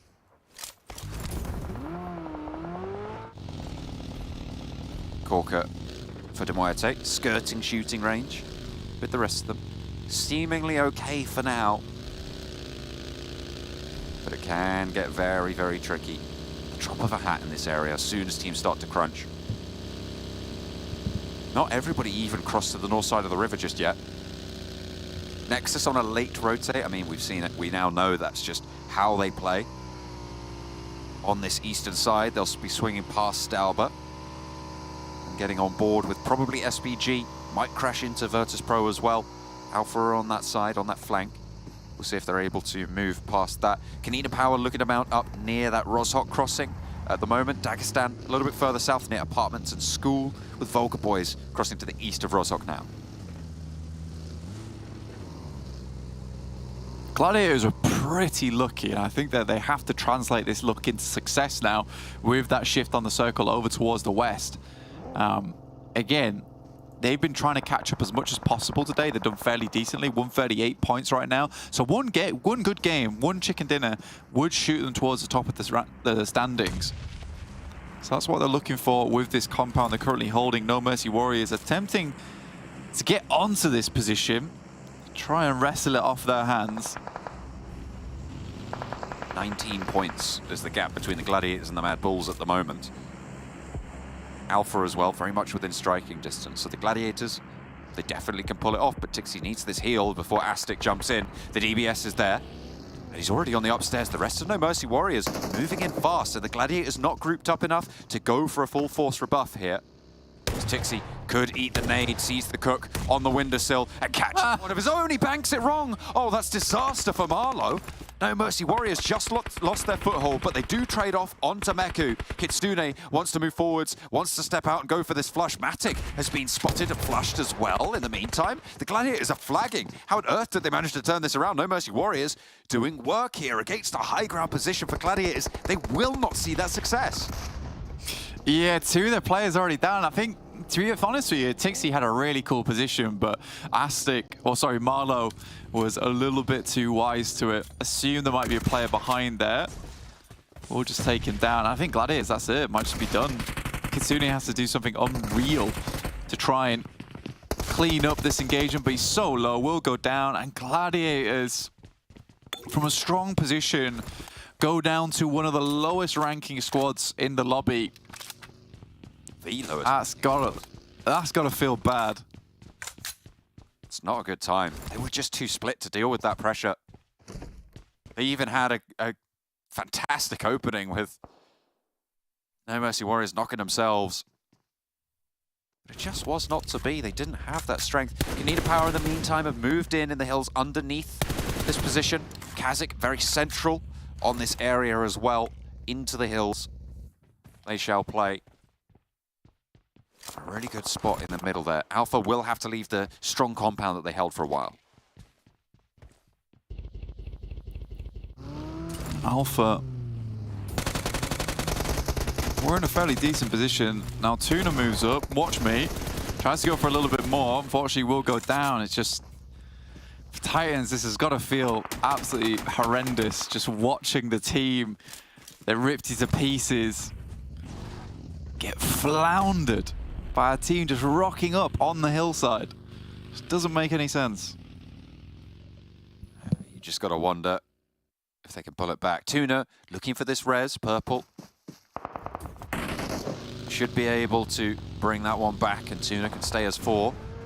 Not too similar of a story for Wobbly. Astic cannot find the control of this compound either. Seems like it's a little bit of a curse played upon it by the Gladiators with their dying breath. Astic repositioned away from the fire as the nade up the stairs. Abito charges on in, looks for the challenge, but goes down. The DBS in this close quarters, you do not want to be giving the 1v1s.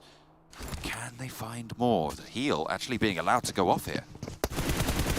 Yeah, surprisingly, but quickly put to bed. Fantastic little move from TUNA, takes down No Mercy Warriors. Where's the shift?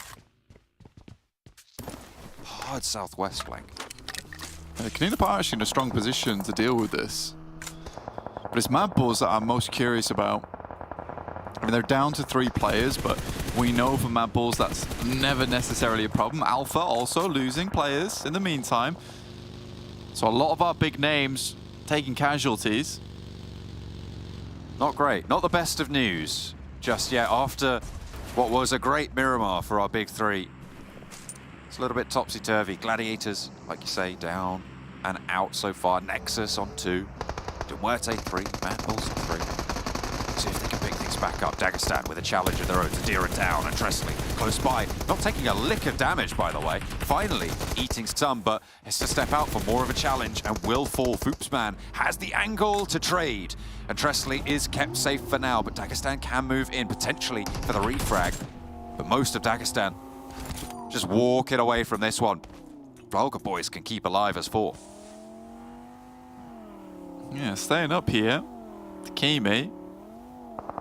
Looking fantastic. We'll pick up Tresley. MADBULLS, they rock up ahead of them in the circle. Stage 4 now, so getting close to the end of the game. 2 minutes remaining on that circle. So teams on that north side will have to start crunching in. SBG attempting to get things done on that eastern side. We'd hoped that SBG would bring things back up to speed, but feels like the momentum that they gained has been fully stopped off now. The MADBULLS on the south side with the 3 players that they have spraying down towards Dagestan. I don't know if they know Reflector's here, if there was a vehicle spotted outside of it, but they will bloom the smoke nonetheless. Try and keep themselves alive.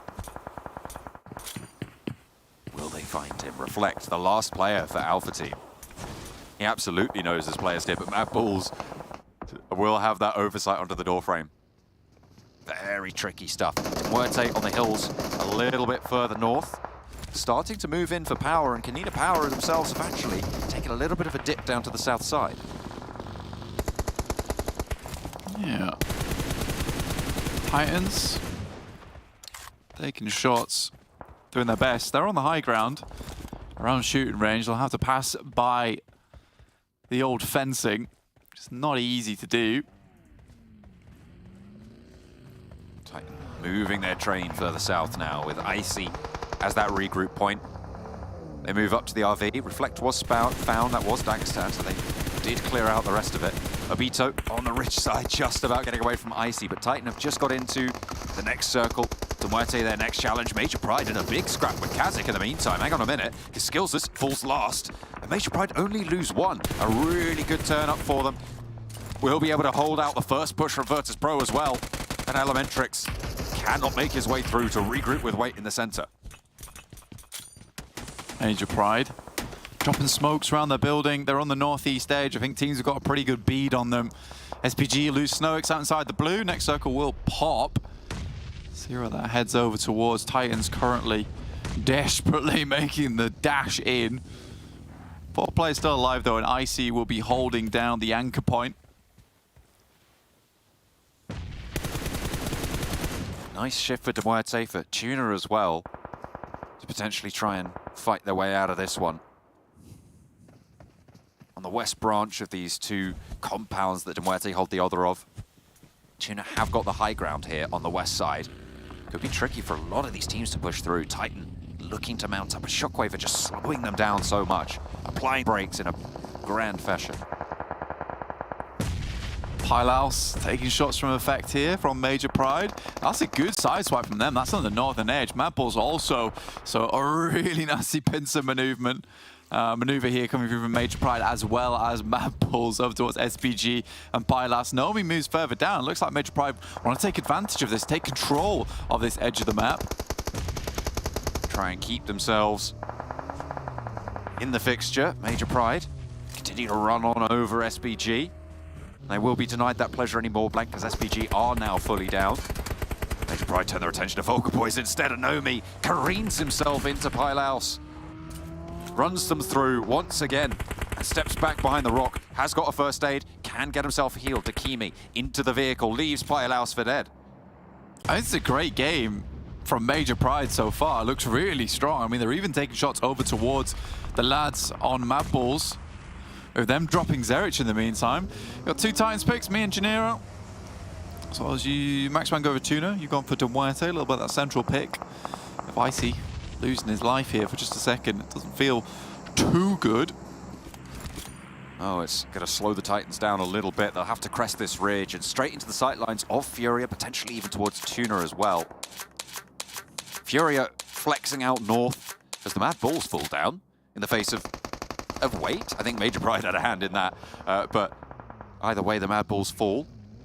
The pressure on the east is somewhat assuaged. Major Pride now looking to move forwards. I mean, for Titans, this is pretty important, right? Because they are on the edge of dropping out of the top 8. Havlik moved up. Wagnazada still left alive. Will be finally put down. It's going to be a bit dicey to get your boy back up, but at least they get a slight resupply on the death crate there. Major Pride off the distance. I think they heard that. With Naomi off the distance, taking shots, they're all clumped up. It should be a nasty spray down. 10 limbs this match. Major Pride just want to get back into the game.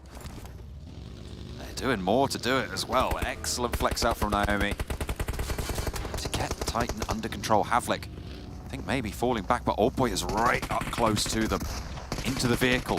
Maybe looking to hop out just at the right time. Through, he steps, but he's cut down. The backlines of Major Pride do not give ground.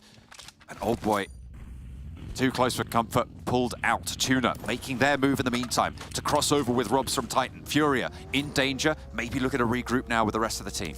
I mean, for Old Boy, it's sad, right? He moves through the smoke, doesn't see the crate there before, and it provides amazing cover for them. Noshi first to face versus Icy. He'll immediately take him down, but Affection's hot pursuit here. Major Pride trying to chase. And they will look for Icy behind the tree. He will step out. In fact, Drake's really wide, and Icy sprays him down with a Bison. A really low HP bar here as well. But he drops on a death crate, finds a first aid, and can get back to health. Unfortunately, Abito's too quick, and TUNA find an opening. Yeah, now just Rob's left alive. He's to pump up some more points here. Furia, okay. Getting in amongst it. A little bit too close to combat. 12 limbs though from Major Pride. What a strong game from them. I mean, really needed at the end of the day. 7th place. They also want to confirm themselves further up these standings, so they're not worried about dropping out. I mean, with VIRTUS.PRO won 19 points, so only 1 point behind Titan Gaming at the start of the game. That is a scary prospect to be in. I think neither Major Pride or Titans would like to be in that position where they get shunted out by VIRTUS.PRO. Nor should they, really. 8th place bubble, very precious to them. Just Robs now remains for Titan. Major Pride lighting up the angle, but it's TUNA again to come in swinging. They're playing these buildings really well. They have a lot of control over the ground, but given how close they are to the edge, their next move will be very crucial. Spots Milky Way. Abito finding a pick there would have been so beautiful for them. So impactful, but KONINA Power have now moved up to give them challenge. Yeah, 4 players alive as well. KONINA Power looks like it might be a decent game for them. Robs picks his moment very wisely there versus Major Pride as they all spray down the vehicle next to the tree. Quickly for them, they're able to get their player back up on his feet. As Robs crawls his way back in the circle, but they know they want to get rid of him. He's going to be consistently harassed until Major Pride find that final player from Titans. They realize that they're a direct competitor as well. KONINA Power have not gone for the full-on assault towards TUNA. They know that it's likely only a launching point for the next. But they're mounting up for something. Maybe regrouping towards off Haze. Further down the hill, or crashing straight into MUERTE. Looks like Palucci certainly has his eyes out that direction. They're just extending their influence for now, though, moving those vehicles into different spots. For Major Pride, it's even more of an important game considering they came so close to the crown last season in PMPL EU Spring. If they can have a huge match now on this one, it'll propel them so far up the rankings that another chance at the throne is in sight. And again, from being pipped to the post last time around, it would feel horrible to fall even further down than 2nd place, where 1st place felt almost definite last season. So yeah, for Major Pride, 12 limbs, it's great. Just want to see how much further they can go. Circle goes away from TUNA, away from KONINA Power. Major Pride still yet to really fully encroach onto DeMuerte's position. DeMuerte doing a really good job to hold down here. KONINA Power and TUNA, most likely the next biggest fight we'll see. As Major Pride can just move over this hillside. They're not forced to fight DeMuerte just yet. Yeah, I think Major Pride realized that, you know, with this circle, they can just wait. Any angles that they take now are just not worth it, where these compounds are still within the circle itself. Obito's still got that high ground position on the compound. KONINA Power can still take side swipes. They don't want to get too involved versus DeMuerte right now, just in case another team gets involved as well. So it's smart from Major Pride to really slow everything down here. Pull themselves back into first gear before having to rev things back up again. As the shot, weight goes down as VIRTUS.PRO eliminated. TUNA making their break. They've established. Look at the smoke that they've dropped out here. But they haven't managed to even make it to the circle. They have to crest this ridge. Into the sightlines of Major Pride. I think DeMuerte might even be able to peek over a ridge or two to find them here. KONINA Power yet to make their move fully. The shots are being traded and nobody's finding these openings. Obito. Not so much so far for the team. Wants to go a little bit further. Nomi's just taking some wild sprays. 100 bullets left in the mag. Needs to be careful. Did just catch a spot of Obito as he moves over towards that right-hand side. Titans equally trying to see how far Rubs can take this. That's about as far as he goes, apparently. Those elbows graze. They're down in 5th. DeMuerte with the only more central than right in the edge position, and the houses they have really difficult to push onto for Major Pride because of TUNA and KONINA Power on this off angle. But in go KONINA Power. They're going to go straight on in. 3 players moving forwards off Hayes left behind. 3 up and to the fight. Major Pride might have an opportunity now. It's all going to pop off at this stage, but Furia launches a nade to Palucci and immediately slows it down. On the wall, he dodges one of his own and another to follow it up. Will be able to fall back inside to the hard cover. There isn't really an answer just yet. More nades pouring through, sure, but the damage is backing KONINA Power off, but they made the cross and they have an angle. It's attempted to do more damage. Corey's lucky right now. Palucci going down. It feels like both these teams have a lot of utility, and DeMuerte was preparing for the push to come through. Again, there's a chance that Major Pride's able to get on the backside of this one. TUNA sees their opportunity. It just wasn't fast enough in terms of the clear here from KONINA Power. In the meantime, though, Major Pride still finding some good shots, and it's Malloy blowing up 0 off in the distance. TUNA have got that edge now. Major Pride, the only team to have high ground control at this stage. They are in prime position. You can see they're moving these vehicles. I smell a crash in the air. They might actually just try and swing wide. They might not even go for this fight. They are repositioning Naomi out, looking for off angles. Maybe a little bit too slow at this point, but you do not want to move into nade range of Furia. Let me tell you that. And they just want to sweep through, try and get these placement points. I mean, it's really smart actually here from Major Pride because they see just how much on the edge the team of DeMuerte is. So that compound holds little value to them. So if they can hold on the direct edge of where all these other teams are, that's ideal. With Naomi going down like that, though, that feels sort of like a throw to me, if I'm honest. Not ideal. 2 players now. Obito might just have to eat that nade. Not much choice about the matter. Furia launches another nade over towards Black-White. Over towards KONINA Power, sorry. Black-White. Isolated.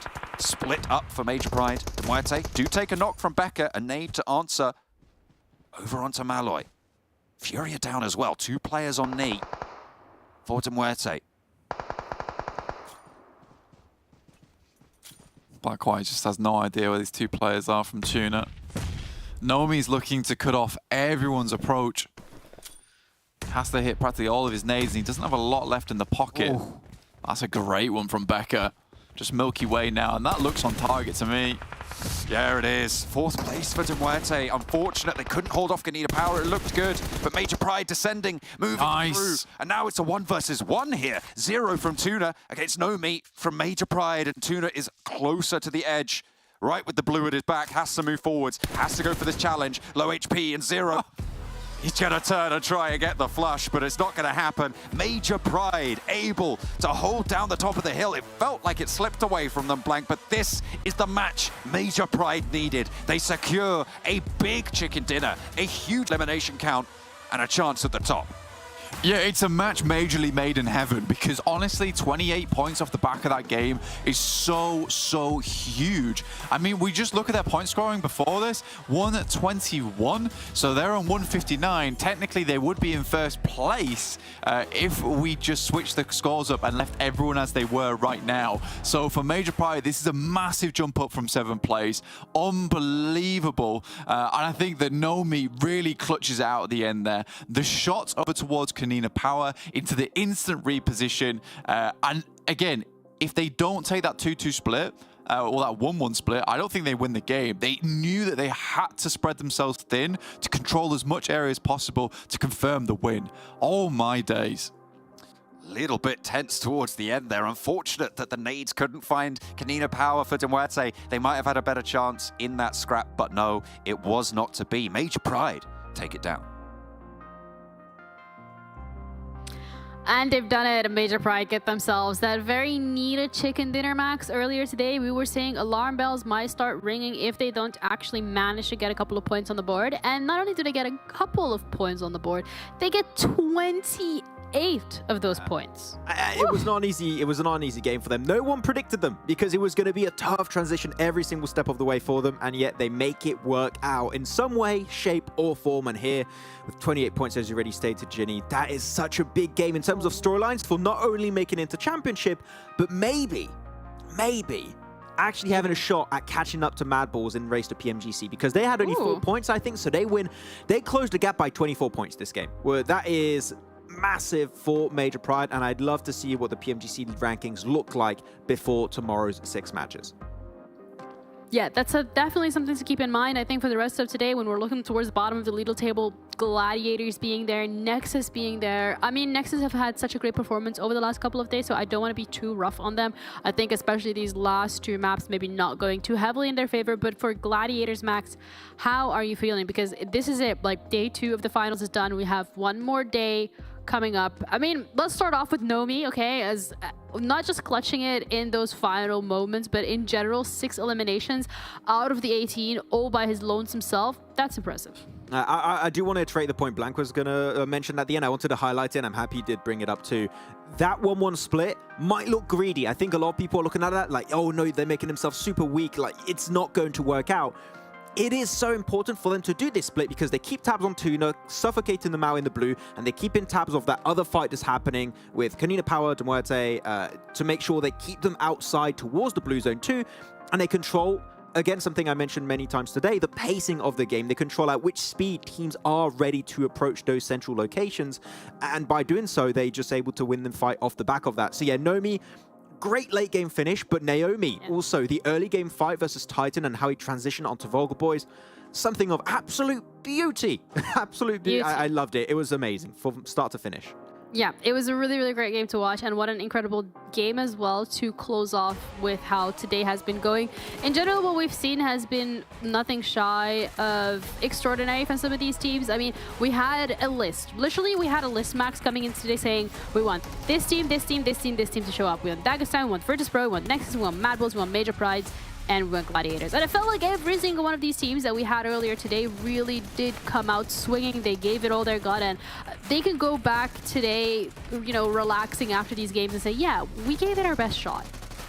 Except for maybe KONINA Power. You know, yeah, okay. That is one of the teams I do want to see a bit more from. We had that good VIRTUS.PRO chicken dinner early on Sanhok with a circle we've seen multiple times throughout the league stage, and it's good to see that they've learned from that those past mistakes to actually capitalize on such a strong position.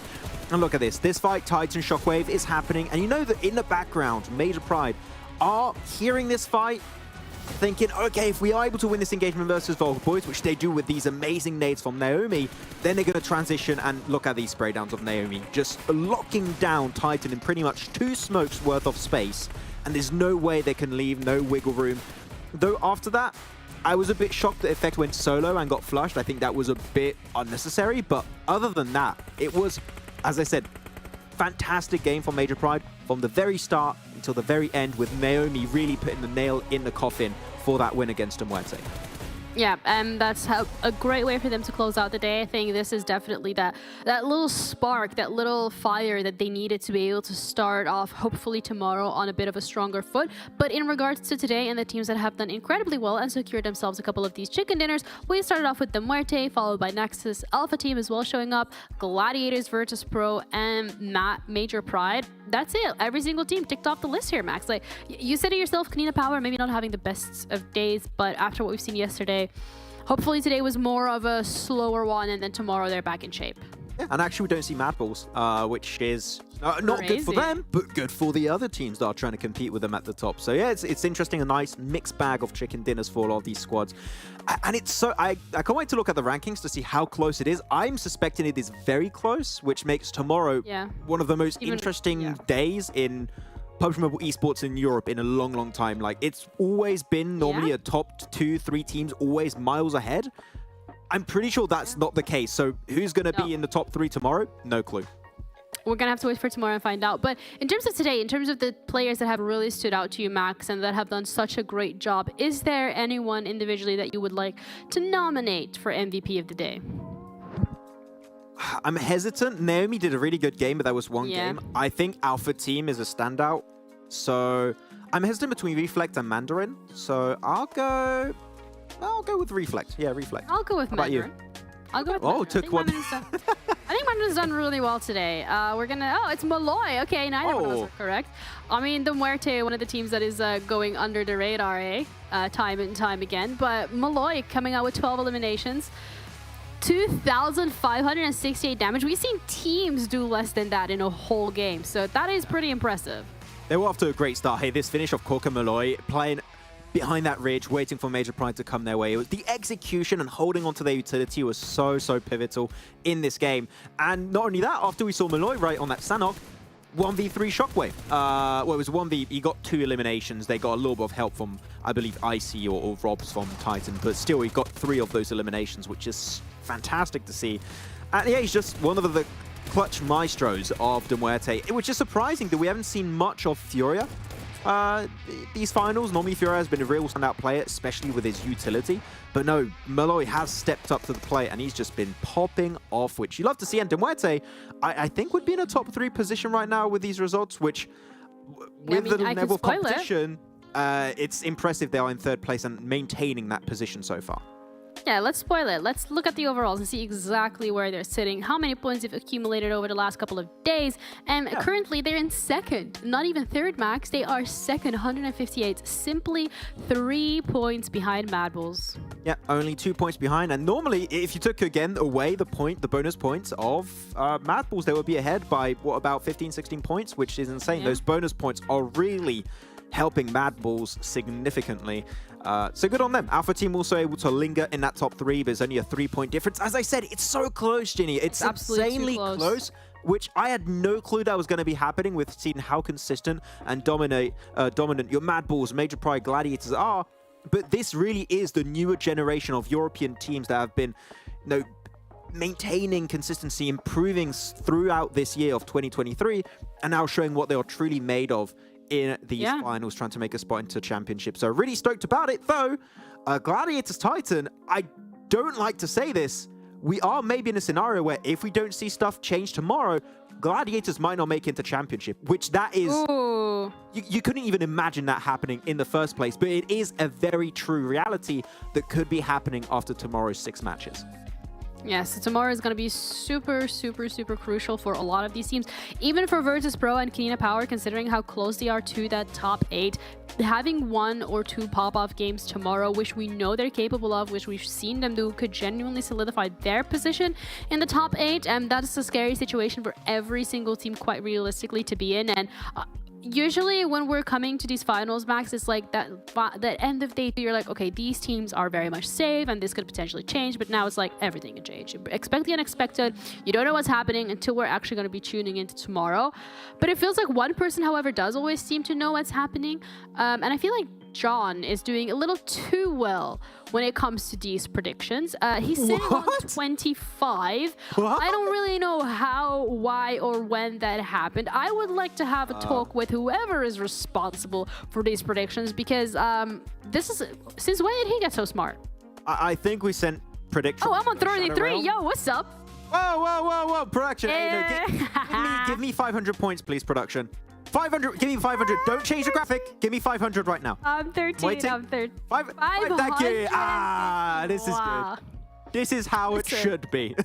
As long as you're beating John, that's all that matters, right? Like last time during phase 2 and 3 was like, you have to beat blank. Now is you have to beat John. As long as you get the most amount of points on your prediction, you get like a target on your back. So that's how it works here.